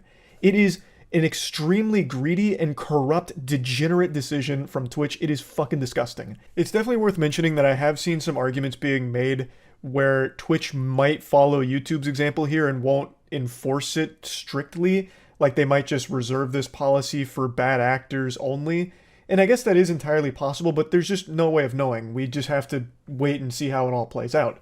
But there's very clear ways this could be implemented that hurts every single person who uses the platform. And personally, I feel the reason why they're even making this policy update in the first place isn't necessarily to follow suit with YouTube or something as like a, you know, a fallback protocol in case there's bad actors misusing branded content somewhere.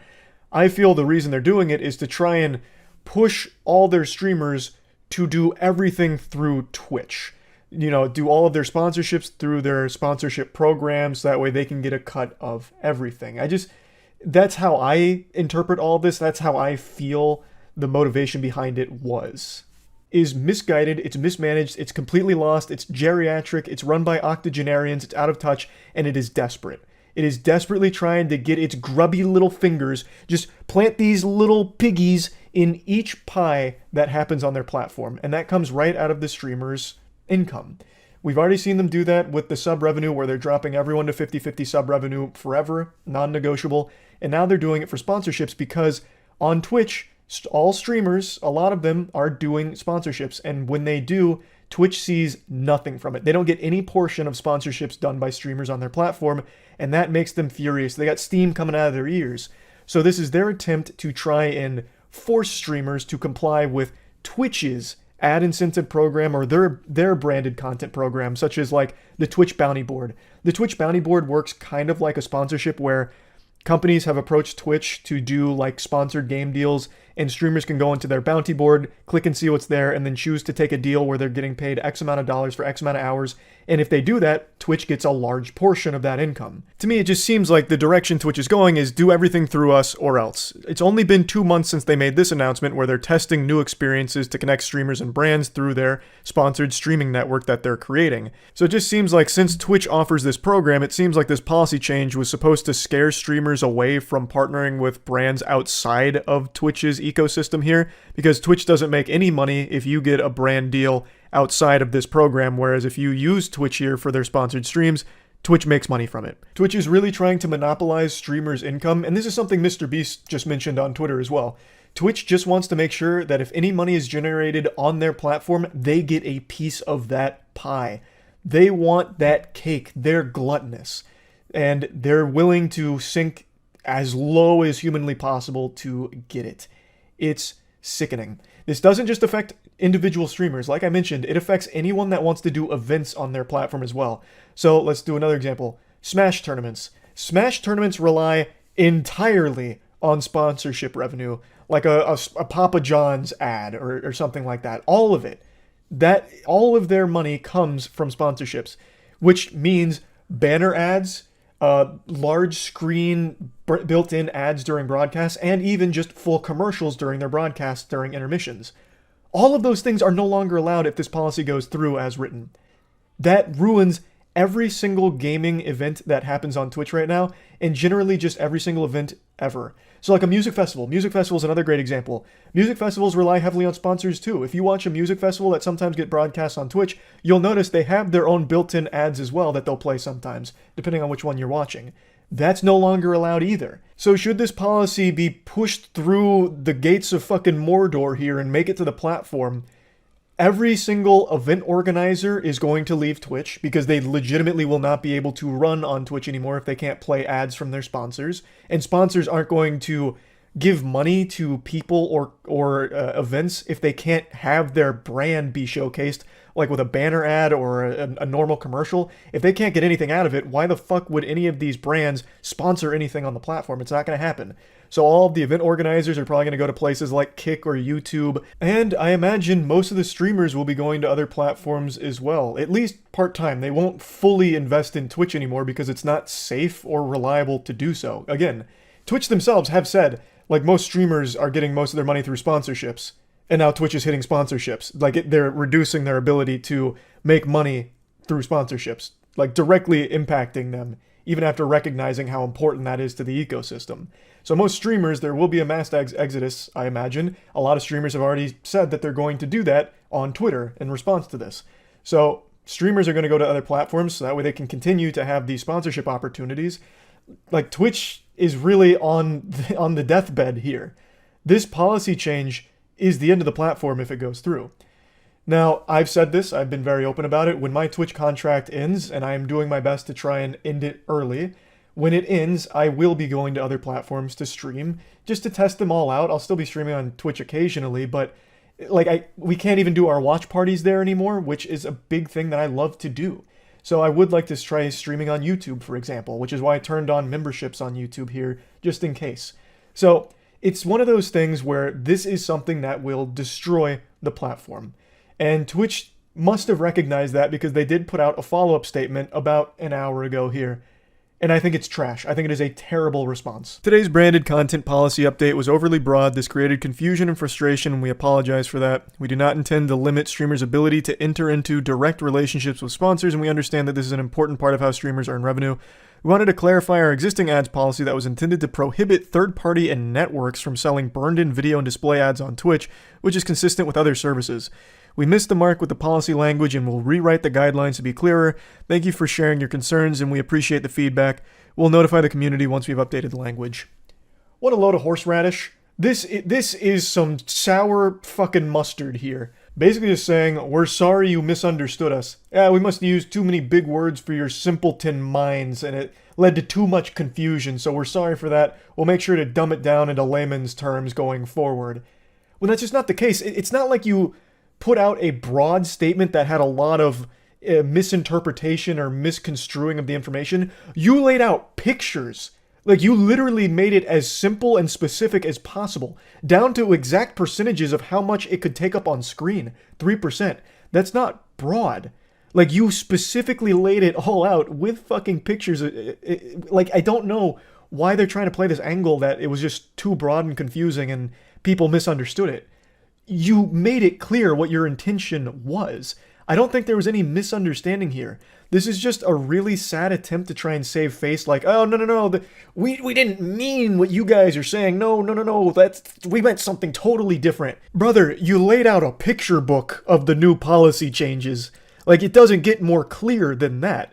Now, again, this is just very obvious backpedaling here, but at least just own it. Just be like, hey, guys, look, we fucked up. We're lost. We don't know what we're doing at Twitch, guys. Look, everything's on fire over here. Employees are getting let go left and right. Our CEO's 96 years old. He's a fucking fossil. Like, we just don't know what's going on. You know, we can't steer the ship correctly, so we fucked up with this idea. We're just desperately trying to get a couple more doubloons out of the platform and don't know how. Like, at least that would have been honest.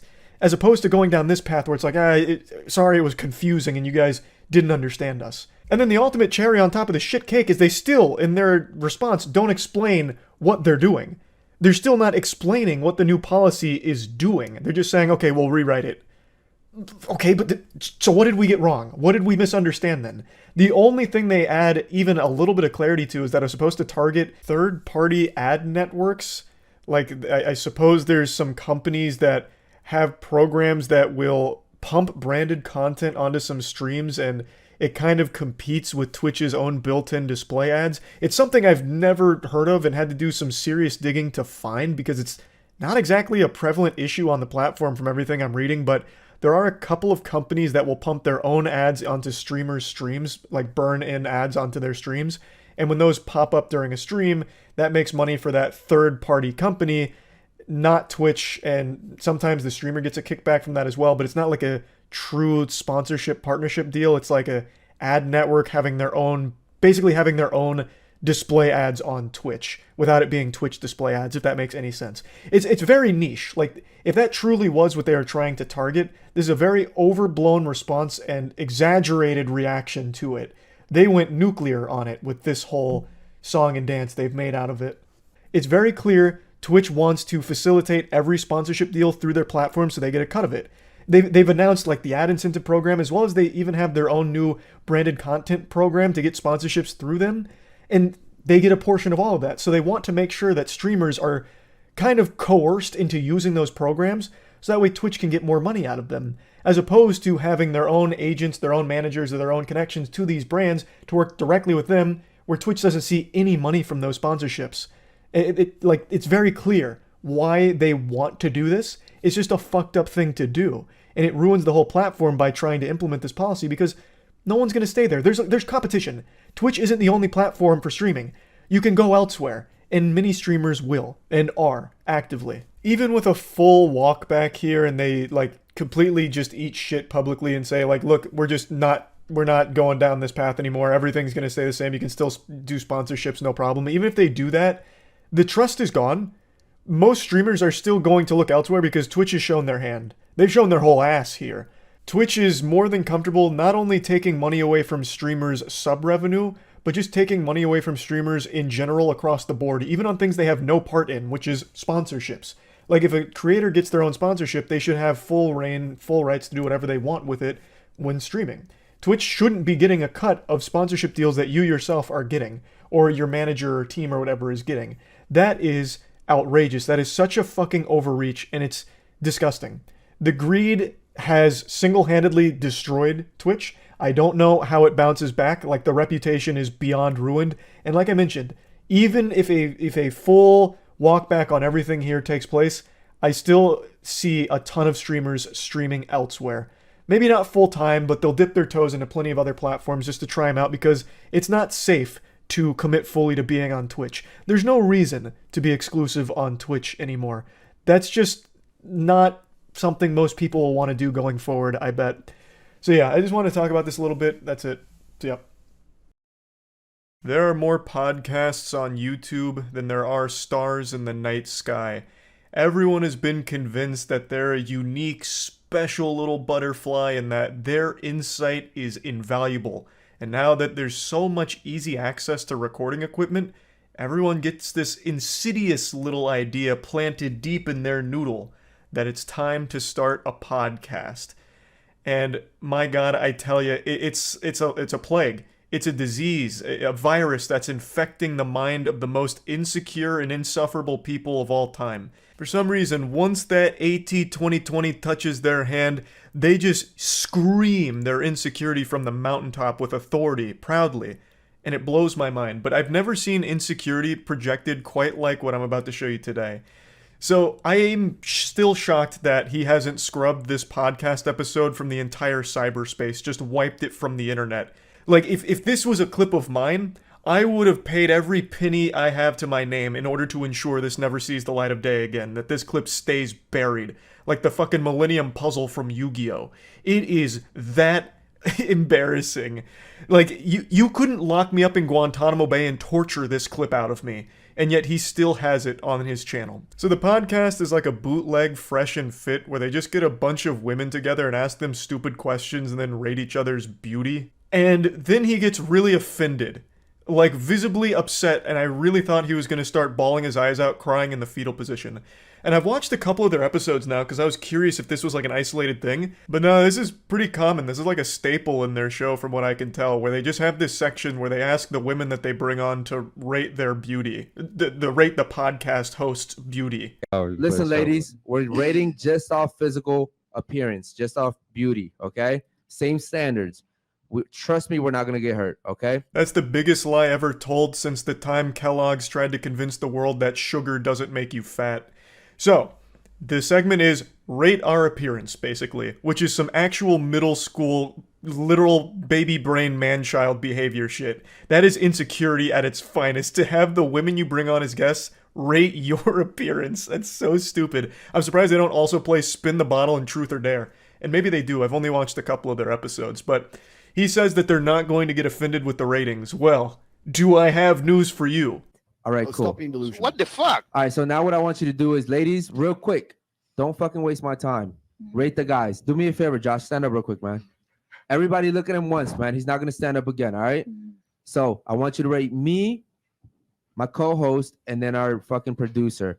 Go from 1 to 10, just off beauty. Go. When he does these sections, it really seems like he's some kind of basketball coach who's really upset at the team. Like, he gets very aggressive with all of it. Like, don't waste my fucking time. Listen, we're going to do the drill right now. We're going to do it right. So stand the fuck up, Josh. Look at him. Now spin around, Josh. Okay, good. Drop your pants, Josh. Good. Now rate everything you just saw. Now, don't waste my time. Like, I don't know why he gets, like, so upset even before they hear ratings. Like, he immediately goes into these sections combative. I watched the whole episode up until this point. Like, he's pretty blunt and like very much so most of the time. But when it gets to this one in particular, he's like angry. Like, even before anything happens, he's already angry. Speaking to the fucking mic. I would rate you. First you're rating me, and then him, and then him. Go. I'll rate you a 7. All right. What is he? I'll rate you an 8, All right. and I'll rate Josh an 8 also. Okay. What about you? Go. I would rate you a 8. Okay. 9. Okay. Come on, he just fucking stood up, bro. Like, come on. I don't even know what he's getting upset with here. She only took like an extra 2 seconds to take another look at the guy. It's like he just lost a gold split in a speed run to this extra 2-second time loss. Like, it's not that big of a deal. I don't know why he's so on edge. It seems like he just really hates the guests that they bring on. Because when he's talking to his boys, he's like much more jovial and joking and smiley. But the second the conversation shifts to the rest of the class here, like the group of women over there, he turns into like a drill sergeant and starts getting extremely serious and loud. So I don't know why they even bring on women to this podcast when they don't even really want them there. And I also don't know why women keep agreeing to go on shows like these, because half the time it's them just like saying, you're not good looking and shit like that. Like, right after this rating section of rating the podcast hosts go through and rate all the women. And they literally give them 2s, 3s, and 4s. And make sure that they know that the hosts don't find them attractive.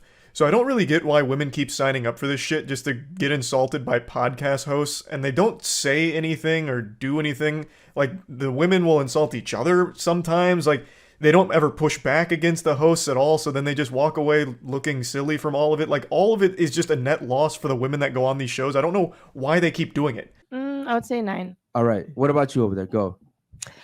2. Okay. I would give him a 9. Okay. What is she over there? I would give him a 10 because he invited me. All right. So again, you sound like a stupid ass bitch. I'm trying Thank to figure you. out why you rated me a 2, because we're not going off our interactions. We're going off beauty. I don't right? like light. I don't give a fuck. He's light skinned just like me, and you just gave him a 9. You gave me a 2. You only gave me a 2 because of the whole interaction that we've been having, right? So do me a favor, get the fuck up and get the fuck out. Thank you. Yeah, get out.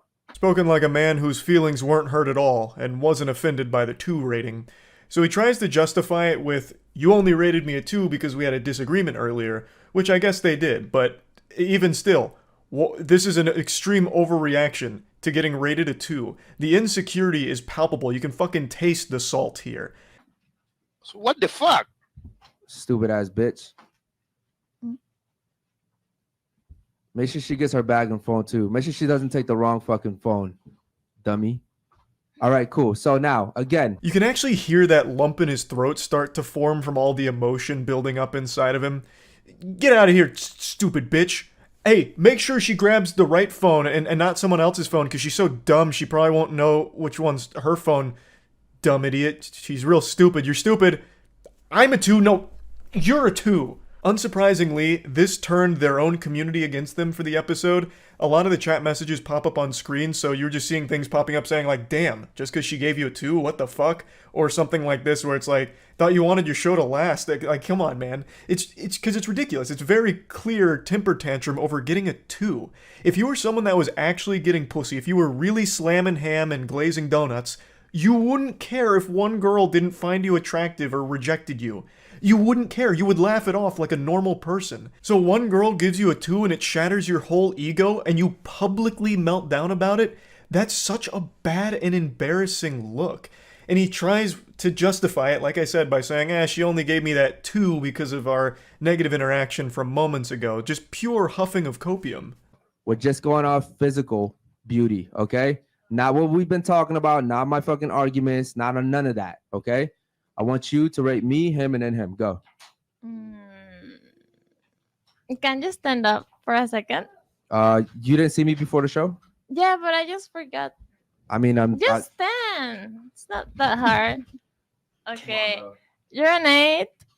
God damn it, bro. Go ahead, rate him. Podcast has now turned into like a hostage situation here. All the women seem on edge, and I actually just can't believe they didn't leave after that. Like, again, I don't understand why women keep signing up for this shit. Like, no one seems to be having any fun there. The hosts especially don't seem to be having any fun. This guy's co-host seems miserable, but he does liven up it a little bit when he gets to rate the other women and gives them like 3s, 4s, and 5s and all that. But it's just so awkward and weird. The only explanation that I can come up with, the only rational way of explaining this, is that the reason women are signing up for this show or shows like it is because they're being paid for their time. So it's like an hourly wage just to go there and be insulted or bouncing stupid questions off of. That's the only thing that almost makes sense. Like, so they just come on here to play a game of grade my friend's appearance for 2.5 hours or whatever. I mean, really, someone summed up the situation really nicely in the comments. They said, podcast is called Unfiltered, yet kicks a girl out for her opinion. And that is just such a nice, concise way of breaking it down and the silliness of all of it. Again, I watched a couple episodes just to try and get like an understanding of the content. There's nothing there. Everyone seems miserable most of the time, or they bounce the dumbest questions around, and they always just do a grade our appearance thing, which, who wants to listen or watch that? Like, I as a viewer, let's say that I was a huge fan of this podcast, why would I want to keep seeing what women say about my podcast hosts? Like, why would I care? There's nothing there. There's no entertainment there, especially when one of them's super insecure about all of it, who's going to freak out if he doesn't get a 9. It just doesn't make any sense to me, so yeah, just wanted to talk about it a little bit. That's it. See ya. Everybody please put down your pitchforks and delete your angry tweets. Close your Reddit karma farming accounts for the hate threads. I'm here. The sheriff is back in town.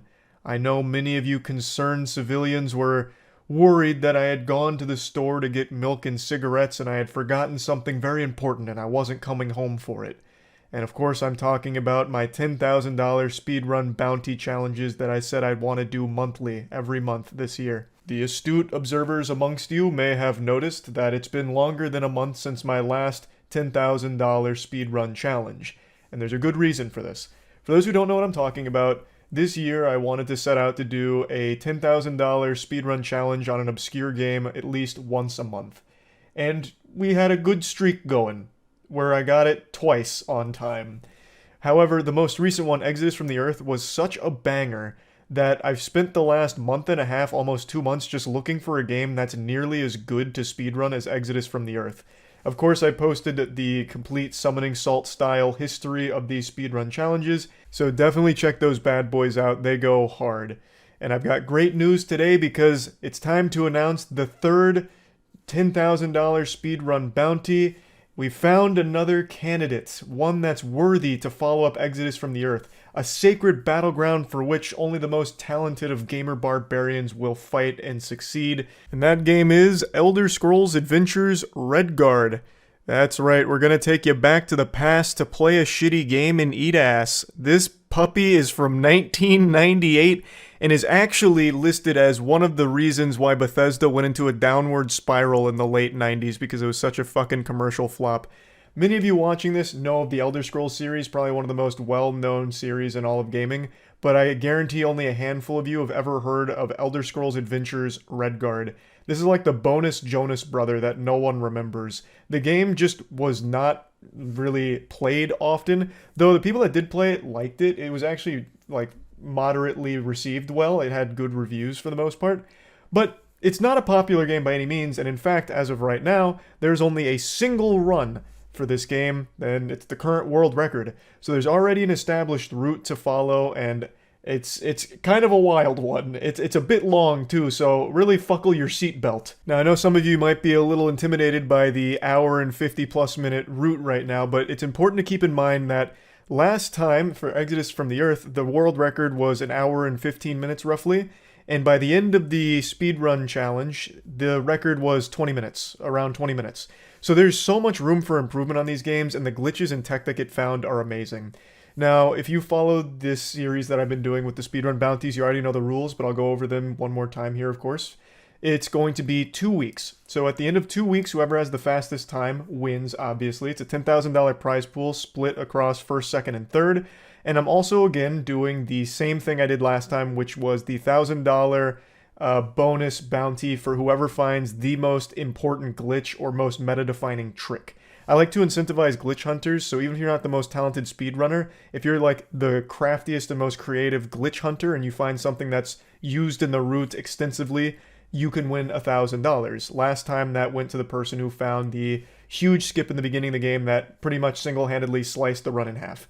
So there's just a lot of fun to be had here. I love doing these challenges, and it's nice to finally find another game that should be a fun one to watch. Now, per usual, your run needs to have video evidence, preferably streamed on Twitch or YouTube or something, and you submit the VOD to us to be verified. And also Kronos, whom many of you know from the previous challenges, he helps moderate the Discord as well as go through the runs, verify things, and learn everything there is to learn about these challenges. Kronos has already made a tutorial on how to set up everything for Elder Scrolls Adventures Redguard and get everyone on even playing field. There's also been incredible work from the community done already for Autosplitter and everything, so all of the hard work's already been done for you. It should be a pretty seamless, easy start here if you want to participate in the challenge and the bounty. So yeah, no headache there. I'm going to put a link to the video in the description of this video, so that way you can get the tutorial and get set up. And I'm also going to put a link to the Discord where pretty much everything about this challenge will be held. That's discussions with community members, speed tech, hypothesizing routes and glitches, submitting runs, and just basically going over everything about this game and this challenge. So once again, 2 weeks starting from today, ending at midnight 2 weeks from now. Whoever has the fastest time wins. Of course, you can use any glitches and exploits you find in the game, but there will be no third-party modifications or any cheating like that. So yeah, it's time to get started. Let's hop back in the saddle here. And also, once again, I'm sorry this is so late. I really did want to do this like every month, but we really hit a diamond in the rough immediately with Exodus from the Earth. The first speedrun bounty was for Amok Runner, right? Like, that was a wacky speedrun game that was so fucking, like, awful for runners to run. Like, it was only up from there. But when we did Exodus from the Earth as our second one, I don't think we realized just how good of a speed game it'd turn out to be.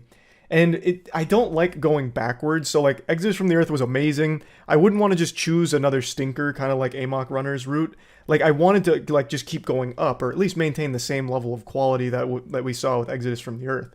So it's just been a long time going through a ton of games, looking for anything that might have that same level of potential.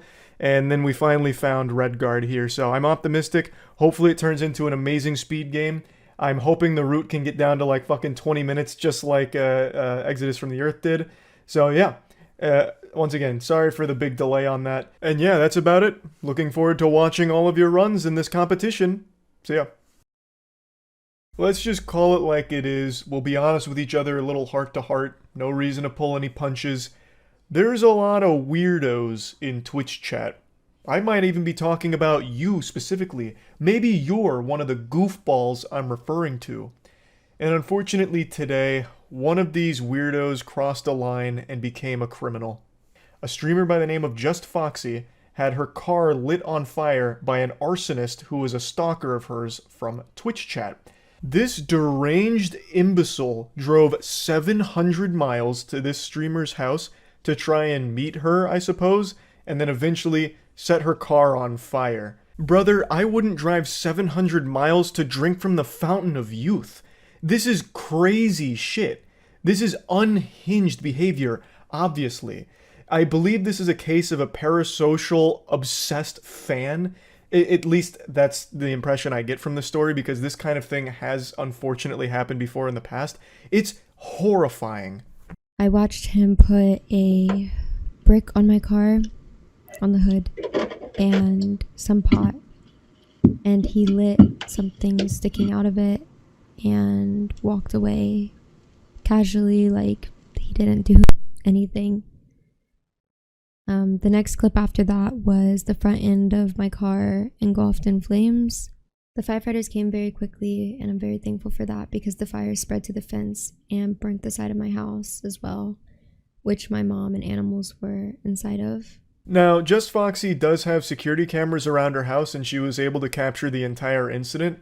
So this was a big say cheese moment because she caught this guy in 4K for the Criminal Cringe compilation, and according to her, he was also arrested. But she hasn't posted anything about the individual or the arrest yet because clearly it's an ongoing and very sensitive case.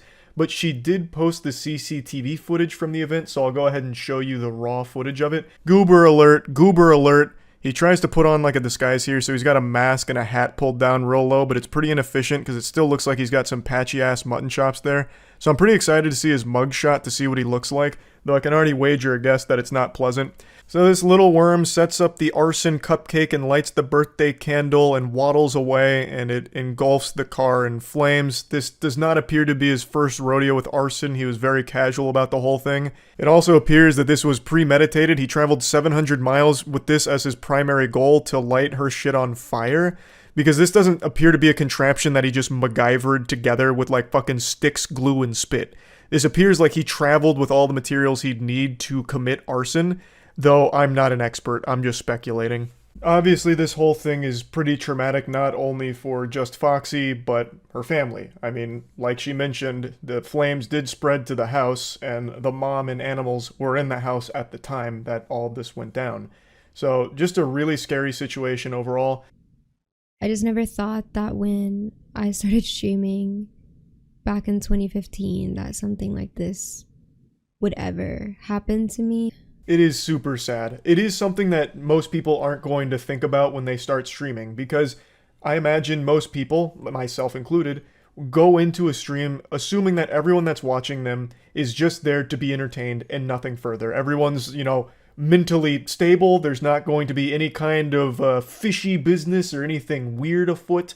But unfortunately, it's just becoming more and more common for viewers to form this parasocial relationship with the content and the creators that they enjoy watching. And I think that plays a large part into a situation like this, where that parasocial relationship becomes an obsession. And then it becomes a stalker.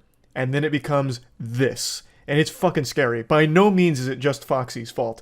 Unfortunately, this has happened a couple of times in the past. Like Amaranth, a little while back, had a stalker in a similar situation where the stalker drove fucking, tons of miles to her house and lit her trash on fire to try and burn down her house. Literally just like fucking cremate the place she lives.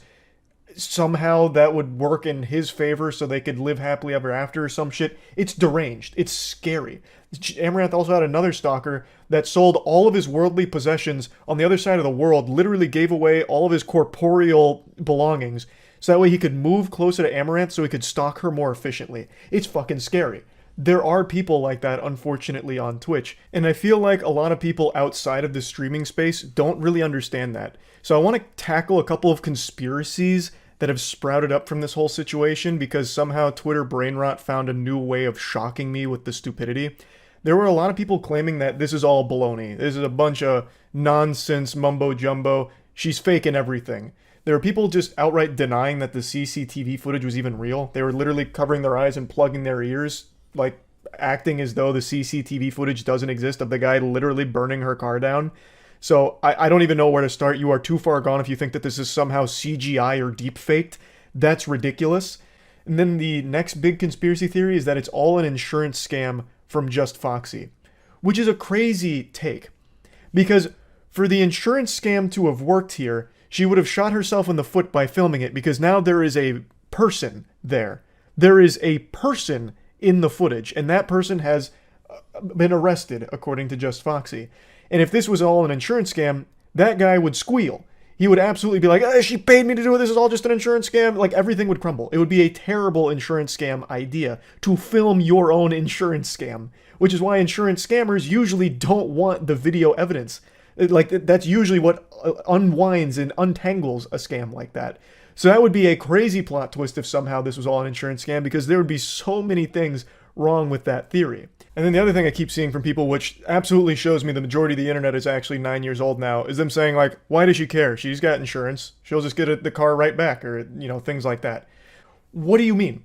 Does insurance also cover the trauma of having a complete stranger go and set your shit on fire in the middle of the night and nearly kill your mom and dog as well? Like, what are you talking about? Even if insurance does cover the cost of the car, That doesn't take away the entire situation. That doesn't just erase the memories like a neuralizer from Men in Black. Like, that doesn't solve the situation. What the fuck? Like, you'd probably cry if somebody, like, came over and took a fucking Cheeto out of your bag of Cheetos that you're eating right now.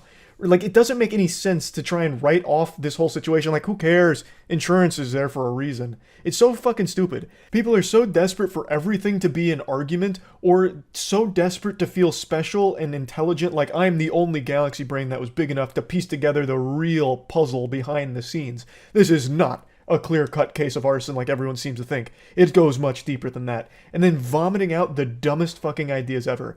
It's just infuriating because on the video she posted about it, the comment section is an absolute mess. Pyrocynical made a video about this just recently, and he pointed out a lot of the comments, so I went to check, and there's even more now. Like, the video is heavily disliked with her just sharing her experience with this very awful event that happened to her, and there's so many people just saying she deserved it for being on Twitch, or it's all just a lie, it's ridiculous, you know, you won't fool me. It's so fucking dumb. There is no such thing as innocent until proven guilty here. I don't think she's guilty of some kind of conspiratorial giant insurance scam. That would be nuts. Like, all of it just is so ridiculous. I don't know how we got to this point where everyone wants to make everything a problem. Like, no, we can't agree that your car being set on fire and your house almost burning down is a bad thing. In fact, here's why it's a good thing and you deserved it. Like, what the fuck? Like, how terminally online and ill can you be to actually have that take? But yeah, horrible situation. I wanted to talk about it a little bit. This apparently happened like a week or so ago, and she just now released the information about it because she's been dealing with the aftermath of the situation. So I'm excited to see more details from the arrest because I really want to see the guy's mugshot. I'm very excited for that. And yeah, that's really about it. Terrible shit all around, and that's it. So yep. Halt! You've just reached a smile checkpoint, and it's time to pay the fee, so put a big smile on that face. I'm here to help. I've got some amazing news that's going to tug on your heartstrings and make you go, aww. A YouTube scammer was just sentenced to over 5 years in jail for a massive fraudulent operation they've been running for the last half a decade, and boy howdy I tell ya, it's always a great feeling watching a scammer get their comeuppance, a nice knuckle sandwich from the law. And honestly, he's getting off easy here. His name is Jose Terran, and he is like the Cobra Commander of scammers. This guy is going to go down in history as one of the largest fraudsters in not only YouTube history, but music history as well. Over the course of the last 5 years, Jose has claimed 50,000 songs, meaning that he then took the rights from these songs and all of the money that those songs would generate online went into his bank account. And over the course of the 5 years he's been doing this, he's made roughly $23 million in royalty proceeds from the music he's fraudulently claimed. Bro straight up found a money tree and couldn't help but take a bite from the forbidden fruit, just like in the Garden of Eden. And now he is paying the price. He may have raked in 23 million bones, but now it's coming at the cost of over 5 years worth of his life spent in the slammer. And I really do think he's getting off easy here because this is an absolutely abhorrent case of fraud. But the wildest part is this is actually a very prevalent and out-of-control epidemic on YouTube itself. This scam is not something Jose came up with. This is very common right now and used by a lot of other shady scumbags. In fact, I'm not here to start pointing fingers here and, you know, calling out sailors on the ship. You know, I'm not trying to lead a mutiny.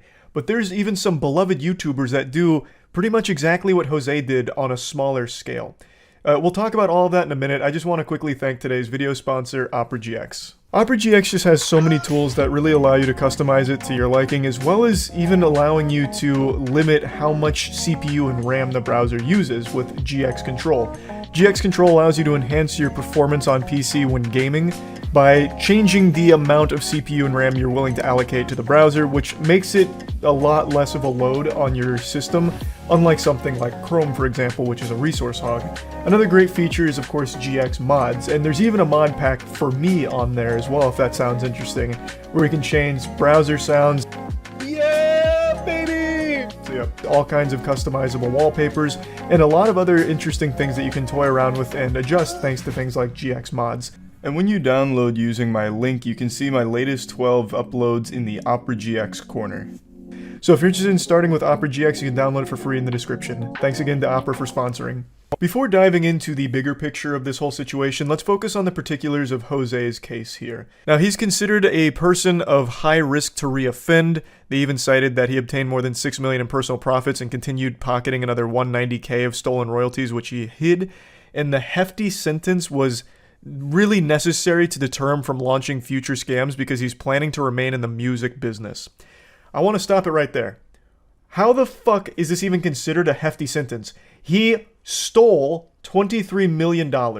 23 million clams that he had no right to, he stole. Now let me walk you through how the scam works. Someone like Jose and other awful people like Jose will set up these fraudulent businesses and they'll go on a copyright claiming bender. Like, we're talking full-blown, like 10 lines of coke, stay up 24 hours programming bots in order to flag content on YouTube that they will copyright claim to take the money from. On YouTube, when you copyright claim a piece of content, you then get the ad revenue from it, even though it wasn't you who posted the video. This happens to everyone's channel at some point.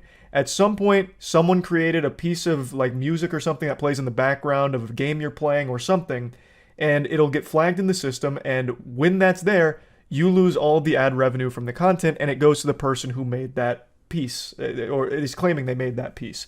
That's how it works. In theory, it's supposed to be there to protect copyright holders from people that are just re-uploading their shit. Instead of just like taking it down, you have the option to instead just take the money from it and it can stay up. But there's a lot of people that exploit this process, like Jose, where you don't have the rights to 50,000 songs here, but you're still claiming it because YouTube's system is fucking archaic. And there's not a whole lot of safeguards in place. A great example to highlight how unacceptably dog shit the current system is on YouTube, a community member of Destiny 2, just a person, just a, you know, red-blooded, God-fearing human being, a normal person, noticed that this is a complete oversight from the system. And in the Destiny 2 community, he got really fed up with the way Bungie was doing something. They got very upset. I don't want to go into all the details here, so I'm not going to get like too deep into the weeds. But basically, they were disgruntled, and in order to get back at not only the community, but Bungie themselves, they started copyright claiming a ton of content in the Destiny community. And they were claiming it as if it was Bungie doing it. So Bungie got a lot of flack, a lot of shit for it, and then eventually they got so bold and brazen that they copyright claimed Bungie themselves. Bungie's own content that they were posting on YouTube, their Destiny 2 content, this guy started taking the rights of. So it's very exploitable and has been exploited many times. And it's illegal, highly illegal. That guy's facing some serious life-changing repercussions from all of that. And now Jose is as well. But the point is, it is exploited often. It happened a lot and blew up in a big way a couple months back on TikTok, where people started to notice that there's these Spotify accounts set up that just play like random common sound effects like Roblox oof, or like that gong sound effect when something happens, like when you, I don't know, drink milk too fast on TikTok and it's like gong, I'm gonna shit my pants, like those sound effects. Someone had made Spotify accounts and were actually claiming those sound effects so that way they could take the ad revenue from YouTube videos that use them. It's someone that obviously didn't work on any of the sound effects or anything, but they noticed that they could claim the individual sound effects and then take the ad revenue. So the point is, this is a very common scam and it's a fucking problem. And Jose did this for half a decade, claimed over 50,000 songs that were not his, stealing money directly from those artists in order to profit himself, and he's only getting a little over 5 years in jail? I think that is a far cry from a hefty sentence. And the only reason that it's even that high is because they think he's at a high risk for reoffending, which he is, made over $20 million. You think this guy's not going to come right back into, hop onto the saddle again for another 20 million doubloons? Of course he will. So 5 years is comical. This should have been like an absolute statement. They should have made an example out of Jose here with a super serious sentence, because they got to put the kibosh on this shit. It's already out of control, and it's only going to get worse as people realize just how profitable it is to make these fraudulent copyright claims. So I totally disagree that this is hefty. This is light sentencing for this guy. And it's not just him. In fact, there is another one of his associates that is facing sentencing soon, but I imagine it's going to be roughly the same charges and the same time in jail. So it looks like there's going to be a restitution hearing soon, and right now the amount is set at $1.4 million to the victims of this scam, but they're trying to connect with more victims, but it's a little difficult because a lot of them are outside the US. A little insight into how this scam works was highlighted here in the Ars Technica article. It said that Batista, which was Jose's, teammate here, they duo queued to start this scam. They began in 2017, and they started the label known as Media Move. And the goal was to seize unearned royalties by claiming ownership of songs on YouTube that they noticed weren't actively monetized, meaning they didn't have any ads running on it, which is something you can see even as just a viewer. If you go on like a video or a song and there's no pre-roll ad, there's no banner ad or display ad somewhere, you can comfortably say that no one's making money from it. So what they would do is they would target content like that and claim it, which they didn't have the rights to. It's not theirs to do that. But that was their whole business model, hunting this content down and putting it under their umbrella.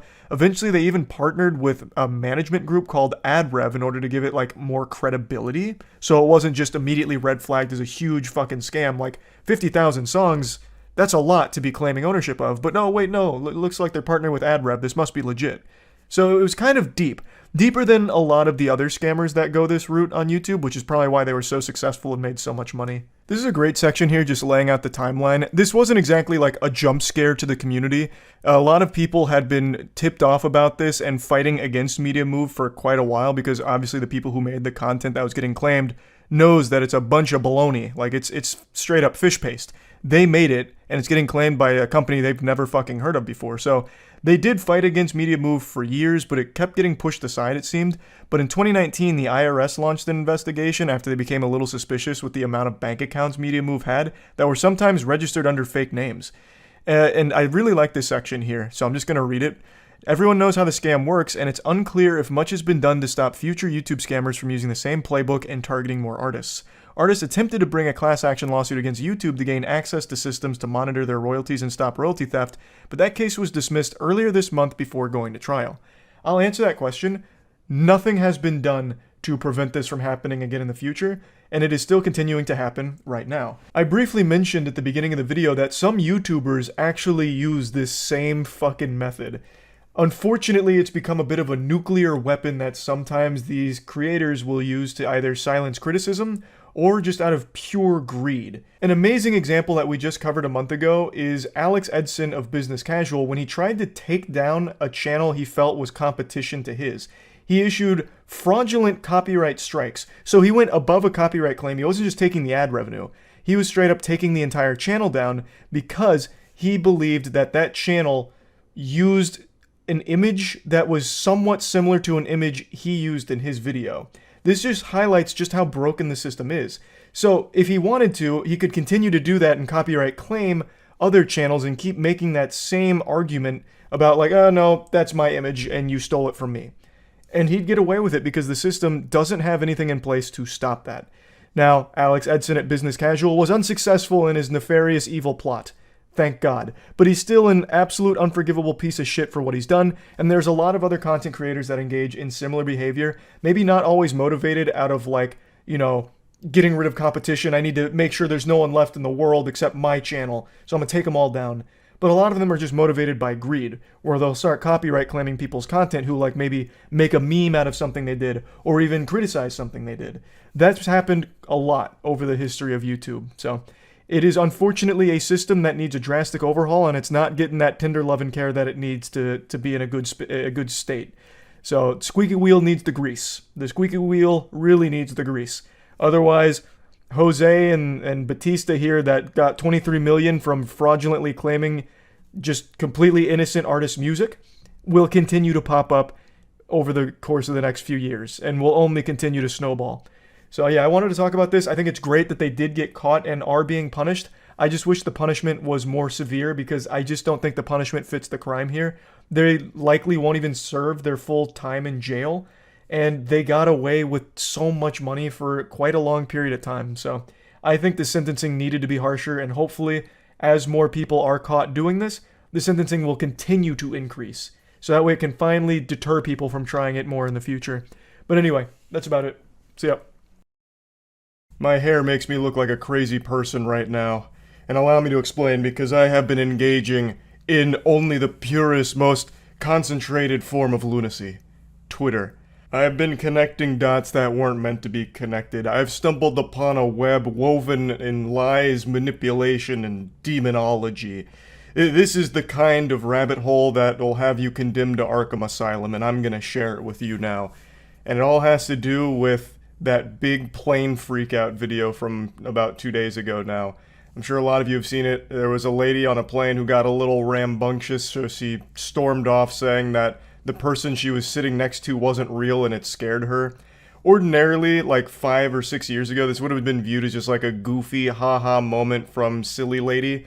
But now, in the current climate of our world, people accept even the most outrageous shit as legitimate. So they're using this as evidence that the government is putting fake people on our flights or that reptilians exist. And apparently now you're asinine if you write off a situation like this as just a drunk lady being rambunctious. I've also been keeping up with this. I'm sure all of you have seen this video already. I'll just in case you haven't here. This was the other day. I'm telling you, I'm getting the fuck off, and there's a reason why I'm getting the fuck off, and everyone can either believe it or they cannot believe it. I don't give two fucks, but I am telling you right now, that motherfucker back there is not real. And you can sit on this plane and you can fucking die with them or not. I'm not going to. Bye. So that blew up yesterday, and I have been glued to it ever since. So we live in a really awesome time period of our species where everything is deep. So this isn't just an isolated incident of a crazy lady having an unhinged episode.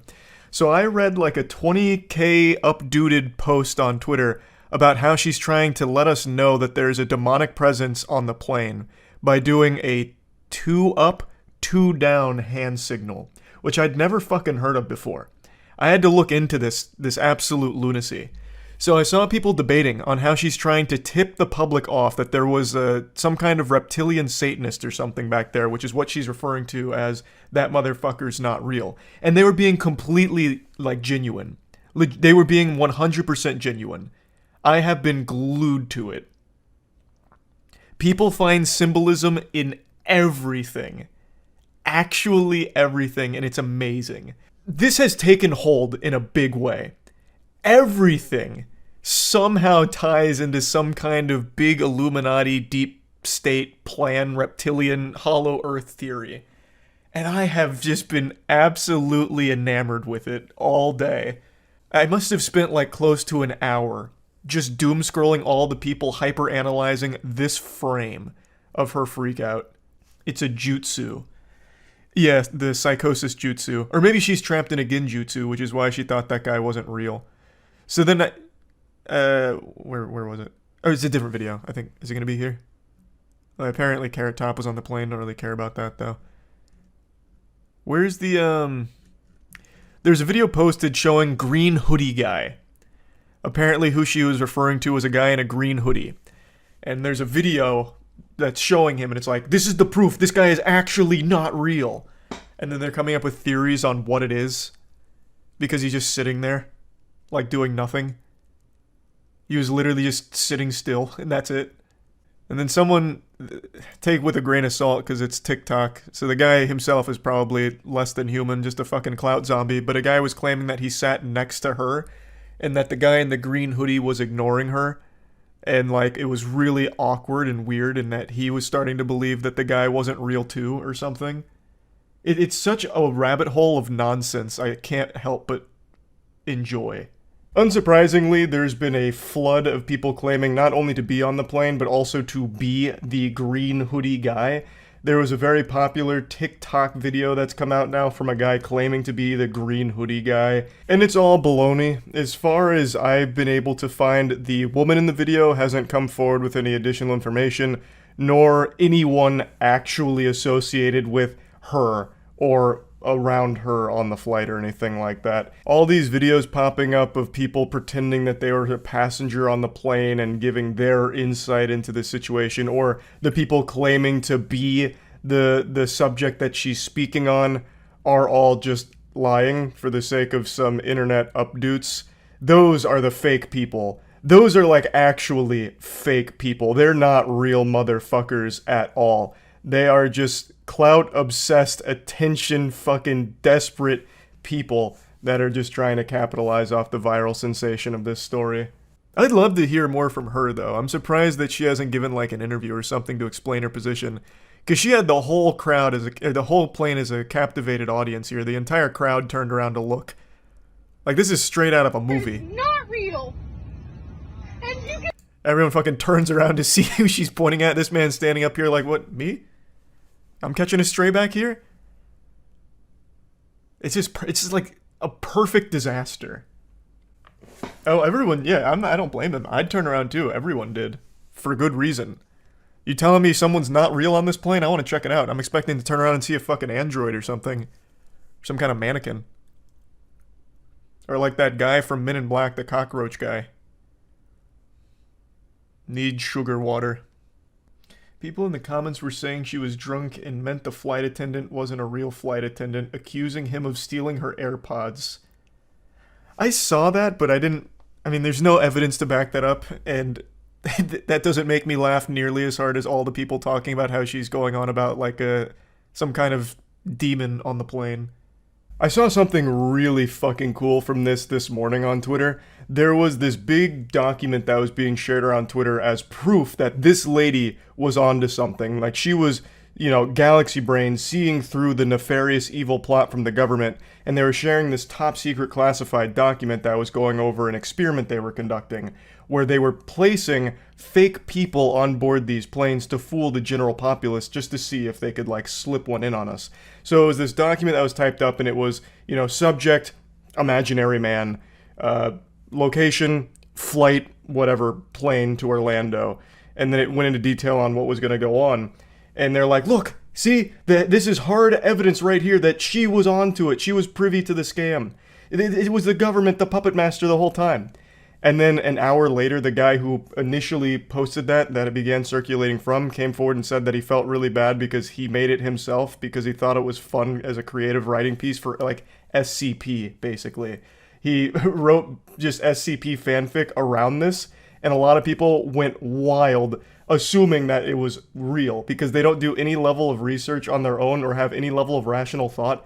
It's just this desperate desire to feel special and smarter than everyone else. So they'll just accept the most impossible reality imaginable and just live in fantasy world and run with that narrative. And we were actually blessed with a double whammy here. There was another incident that continued to fan the flames of fake people on airlines because there was another freakout that happened within the same 24-hour period where a man got really upset at whoever he was sitting next to, so much so that he tried to, like, charge off the plane and, like, get out of there as soon as possible. Now, this one, from everything I've read, the guy was actually on drugs. Like, he came from, I think it was a music festival or something.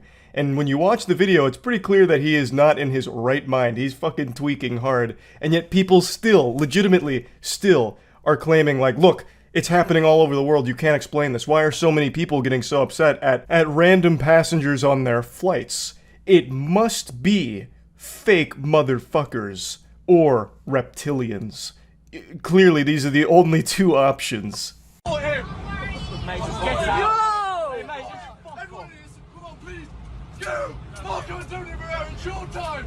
at everyone filming, man. What's wrong? Yo. The passengers were actually very quick to stop this. He was charging the door to try and open it during takeoff, and they dogpiled on this man like they were trying to recover a fumble in the Super Bowl. So, fast action from the other passengers on board the flight. But yeah, people are once again claiming that this is further evidence that something real evil is happening aboard these flights with passengers that aren't actually humans. And like I've said, it's been extremely entertaining watching all of these outrageous theories unfold so far, so I'm excited to continue reading more evidence from them about all of this. That's really about it. So yeah. In the modern landscape of the cyberspace, you need to get creative when it comes to promoting your brand or your product. And I want to introduce you to a lady who's on the front lines of innovation, a true pioneer, to promote her OnlyFans. Her name is Camilla, and she's been making headlines this week because of one very degenerate marketing strategy she had for her OnlyFans work. And every headline reporting this called her the girl from Mr. Beast's Squid Game, which was really baffling to me because I didn't recall there being like some kind of front and center superstar girl from the Mr. Beast Squid Games. So I looked into it, and apparently she had like a very brief appearance in that video, and a bunch of curious coomers looked her up praying she had an OnlyFans, and it kind of blew her up, and then eventually she answered all of their prayers by making the OnlyFans, and now her entire Instagram is dedicated to promotional material just for that. It's all her Instagram is. All she does is try and lead people to that content. A pretty interesting X-Men origin story for Camilla, and I can't help but notice some shades of familiarity between her story and mine. As all of you know, I was front and center of the Hunger Games Mockingjay Part 1 with my iconic performance as District 8 hospital helper, and that experience helped elevate and propel my presence online. Very similar to her start. However, our paths diverged. Whereas she went to showing her butthole, I went to talking about butthole. So on the forked road, we went our separate ways. And now she's making some weird choices when it comes to how she promotes her OnlyFans. So the one that got her in a lot of hot water is this one. How does it feel to have a sister that has an OF? My friends always ask me if it's pink, but I don't really know what they mean by that. NANI? Do you know? Jesus Christ. Click the link in my bio. I can't. It should be pretty obvious why this was disturbing and upsetting for most people. She's using her brother, who is a child, to promote her OnlyFans content. That is some twisted shit. So she has him say that his friends tease him and ask if it's pink, which is talking about her vagina.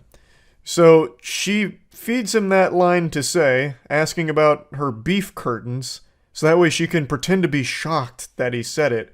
And of course, this is all complete with the Zoomer editing stock sound effect package, so there's constant fucking sound effects and jingling keys going off on every single action, which is beyond annoying.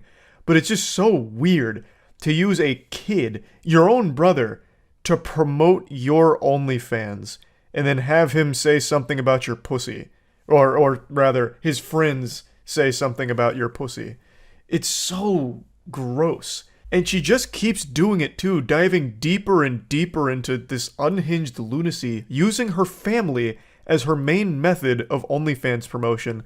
So she's brought on her cousins, apparently her grandparents too, though that one, there's a bit of a conspiracy there and we'll get to it. And she's used her brother in another follow-up video once this one blew up, once again trying to capitalize off it. So this tweet's going viral on Twitter right now, so I figured I'd call my brother and just check on him, see how he's doing. It's not looking too good, so. Honestly, I don't even want to fucking hear from you anymore. I'm blowing up on Twitter. Bro. I'm fighting for my life on my group chat, and so I better see myself in Disneyland by tonight, alright? I fucking hate you.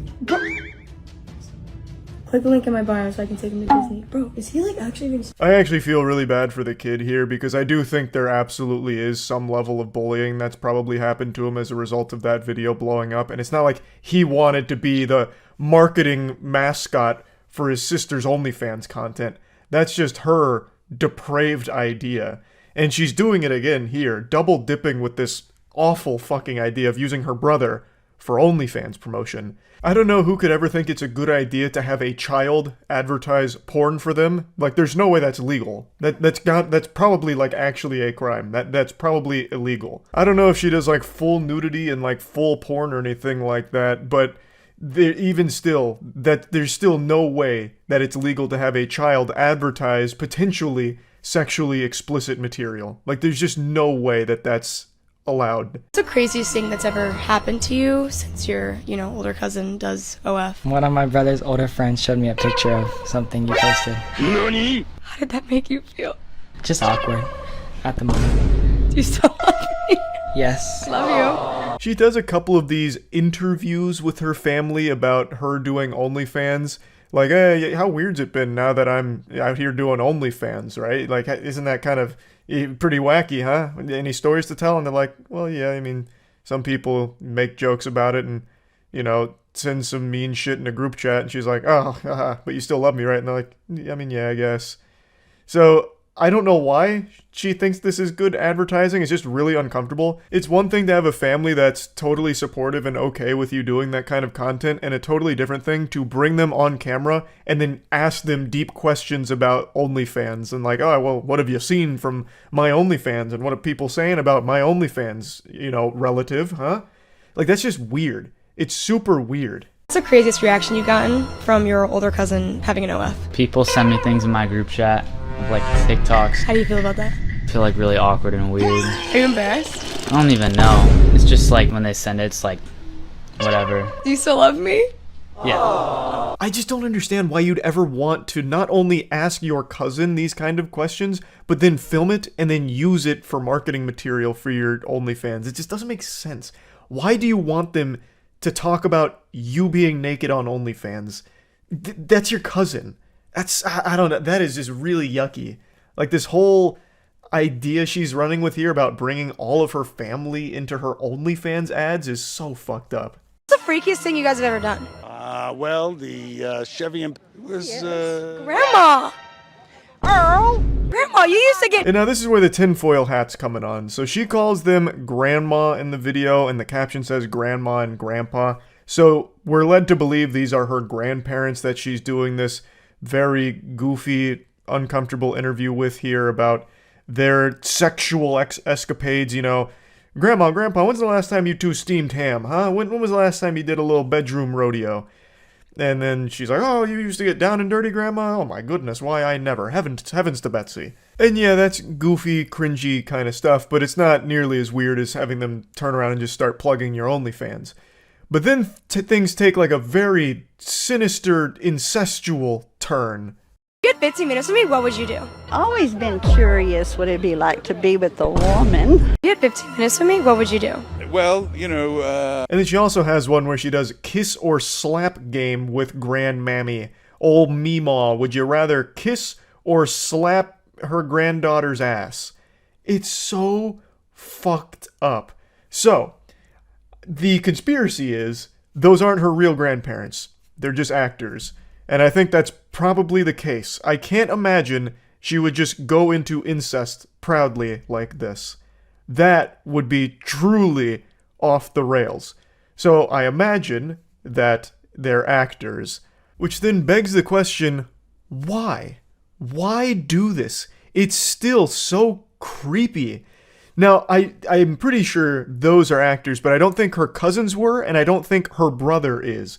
Like, I don't think you'd be able to hire a child to promote your sexually explicit material. That would 100% be beyond illegal. Like, she would be thrown in jail for that shit, I imagine, like, on the spot. So that's probably her real family there, but then she used her grandparents to continue doing this family OnlyFans kind of push, which is... it's so weird. Why would you want your family pushing your OnlyFans? And then, even bigger question, why would you want your child brother pushing your OnlyFans? This whole thing from Camilla is horrifying. It's so fucked up. It's so weird. So all of, like, the backlash she received isn't surprising, and she's still going. She's still doing this kind of shit. Like, these videos aren't that old at all. It's still continuously developing. Like, she is still engaged in this kind of content and these kind of marketing pushes. So yeah, I just wanted to share this with you because this is just a really creepy situation that I thought was just fucking weird. So yeah, that's really about it. So yeah. The Moist Meter is a proud partner of our comic book series GodSlap and Plague Seeker. Both are available at badegg.co. Link in the description. Welcome to the Moist Meter. Today we're looking at Oppenheimer. I've said this many times and I'll say it again. I am a huge fan of Christopher Nolan. He's among my favorite directors ever. And I think he absolutely crushed this one. I just want to dive in right away and just start going gushing grannies over this one because it's really, really good. But I want to get it off rip here that I don't think this is a movie that everyone's going to like. I can already tell there's going to be quite a few people that'll go into this movie expecting it to be about the bomb, and everything is about the bomb. And that's not exactly what the movie is. It is very clearly about Oppenheimer, as the title would suggest. But Oppenheimer, at least in like the mainstream consciousness, I feel like always gets overshadowed by the Manhattan Project and the bomb. And in this movie, he doesn't. And I really appreciate that. It is really about Oppenheimer and everything he went through, at least everything that could fit in a 3-hour movie. And by the way, this movie doesn't feel like 3 hours. It fucking flew by. Like, I wanted more. I was still salivating for more.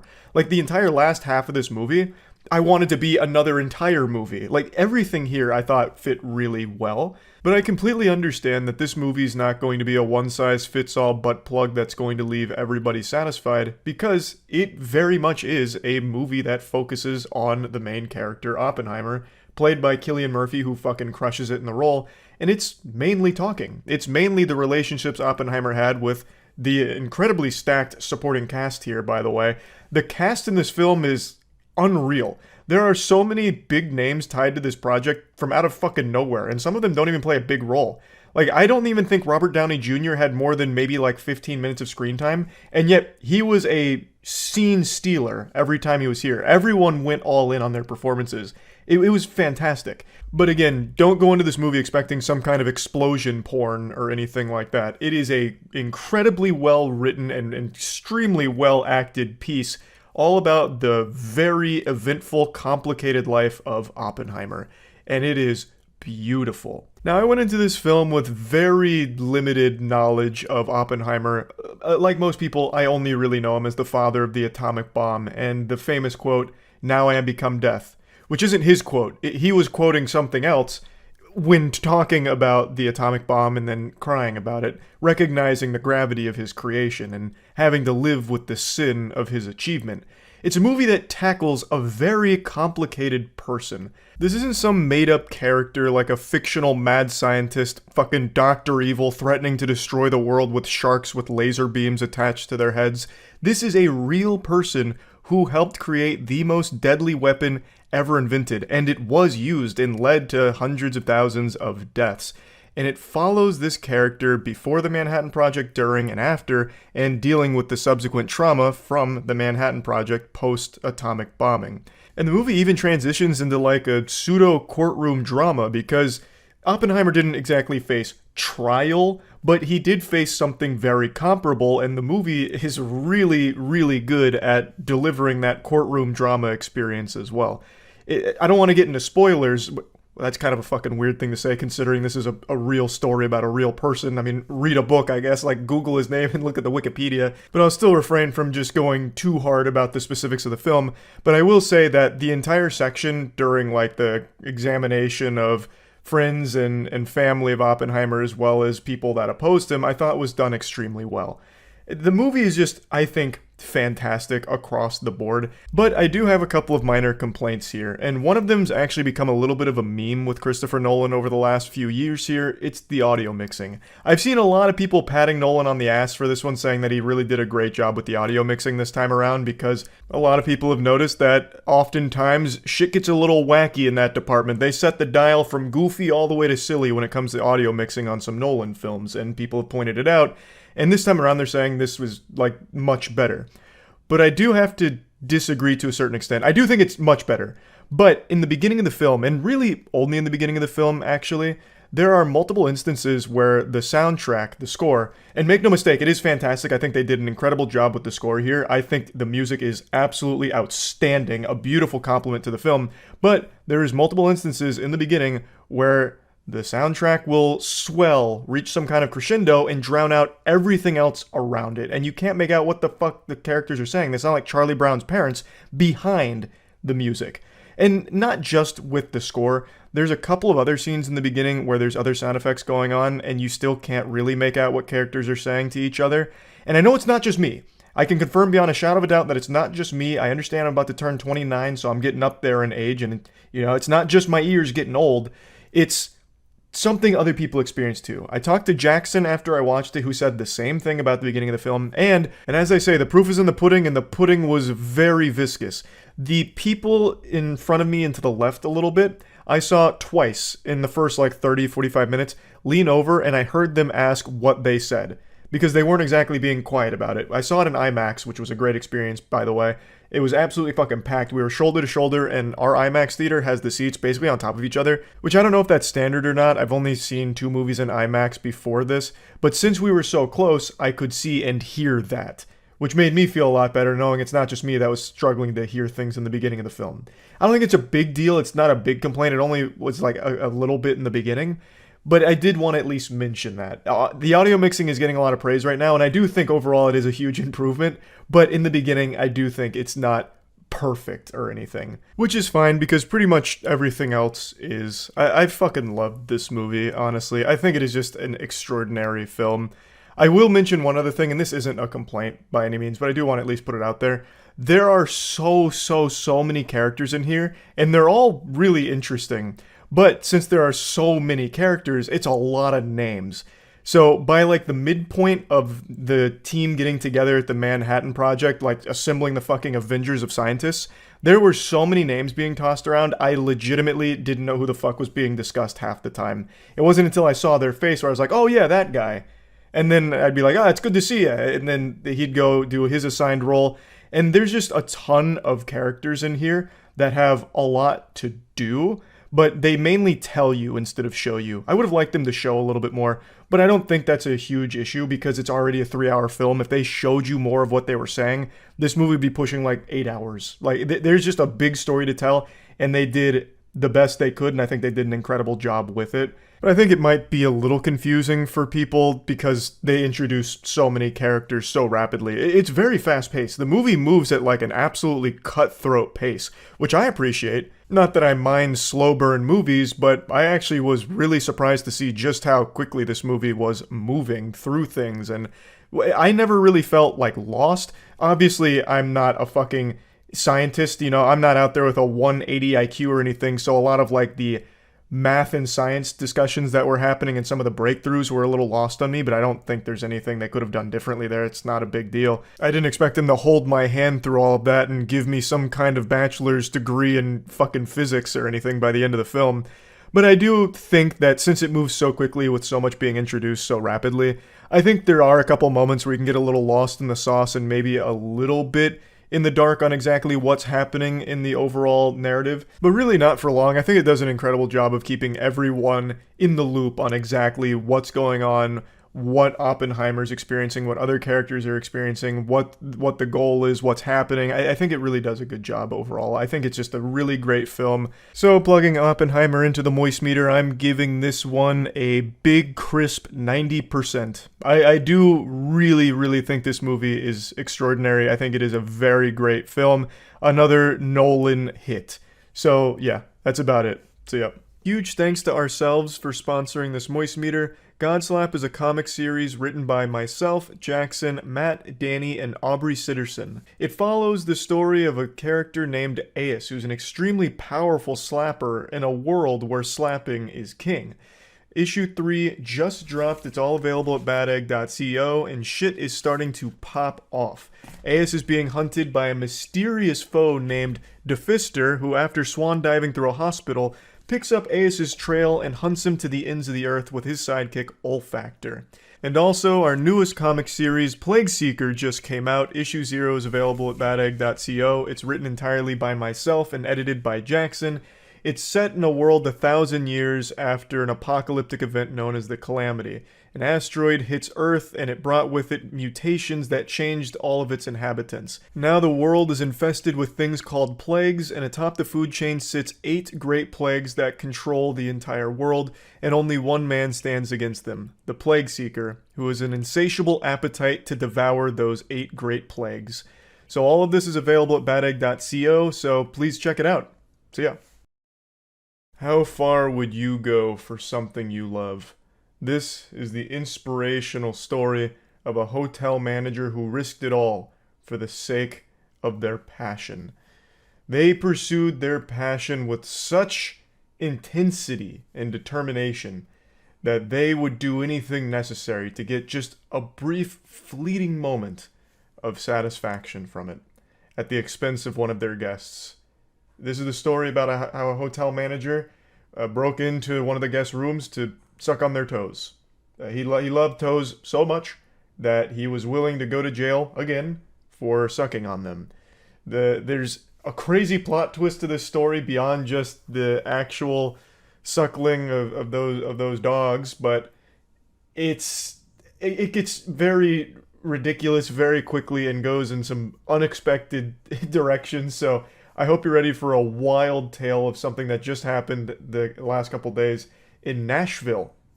And yeah, I heard about the hotel manager that was sucking guest toes. When chat brought it up the other night, I thought that was just exceptional service. But it turns out he was just sucking their toes while they were asleep.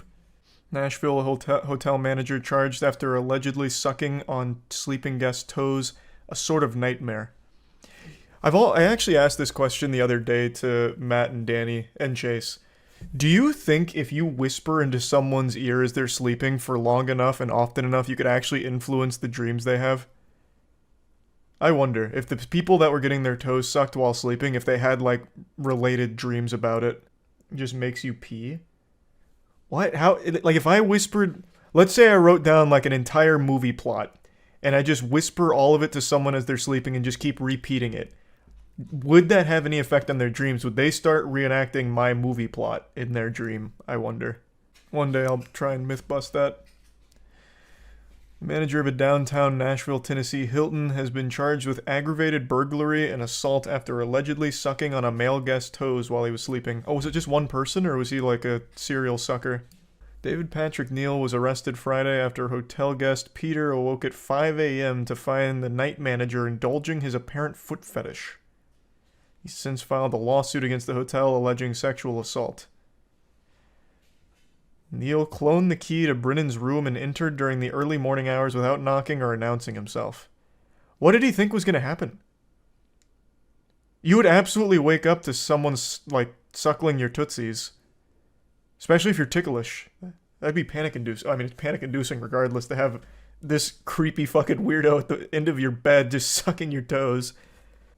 Brennan reportedly screamed when he found Neal sucking on his toes and immediately recognized him as one of the 2 hotel staff members who had been in his room the previous day to help him with his TV. Oh, this was premeditated suckling. He was plotting. And he didn't even wear a mask or anything. He didn't even hide his face. I would have expected him to come in with like a ski mask or something. He looks like someone who sucks toes. Yeah, it looks like his, like, life juice. That's what's been fueling him for the last, like, 10 years. Just a little bit of toe grease. Brennan filed a complaint with police following the incident, and Neal reportedly told officers that he entered Brennan's room because he smelled smoke and wanted to check on him for his safety. Neal did not report a smoke smell to hotel security, and no one else smelled any smoke.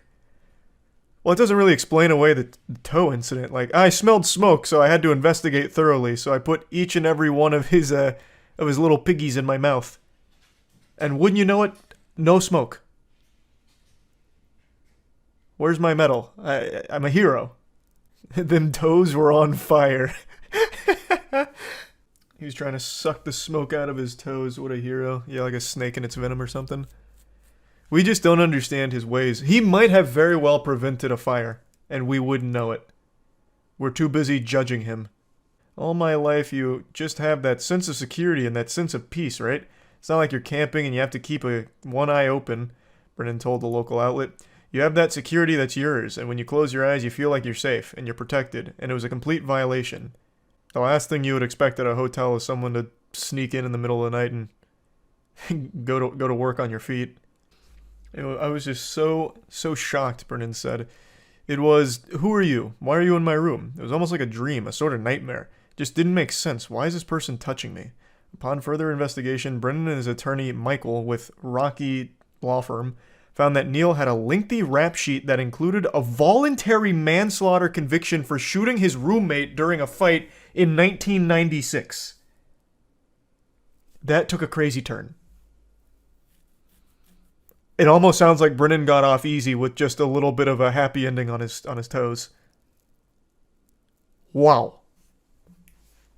How is this voluntary? This feels like just murder, right? Well, I guess voluntary manslaughter might be the charge for like a heat of passion kill.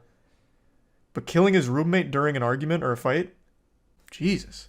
Multiple charges of forgery, drinking and driving, a manslaughter conviction as well, which served prison time. When Hilton hired this person, they had to have known. They had to have done background checks to know. And the fact that they would put somebody like that in a position where they have the ability to clone keys and have the ability to get into a guest's room. That's a great point. How the fuck did he land such a position at Hilton with a history of forgery, drinking and driving, and a fucking manslaughter charge for killing his roommate in an argument? Or a fight. This guy must have actually been sucking the toes of the person conducting the job interview. There's no other explanation. There's no way. Like, that's not an easy position to land, right? I imagine at a Hilton. That's still a pretty reputable place. Brendan reportedly suffered post-traumatic stress and struggled to get to sleep in the wake of the alleged toe-sucking incident.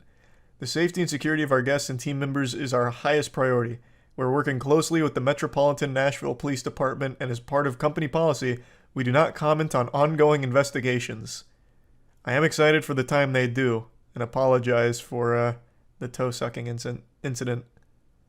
Yeah, I mean, if that happened to me, you bet your sweet bippy I would not be staying at any hotels ever again. I'd just sleep in the car. But then even there, I'm not safe. Just have someone break into the car and just immediately start going to town on my feet. If this happened to you, would you prefer if it was a stranger or someone you knew? Oh, that's tough. I don't know. There's pros and cons to both. If it was a stranger, at least I'd never see them again and press charges, go through the whole song and dance. But if it's someone I know, then there's like that wrestling with guilt. Like, man, I've been friends with this guy for how long? And he did this? Do I press charges? No, I definitely press charges. This is fucking weird, but you know, you have that back and forth. So I'd say maybe a stranger. But then there's always going to be that lingering thought in the back of your head, like, what if he did more to me? Like, I was sleeping on my stomach that night, and I woke up and my ass was a little itchy. Like, I was a little sore. Could he have? No. But maybe. Like, there's still so much wiggle room for what-ifs with a stranger.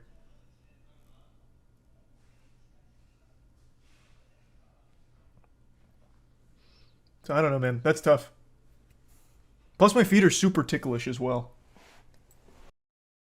Yesterday, iDubbbz posted a YouTube video that's become extremely divisive. I haven't seen people this divided on a singular topic since the red and blue dress debate. The video he posted was basically an apology for the content he made in the past, apologizing for it being hurtful or damaging, and a whole myriad of other things that he wanted to come forward with, and talking about how he's changed as a person and thus his content will be changing. He goes over like insecurities of his past, and overall he just invites the audience into the back of the kitchen to see how the sausage is made and meet the chef. And for a lot of people, they didn't want to meet the chef. He's being very open and honest about his feelings on his older self and now his current mentality, how he feels better and healthier and doesn't like what he did in the past and didn't like who he used to be. So it's a whole apology video for all of that. He releases more feelings in this video than Pandora's box, and I kind of want to go over this whole situation because I have a lot of thoughts on the topic, not only as it pertains to iDubbbz in particular, but just in the general creator space. There's a few things that I want to talk about here. For a while, I felt like if I changed my content over time, that people would see that as a reflection of who I am and what I value, but I'm starting to realize that that is a very weak and passive way to, you know, run my channel and live my life.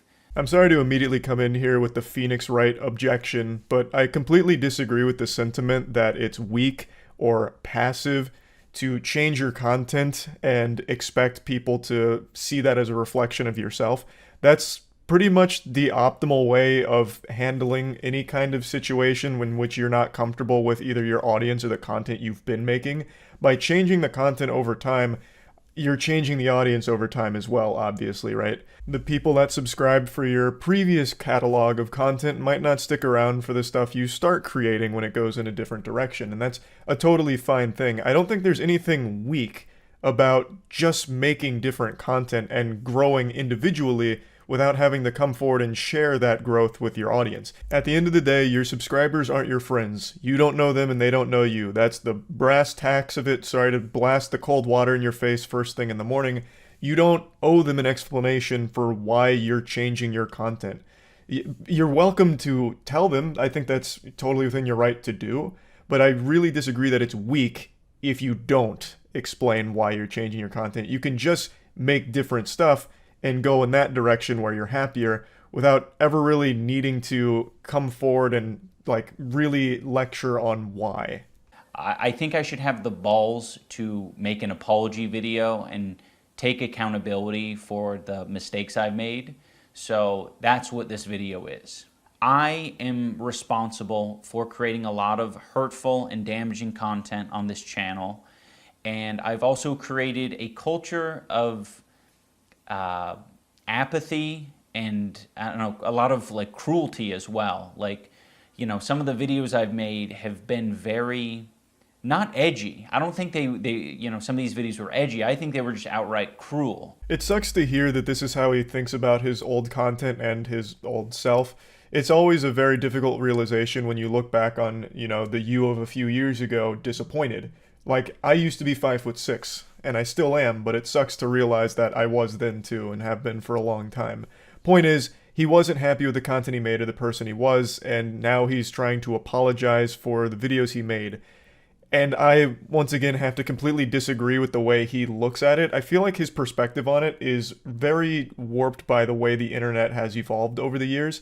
The way he talks about this content makes it sound like he used to fucking murder puppies for these videos, which it was never that extreme. I very much would consider it edgy. It was 2016 edginess in all of its glory. That was entirely the brand. And for its time, it lived peacefully. You know, all four nations, water, earth, fire, air, lived together in harmony with all this edginess going on. Now, obviously, times have changed, and he has changed. He's gotten older. He's in his 30s now. In your 30s, it's not exactly entertaining to just be spamming slurs for shock humor. I don't find that entertaining, and he doesn't either. So it's totally fine to want to distance yourself from making content like that. But I don't think it was a mistake that he made those videos. Like, they're not hurtful, nor do I really think they're damaging. Now, you could make an argument that they were hurtful to the people they were about, like the content cop on Tana or Leafy or any of that. You could say, like, you know, he hurt their feelings or sent harassment their way, which may have been a mental burden on them, and you could feel bad about that, I suppose.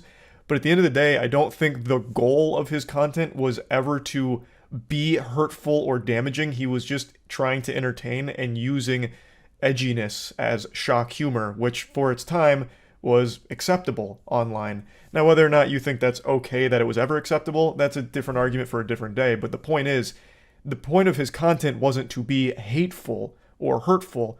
He really was just trying to entertain. At least that's how I and the majority of people viewed it. So I just don't think that the apology is really warranted. You can explain, like, I just don't like making that content anymore, so I won't. And be like, hey, I even regret making that content because it's kind of cringe now. That's all fine, but to think that it is this huge, massive problem, like you made an unforgivable mistake, is a little weird to me. So I don't want people to, you know, get it confused about, you know, where I stand. I have made some cruel, hurtful content, and I need to acknowledge that, and I'm really sorry that it's taken me this long to acknowledge it. The content I'm talking about specifically are content cop videos and videos where I was just generally criticizing people for very lackluster reasons, and you know, obviously didn't have any accountability online whatsoever on my end. You shouldn't have to apologize for criticizing someone or something. Voicing your opinion on a subject is a totally natural thing to do. I get criticized, I criticize others, people criticize movies, games, music, all of that. And to try and vilify the idea of criticism being evil, I think is a little dangerous, because then you just create these echo chambers and no one ever really grows from that. I think it's totally fine if you regret the way you criticize things, the way you approach the subjects. If you regret how you handled it, that's okay. However, I wouldn't necessarily say that you were picking apart people for lackluster things. You seem to really look back negatively on all of the content cops, but whether you like it or not, you did make good points and good arguments against people who did deserve criticism. I feel like the main pain point of those videos he used to make is the slurs in them. Like, his catchphrase was 2 slurs strung together, right? Like, that's not exactly something to be super proud of. I get that. But to go back and say, like, all of it's shit, all of it's, you know, bad and cruel, I think is going way overboard, because it's not. I don't think any of it was cruel. I don't think the criticism was unwarranted, but it's fine to just regret the way you handled it to a certain extent without saying all the content was damaging or cruel or bad. I was morally grandstanding and acting as if I am any better than any of these people that I was making content cop videos on, and I'm not. I'm a human. I'm a real human who makes mistakes, and I make a different set of mistakes than the people I was making videos on, but it doesn't matter. I don't think anyone deserves that level of cruelty or hate. It's also indoctrinated a lot of people into thinking that this is an okay way to behave, and it's not. I feel like there's a chance he may have been hit by a Men in Black neuralizer and had his memories rewritten of what that content actually was, because I never got the impression from those videos that he was morally grandstanding or that he was trying to pitch himself as superior to them morally. He never really tried to make himself seem like he was better than them. In fact, he would multiple times point out his problems as well, and even give them advice on how they could have attacked him better in response, giving them ammo if they wanted to use against him. It all seemed very self-aware, not from a moral grandstanding perspective, but just you were lending criticism in a goofy way to entertain your audience as well as provide legitimate points for why these people are doing bad things or have done bad things. For example, making a content cop on Leafy and bullying him the same way he'd bully the people in his videos, right? That's not exactly the most cruel thing in the world. It's just making a point and making that point entertaining to your audience. I am very insecure about my ability to create interesting content or entertain. It's gotten better over the years, but it's something that I have struggled with constantly. And it's one of the reasons why I, kept making this hurtful content. You do interpret that as an excuse, but I hope that that is relatable to other creators who maybe struggle with the same thing. Now, this subject right here is something that extends beyond the iDubbbz situation. It's the insecurity, especially with a creator who's found a lot of success with one branch of content, that fearfulness to try other things because you don't know how to be perceived and you're a little worried about your ability to even deliver something that's not the norm that your audience is used to. That's a very honest look into that mentality, and you see it all the time on the platform with people that have found success in one niche and they never leave it. And that's because there's always that fear that if you do, you'll lose your audience or you'll just not be good at it. So most people live in the exact same style of content forever. And that's how I was for the first 8 or 9 years of this channel, doing nothing but gameplay and commentary videos, spouting the word nipple and titty and cum as much as I possibly could within the first 2 minutes and throughout the rest of the video. But eventually, you do take a risk and you try other things, and I always think that's the most fulfilling thing a creator can do, which is branch out from their niche. At least to try it, dip your toes in the deep end of that pool and give it a whirl. I was being very bigoted in a lot of my videos, and I justified it because, I didn't think it was too serious. And I thought that people were going to see that I had good intentions, but that's so silly, Casual racism is still racism. Casual bigotry is still bigotry. And, I said a lot of things that I look back at and I cringe now, and I'm like, that is an awful thing to say. This I completely understand. That is totally normal to look back on that and cringe, right? In your 30s and really any age over 16, you're not exactly going to be getting a hearty ho ho ho belly laugh just hearing a bunch of slurs being spammed. Real life isn't Call of Duty lobbies. I don't think many people in the real world are going to be laughing and fist pumping hearing you just shout slurs as comedy. So that makes sense to look back on that and cringe. However, none of your videos came from a place of hate. At least I don't think so. I don't think you were ever a racist or a bigot or anything like that. You used those words for shock humor. That was the whole goal, the edgy shock humor of using those words. And you made it pretty clear that that was kind of your drive. And he does mention it in this video with the it's either all okay or none of it's okay mentality. But I really think most people were able to recognize that the things he was saying weren't coming from a place of legitimate hate. Now, you can of course still say that it's unacceptable that he was using slurs for shock humor and punchlines in his videos for the jokes. That's a totally fair perspective to have, but it's still, I think, a little ridiculous to make it seem like it was this big of a deal that it warranted a whole apology video in which he makes it seem like he'll never truly find forgiveness and he'll never forgive himself for it, for saying the slurs in the videos and making the content he did. Because again, like, he's talking about it like he's a fucking reformed racist, like he was actually a racist and now he's not, when I don't think that was the case. He was an edgelord, and that's it. I feel like this whole video could have just been summed up very easily like, hey guys, it was fucking 2016. I was edgy, and now I think it's cringy, so I don't want to do that anymore, and we're closing the book. That, you know, we're shutting that chapter down, putting the kibosh on it. Now we're doing some other stuff. And that would have been a totally fine explanation. A lot of people would have still would have been disappointed, of course, in his audience that liked that content. But at the end of the day, you shouldn't feel like a prisoner to your audience. You should make what makes you happiest to create.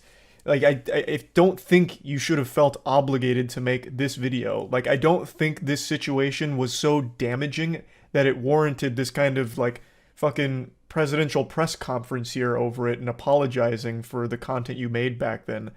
You know, I don't think, like, you ruined lives because you made Content Cop. I don't think you made an entire generation of racists and bigots because you used slurs for shock humor. I think that's a very bastardized perspective of how people digest content online. Now, I have no doubt that his audience did cultivate some weirdo losers that probably were real racists somewhere in there that didn't really care about his message and just liked that he was saying the N-word. I have no doubt that that existed in his community. But I don't think that was his goal, and there's always going to be weirdo losers. Of course, you can do your best to mitigate those people from feeling welcome in your community, but that all starts with just changing the content over time. Again, that's not a weak thing to do. That is not a weak or passive approach. The vilifying of your own audience and your previous content, I don't think is the right way of even looking at the content you used to make or the audience that you had. Of course, there were bad actors in there, but not everyone was. And to make them feel like they were if they liked your content is a little weird. And I don't think that's the goal of this video by any means, but it does come across that way. Like, you weren't a bad person if you were laughing at his content cops or anything like that.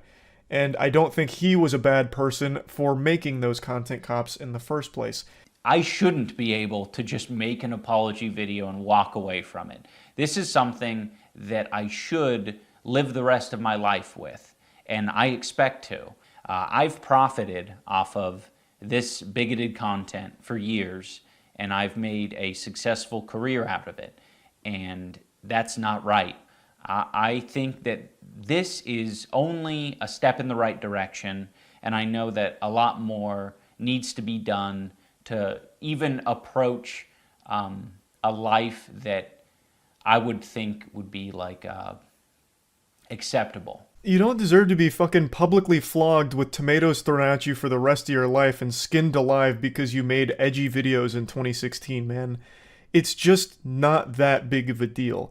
It feels horrible hearing this from him, knowing that it weighs so heavily on his mind that he made these videos, so he feels like he's a real piece of shit for doing it. You just made edgy YouTube videos. You didn't ruin anybody's life. You didn't create a fucking army of racists and bigots. The content itself isn't bigoted content either. You used edgy shock humor. And I don't think that makes you a bigot that you're going to have to atone for those sins for the rest of your life over. I am running ads on this video, and any revenue generated from this video I'm going to match and donate to an organization that would have been particularly affected by the type of rhetoric that I've been spewing on this channel. And again, this isn't the end of what I'm doing. This is just the start. You'll get no complaints from me here. I'm always on the side of helping people, so anything charitable, I'm always for. Though I don't think it was necessary or anything, I still think that's a nice gesture regardless. But he uses the word rhetoric here. And that again makes it sound like these videos were coming from like a legitimate racist, which I don't think they were. I really don't. At least I don't want to believe that iDubbbz used to be a racist and he was using that to try and, propel his beliefs forward. He really it seems like he was really just using these words as shock humor, which is cringy, sure, very cringy, and that is absolutely fine to point out. But it doesn't strike me as something that was genuinely ruining people's lives hearing that kind of shit. It's just kind of like an eye-rolling thing to look back on now, like, ugh, that's fucking lame. And that's really it. I just don't think it goes too much deeper than that. Like I said, I have no doubt there really were some dangerous weirdos that did hold dangerous beliefs in his community. But I don't think he made them. I think they were there when they found his content to begin with, and they stuck around because they just liked hearing the edgy words spoken out loud. That's it. I don't think he made them. He wasn't the Frankenstein to their monster. Now, I don't want to just keep dissecting every single piece of the video here. I want to kind of branch this out into a broader talking point about when a creator starts to resent the audience and community they've fostered. Because that's fundamentally what's happened here. iDubbbz has grown up now. He doesn't like what he made when he was younger, and he doesn't like the audience that he made along the way, along the journey. He mentions a couple of times in the videos, like, some of these eureka moments where he's like, man, this is really fucking frustrating the people that are in my audience. Well, he doesn't blatantly say that, but he tells a couple anecdotes about, you know, going to conventions and meeting fans and it being kind of like this mirror held up to him that he didn't like the reflection of. And that's a very interesting and unfortunately pretty common thing to have happen online, where someone spends a long time building their brand and building their audience. And as they grow, they start to really resent the audience that they have. And usually this comes in one of two forms, where you have someone like Darkside Phil. I've used him as an example before, but he has an audience that he doesn't seem to really like, but he needs them because they pay his bills. So he has to constantly keep doing the same things in order to keep the lights on. And I imagine he feels trapped by his viewers because he has to keep doing this song and dance in order to get the money from them, but doesn't like what he's doing. And it also happens to other creators as well, who spend a long time building their identity online, but they don't like what they're doing and they don't like the people that are watching them. So then they try and make some kind of change and then get eaten alive by their community, which only further reinforces their disdain for them, which leads to a really toxic community where everyone's at each other's throats. There's countless examples of that. Point is, that experience online is all too common. And when it does happen, a creator's left with a choice. They either just suck it up and keep making the shit that they clap for, even though it doesn't make them happy and they don't like the audience that's clapping for them, or they try and change the content and grow a different kind of audience, which is always the scarier option. That's always the more uncertain one, because maybe no one likes it, and now you've lost that audience you've built up, and now your career's in jeopardy. You might not be able to keep the lights on by doing this career anymore, because now you've alienated them, gone in a different direction, and it hasn't worked out. So the majority of creators in this position just kind of suck it up, rub some dirt in it, and just keep doing the same shit over and over, even if it makes them miserable. And that's why you'll see a lot of creators burn out. So I'll always respect the creators that choose the harder path here of pivoting and changing their content, doing what makes them happier, even if it means taking that huge risk of losing the audience you've built up over time. Even though I disagree with iDubbbz's perspective on his older content being damaging or dangerous or indoctrinating, I still do respect that he didn't like what he was doing, so now he's doing something that he likes more. Even though it is coming at the risk of losing his audience, he'll find happiness in the content that he makes going forward, and maybe he's happier with the new audience that he potentially cultivates through all of it. So, but yeah, anyway, just kind of wanted to talk about this whole situation. That's about it. So yeah. Yesterday I read an extremely sad story, which was accompanied by an extremely disturbing video that's unlocked a brand new fear within me that I didn't know I had so strongly. It's like an Xbox achievement I never wanted to unlock. Now that's nothing new, that's not some unique, quirky thing that only I experienced. It's very common for people to read something or see something that, you know, gives them the heebie-jeebies, and it becomes some kind of fear or phobia that they'll carry from that point forward. Sometimes it's really goofy things like a silly horror movie. Like maybe you saw the Winnie the Pooh horror film and that scene where the disgusting Winnie the Pooh costume starts drooling after seeing a pair of titties. and now maybe you're fearful of pervert Winnie the Pooh being your sleep paralysis demon or something, right? Like, there's just plenty of things where you'll learn something, read something, and it becomes like this new fear. That's what happened to me yesterday. And it's about a story that I'm sure a lot of you have read about or seen the video of by now, with the 18-year-old who was on a cruise ship with his friends, and someone dared him to jump off the cruise ship, and he did. This happened a few days ago, and he still hasn't been found, and obviously most likely will not be found alive. Since reading about and watching the story, I've just thought about it a lot, so I kind of just wanted to talk about this situation because it's fucking heartbreaking. Like, my heart goes out to the family here for this loss because it's so fucking sad. The video is just beyond scary. It is fucking terrifying. He's swimming around. They've threw one of the life rings out there, but it's quite a ways away from him. And you can actually see something like breach the surface of the water, and it looks like a shark. Like, it actually looks like a shark in front of him, and he's looking at something and swimming away from it. He's swimming away from the life ring. And that's, I think, and what a lot of people speculate, is because it looked like a shark. Now, from what I've read, it's not uncommon for sharks to circle cruise ships just kind of collecting scraps, which I, of course, had no idea of. They sound like fucking seagulls out there, I guess. So it very well could have been a shark, but it's too blurry and it's too dark in the night to actually see for sure if it's a shark. But there was something there. And he started swimming away from the life ring, and within like 2 seconds just vanishes into the open water in the middle of the night. The video is just haunting as well. There's some callous asshole who, as the 18-year-old kid is vanishing into the open water, he just says, "Bye-bye." Like, that is downright evil. Keep in mind, this was off of a dare, which is crazy to think about. It's unironically what your parents used to say growing up, you know, don't follow the crowd. If your friends jump off a cliff, would you jump off a cliff? You know, that kind of garbage. But then it actually happened here. Of course, I imagine whoever dared him to jump off the ship didn't expect him to actually do it, but he did, which means that person is now partly responsible for Cameron's death.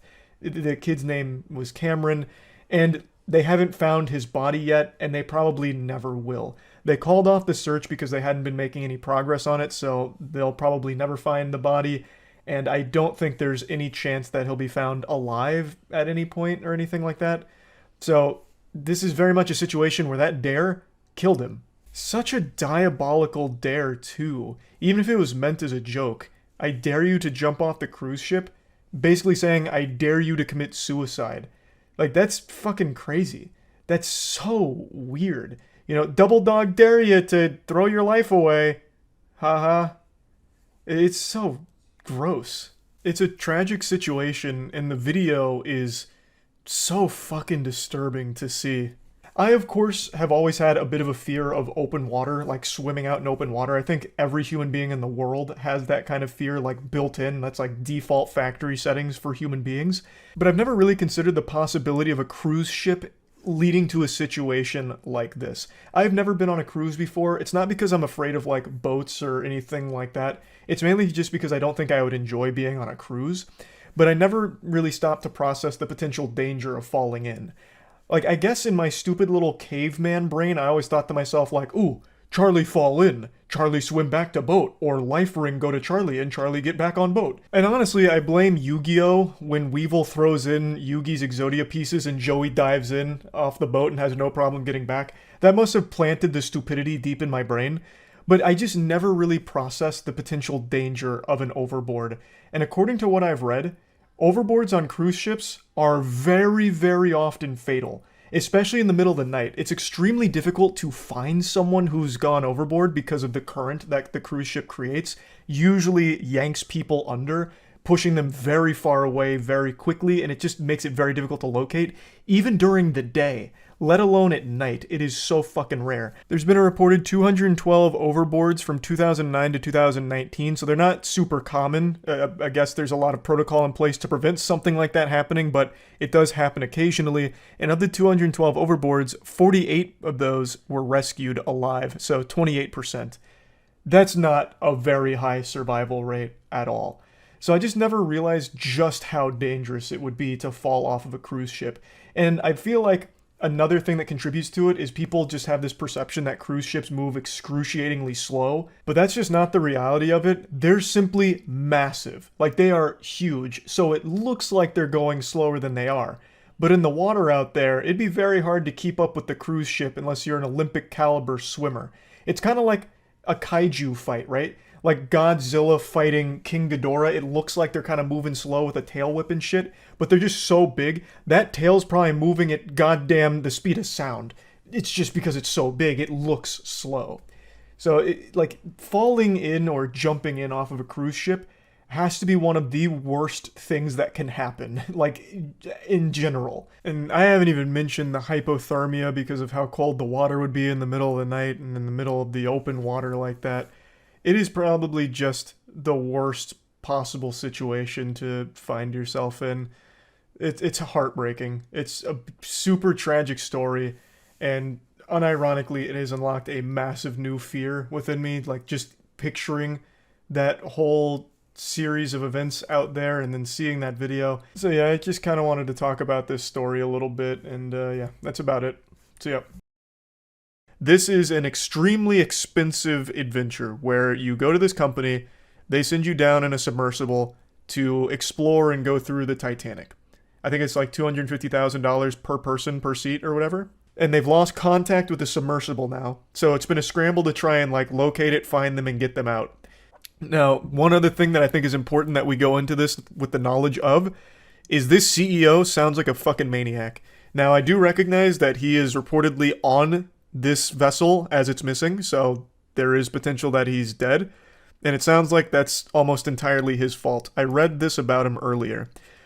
So there were already problems with this submarine, apparently. So in 2018, there was a lawsuit about it being a potential danger to passengers. So there were all kinds of red flags here. And the CEO at some point, I don't know if it's in this article, I haven't read this one. At some point, the CEO said that the safety requirements for the submarine were obscenely strict, complaining that the safety was overbearing. Like, he was complaining that things were too safe. So it sounds like he was a corner cutter in order to save a little bottom dollar. Boss of missing Titanic submersible once called his industry obscenely safe. The daredevil inventor is understood to be on board the submersible that lost contact with the surface last week. That is the last person I would want manning my fucking Titanic deep sea adventure. The daredevil inventor. That's such a wild thing to complain about too. The industry being obscenely safe. I can't get over that. But it is a very dire and very serious situation. There is a good chance that they're either dead right now or will be shortly. They can't find them. Last I heard, there are only about 30 hours left on oxygen as of like a couple hours ago. Oh, here we go. Russ said that there have been no injuries in the field for decades, adding, it's obscenely safe because they all have these regulations, but it also hasn't innovated or grown because they all have these regulations. What the fuck do you mean? Before people complain about it being controlled by a Logitech controller, they almost definitely had backups, and controllers are used for a lot of scientific and military systems such as drones, submarine periscopes because of their ergonomic and intuitive design. The design sucked for many reasons, such as the under-engineered window and lack of escape hatch. That's another thing of prerequisite knowledge here. I saw this all over Twitter, so I had to look this up at least a little bit because so many people were arguing. It was controlled by I think it was a $20 Logitech gamepad, which is apparently industry norm in military equipment and other high-value vessels. That's not uncommon. So that's not a... It's a little goofy to read about, but it's apparently industry standard. Yep, this is from 2 months ago. The US military will fight the next big war with an Xbox-style video game controller, and it's just literally using Xbox controllers.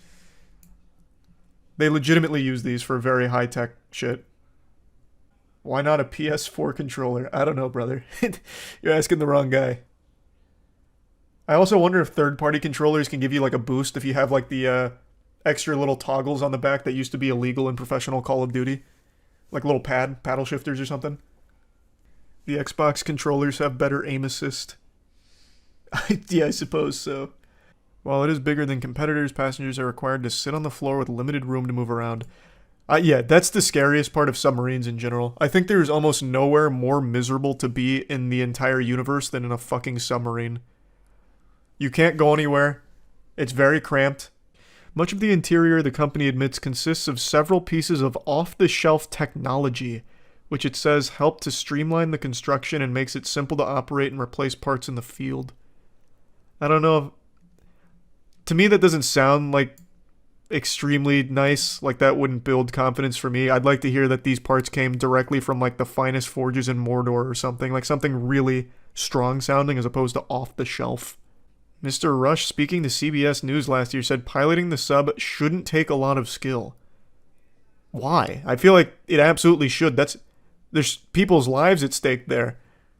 Like 10,000 leagues under the sea. You should have a very skilled pilot behind the controller of that puppy. Give me a goddamn esports pro or something. Don't just give me anybody. Oh man, God, this is fucking terrifying. OceanGate says it's an experimental vessel and told CBS Travel on board correspondent he had to sign a waiver to accept it has not been approved or certified by any regulatory body and could result in physical injury, disability, emotional trauma, or death. I understand waivers are pretty standard, but the regulatory body thing is actually surprising to me that anyone can build, or any company rather, can build a sub and just take people under the sea without any level of, like, safety inspection. That's a little surprising. Oh, yikes. Okay. The company explained why the Titan had not been classed by an independent body. Bringing an outside entity up to speed on every innovation before it is put into real-world testing is an anathema to rapid innovation. This guy fucking hates inspectors and safety. Why? Oh my god. Yeah, we don't get it inspected or approved by any kind of, knowledgeable people. I said it's good enough, so that's probably enough. Crew searching for the Titan submersible heard banging sounds every 30 minutes, and for 4 hours later, after additional sonar devices were deployed, banging was still heard according to an internal U.S. government memo. It was unclear what the bang. I mean, it sounds like they're alive. Like, I don't think that banging is Davy Jones or anything. Like, I mean, it sounds like they're probably still alive. Yeah, but if they're freaking out, they're going to be using a lot more oxygen. These are, from what I understand, these are like just rich people, not fucking hardened super soldiers. Of course they're going to be freaking out in the face of death on a submarine at the bottom of the fucking ocean. So I think they're already working under the assumption that they're consuming more oxygen than normal. No, it's just too deep for that. Yeah, like I said, I'm not like a fucking nautical engineer, but I feel like, aren't most of these things like tethered to the ships? Like, I know when you do, what's that deep sea tour? Another rich people thing? I can't remember the name of it. But they have, like, a giant rope that tethers it to that ship. But I guess maybe it doesn't go as deep. It's just not possible at 13,000 feet. Okay, fair enough. How OceanGate built improvised submersible from camping kit and video game controller.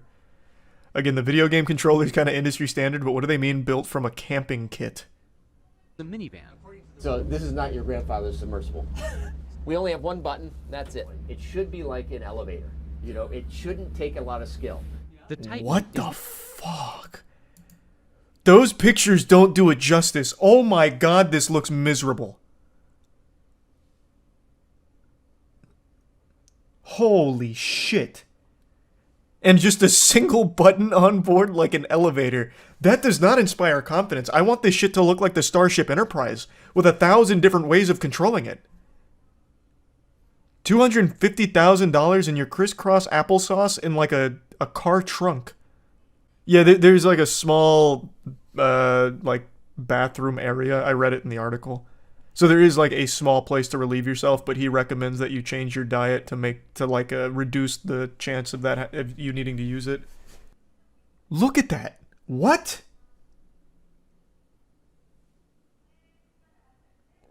What? How? I can't believe anyone would go on this. $250,000, I show up and I see this, I'm just leaving. And I'm asking for my money back ASAP. Holy shit. Actual just tape and Sharpie here. These off-the-shelf components. I got these from Camper World. We run my the God. whole thing with this game controller. Oh, he's even got nipples on it. What does this even really help with? Why would you even bother putting the nipples on it? As we'll show you a little later on Sunday morning. Where things have to be. I feel like that window at that depth is just an absolute recipe for disaster. Archaeologist Rob Mather Again, I'm not an expert. Let me see it here at the bottom. Look at that, though, how it just kind of emerges out. That thing is like fucking pathetic to look at. I'll just say it. Like, oh my god. Actually, tape and Sharpie, Camping World supplies. Oh my god. The porthole window is rated for 1,300 meters, and they dove to 4,000 meters. Well, you know. Simple miscalculation. Okay. Sunday night, it lost contact with a support ship. About an hour and 45 after submerging. Jesus, so like almost instantly. Because it's like an 8-hour journey. So that happening at an hour 45 is pretty much right off rip. It went tits up immediately. Jim Bellingham, a Johns Hopkins University expert on deep sea operations, told USA Today there's 3 possible locations for the submersible. One possibility is that it could be floating on the ocean's surface after an electrical failure or some other mishap. Another is that it's drifting in the water column anywhere between the surface and the bottom because it became buoyantly neutral. Or it could be on the sea floor, perhaps tangled with something that won't let it float to the top. The first one is by far the best position, Bellingham said, because even though it would be difficult to spot the 21-foot-long Titan amidst the waves, the Coast Guard is just awesome at this. They have amazing capability to see something pretty small in the ocean. Yeah, I think he's probably right on the money. The best case scenario is that they are floating somewhere out in the surface. Anything else is a little rough. God, that's so fucking terrifying, because if it is actually on the seabed, like, how are they supposed to save it? Like, how are you supposed to rescue them? Like, let's say, so the update from CNN 9 minutes ago was that they heard banging, which I think sounds like good news. It leads me to believe that they might still be alive. So they were hearing, like, banging on the equipment. How are you supposed to save them if they're on the seafloor? 13, like, are you supposed to send another Titan vessel down there? Like, you're gonna, like, put one together with more Camping World equipment? Like, how are you supposed to save them? So even if you do locate them, you can do nothing to really help. A magnet like Breaking Bad. Oh my god, sign this man up to NASA. What if you get a huge magnet and you just start putting it over the ocean and see if it starts bringing him to the top? This man's thinking with galaxy brain. Project Azorian was a U.S. Central Intelligence Agency project to recover a Soviet submarine, a K-129, from the Pacific Ocean floor, using a purpose-built Hughes Glomar Explorer. This just sounds fucking awesome. What? The ship recovered a portion of the K-129, but a mechanical failure in the grapple caused 2/3 of the recovered section to break off during recovery. So it basically worked up until it didn't. Very interesting. So this was fundamentally like a giant crane that would be precisely lowered and lifting it up. So, realistically, if we still had the Hughes Glomar Explorer here with this equipment, they could just call that bitch up right now and actually stand a chance if they could locate them. James Cameron about to come out of retirement to rescue him. I mean, legitimately, do they have that? James Cameron has, what, the second deepest manned mission in the sea, I think? Yep. Pretty scary situation. Here's hoping they somehow get saved. That would be a fucking miracle. I'm on my hands and knees. I'm begging you, please stop making me do this. I can't handle much more. I'm running out of juice. It's like that meme when you nut but she keeps sucking, and it's that clip of Frieza like screaming out in agony as he's getting drained. That's how I feel when it comes to every unhinged decision that Elon Musk makes with Twitter. I can't help it though. I need goofiness like a fish needs water. And there is nothing goofier than everything that keeps happening on Twitter. I've made like 7 videos about it, and I don't even want to, but I can't stop myself. Where there is wackiness, I will be there. When silliness is afoot, I will be there. Which means I have to be here making fun of Twitter again. God damn it, heavens to Betsy, I can't even call it Twitter because its name is now X, the platform formerly known as Twitter. Even its name is the pure essence of lunacy, because he changed it to just the letter X. because Elon Musk's brain is an incomprehensible enigma of cringe. A month can't go by without some other embarrassing fuck-up from Elon Musk with the handling of this platform. So go ahead and reset your days since last workplace-related cringe accident, because we're starting again. It has only been a couple of weeks since the last the last nugget of dog shit ideas from Elon reared its disgusting head, where he made the tagline for X on the App Store, "Blaze your glory." Brother, my glory is still blazing. I want it to stop. I am so tired of making fun of this platform and Elon, but I can't stop myself because he just keeps doing dumber and dumber shit. Today, this homunculus goober must have taken some ayahuasca and hatched an unfathomably ridiculous idea, stating that the block feature is soon going to be deleted except for DMs, and then even had the gall to reply to that, saying it makes no sense. It doesn't make any sense. He's absolutely right. That makes no fucking sense at all to remove the block feature. So obviously, this set everyone's glory ablaze. Now, I think what he was trying to say is that the block feature itself doesn't make any sense, which is why they're removing it, which is just delusional. And it's also not surprising because Elon Musk is the epitome of delusional. He is, if that word came to life, he is the very incarnation of delusion made flesh. He is a clown that never stops dancing and honking his nose, making me giggle and spit up, forcing me to point and laugh at him while shooting spitballs and throwing tomatoes. Like, I don't want to keep talking about every bafflingly awful decision that he keeps making. You know what I do want to talk about, though, real quick before getting back to this topic? We just made a huge change to my first ever live event coming up on September 8th. So, when it launched, there was only one ticket option available, which was for September 8th, 9th, and 10th, and you couldn't go individual days. That was because we were instructed that that'd probably be the optimal way of doing it, because they've never done individual days at that venue. But after talking with them, we were able to get individual tickets available, so if you want to just go on Saturday or just want to go on Sunday, it'll be $25 for a day ticket, and it'll be like about 5 or 6 hours per day that will be there. And it's going to be just a big party, meet and greet, and it's going to be basically having a big fucking hootenanny for our Moist Esports Apex team as we win the World Championship September 8th, 9th, and 10th. So if you're interested, it's our first live event. Really excited. You can get tickets at strazcenter.org. I'll put a link to it in the description. Now, I'm sure I don't need to explain why it's a bad idea to remove the block feature, but I'm going to go ahead and indulge here because I've seen a lot of people defending this, saying, you know, we don't even need the block feature. Elon's right. It is redundant. It's useless. I'll start by explaining that there are differences between muting and blocking. The biggest one is a muted user can still follow you, see you, even quote retweet you. They can still interact with you. A blocked user cannot. A blocked user can do none of those things. It basically just cuts them off, slams the door in their face. And I've seen a lot of people saying that taking away the block feature is actually a great move for free speech because Elon Musk is a free speech absolutist. And I have to say, you are really deep in the brainwashing protocol here. You are lost in the mainframe. At its core, this is taking away a choice you as an individual get to make for yourself. It's taking away one of your freedoms to choose who or what you want or don't want to interact with. I don't see why anyone would consider this a W. Why would you celebrate having less freedoms? It doesn't make sense to me. It blows my mind. I understand a lot of people don't like to think for themselves. Having individuality is scary. It's easier to just exist in a hive mind or an echo chamber. But it's still just ridiculous to me that anyone would think that it's good, that something is getting taken away that's become such a very basic thing.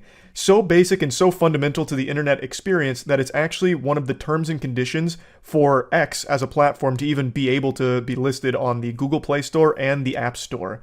Both of these require a user's ability to block things and users they don't want to see.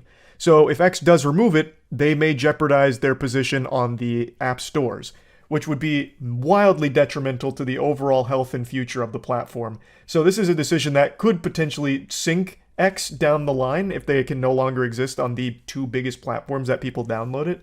So it's something that I feel most people should recognize isn't good.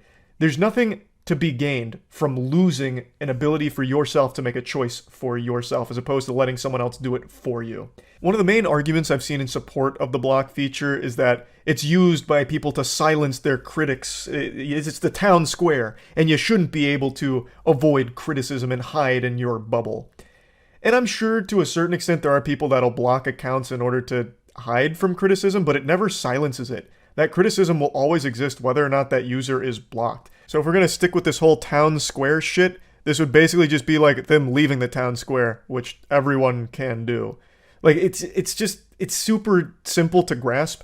Blocking an account doesn't just silence criticism or anything like that. And most people, I imagine, are using the block feature on bots or OnlyFans link spammers or like stalkers or weirdos, dangerous psychopaths on the platform. Like, I imagine the block feature is mainly used against like those kind of accounts, especially in the modern landscape of X where it is so much spam and so many bots.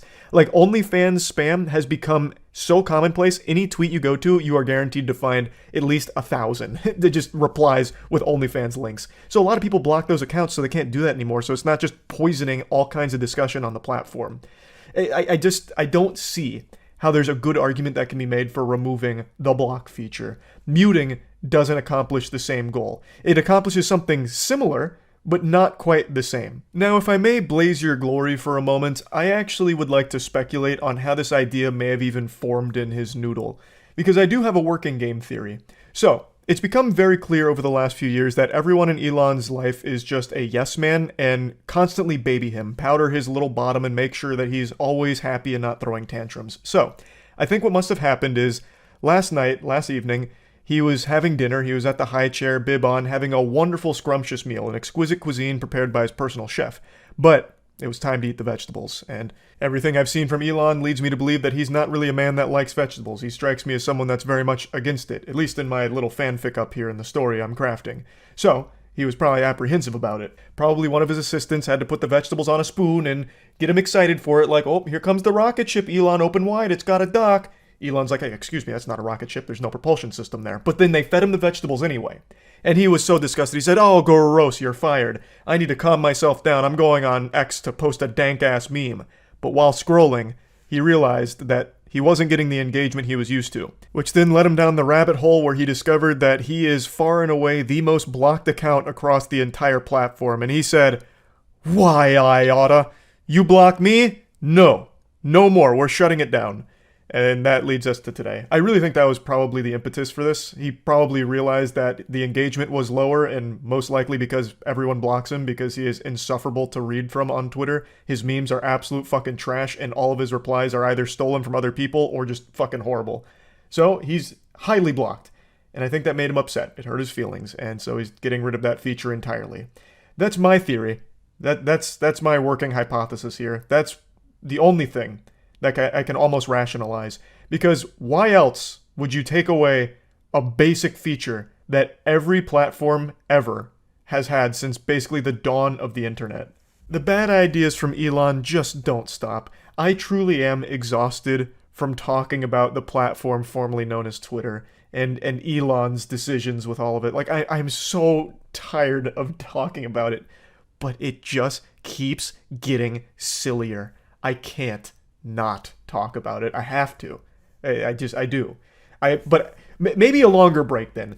Go 2 or 3 months without making another disastrously, incomprehensibly terrible decision for the platform, so that way I can feel rejuvenated when I come back to laugh at you. Just give us a break. Just give us like a bit of a respite between this awful decision and whatever the next one's going to be.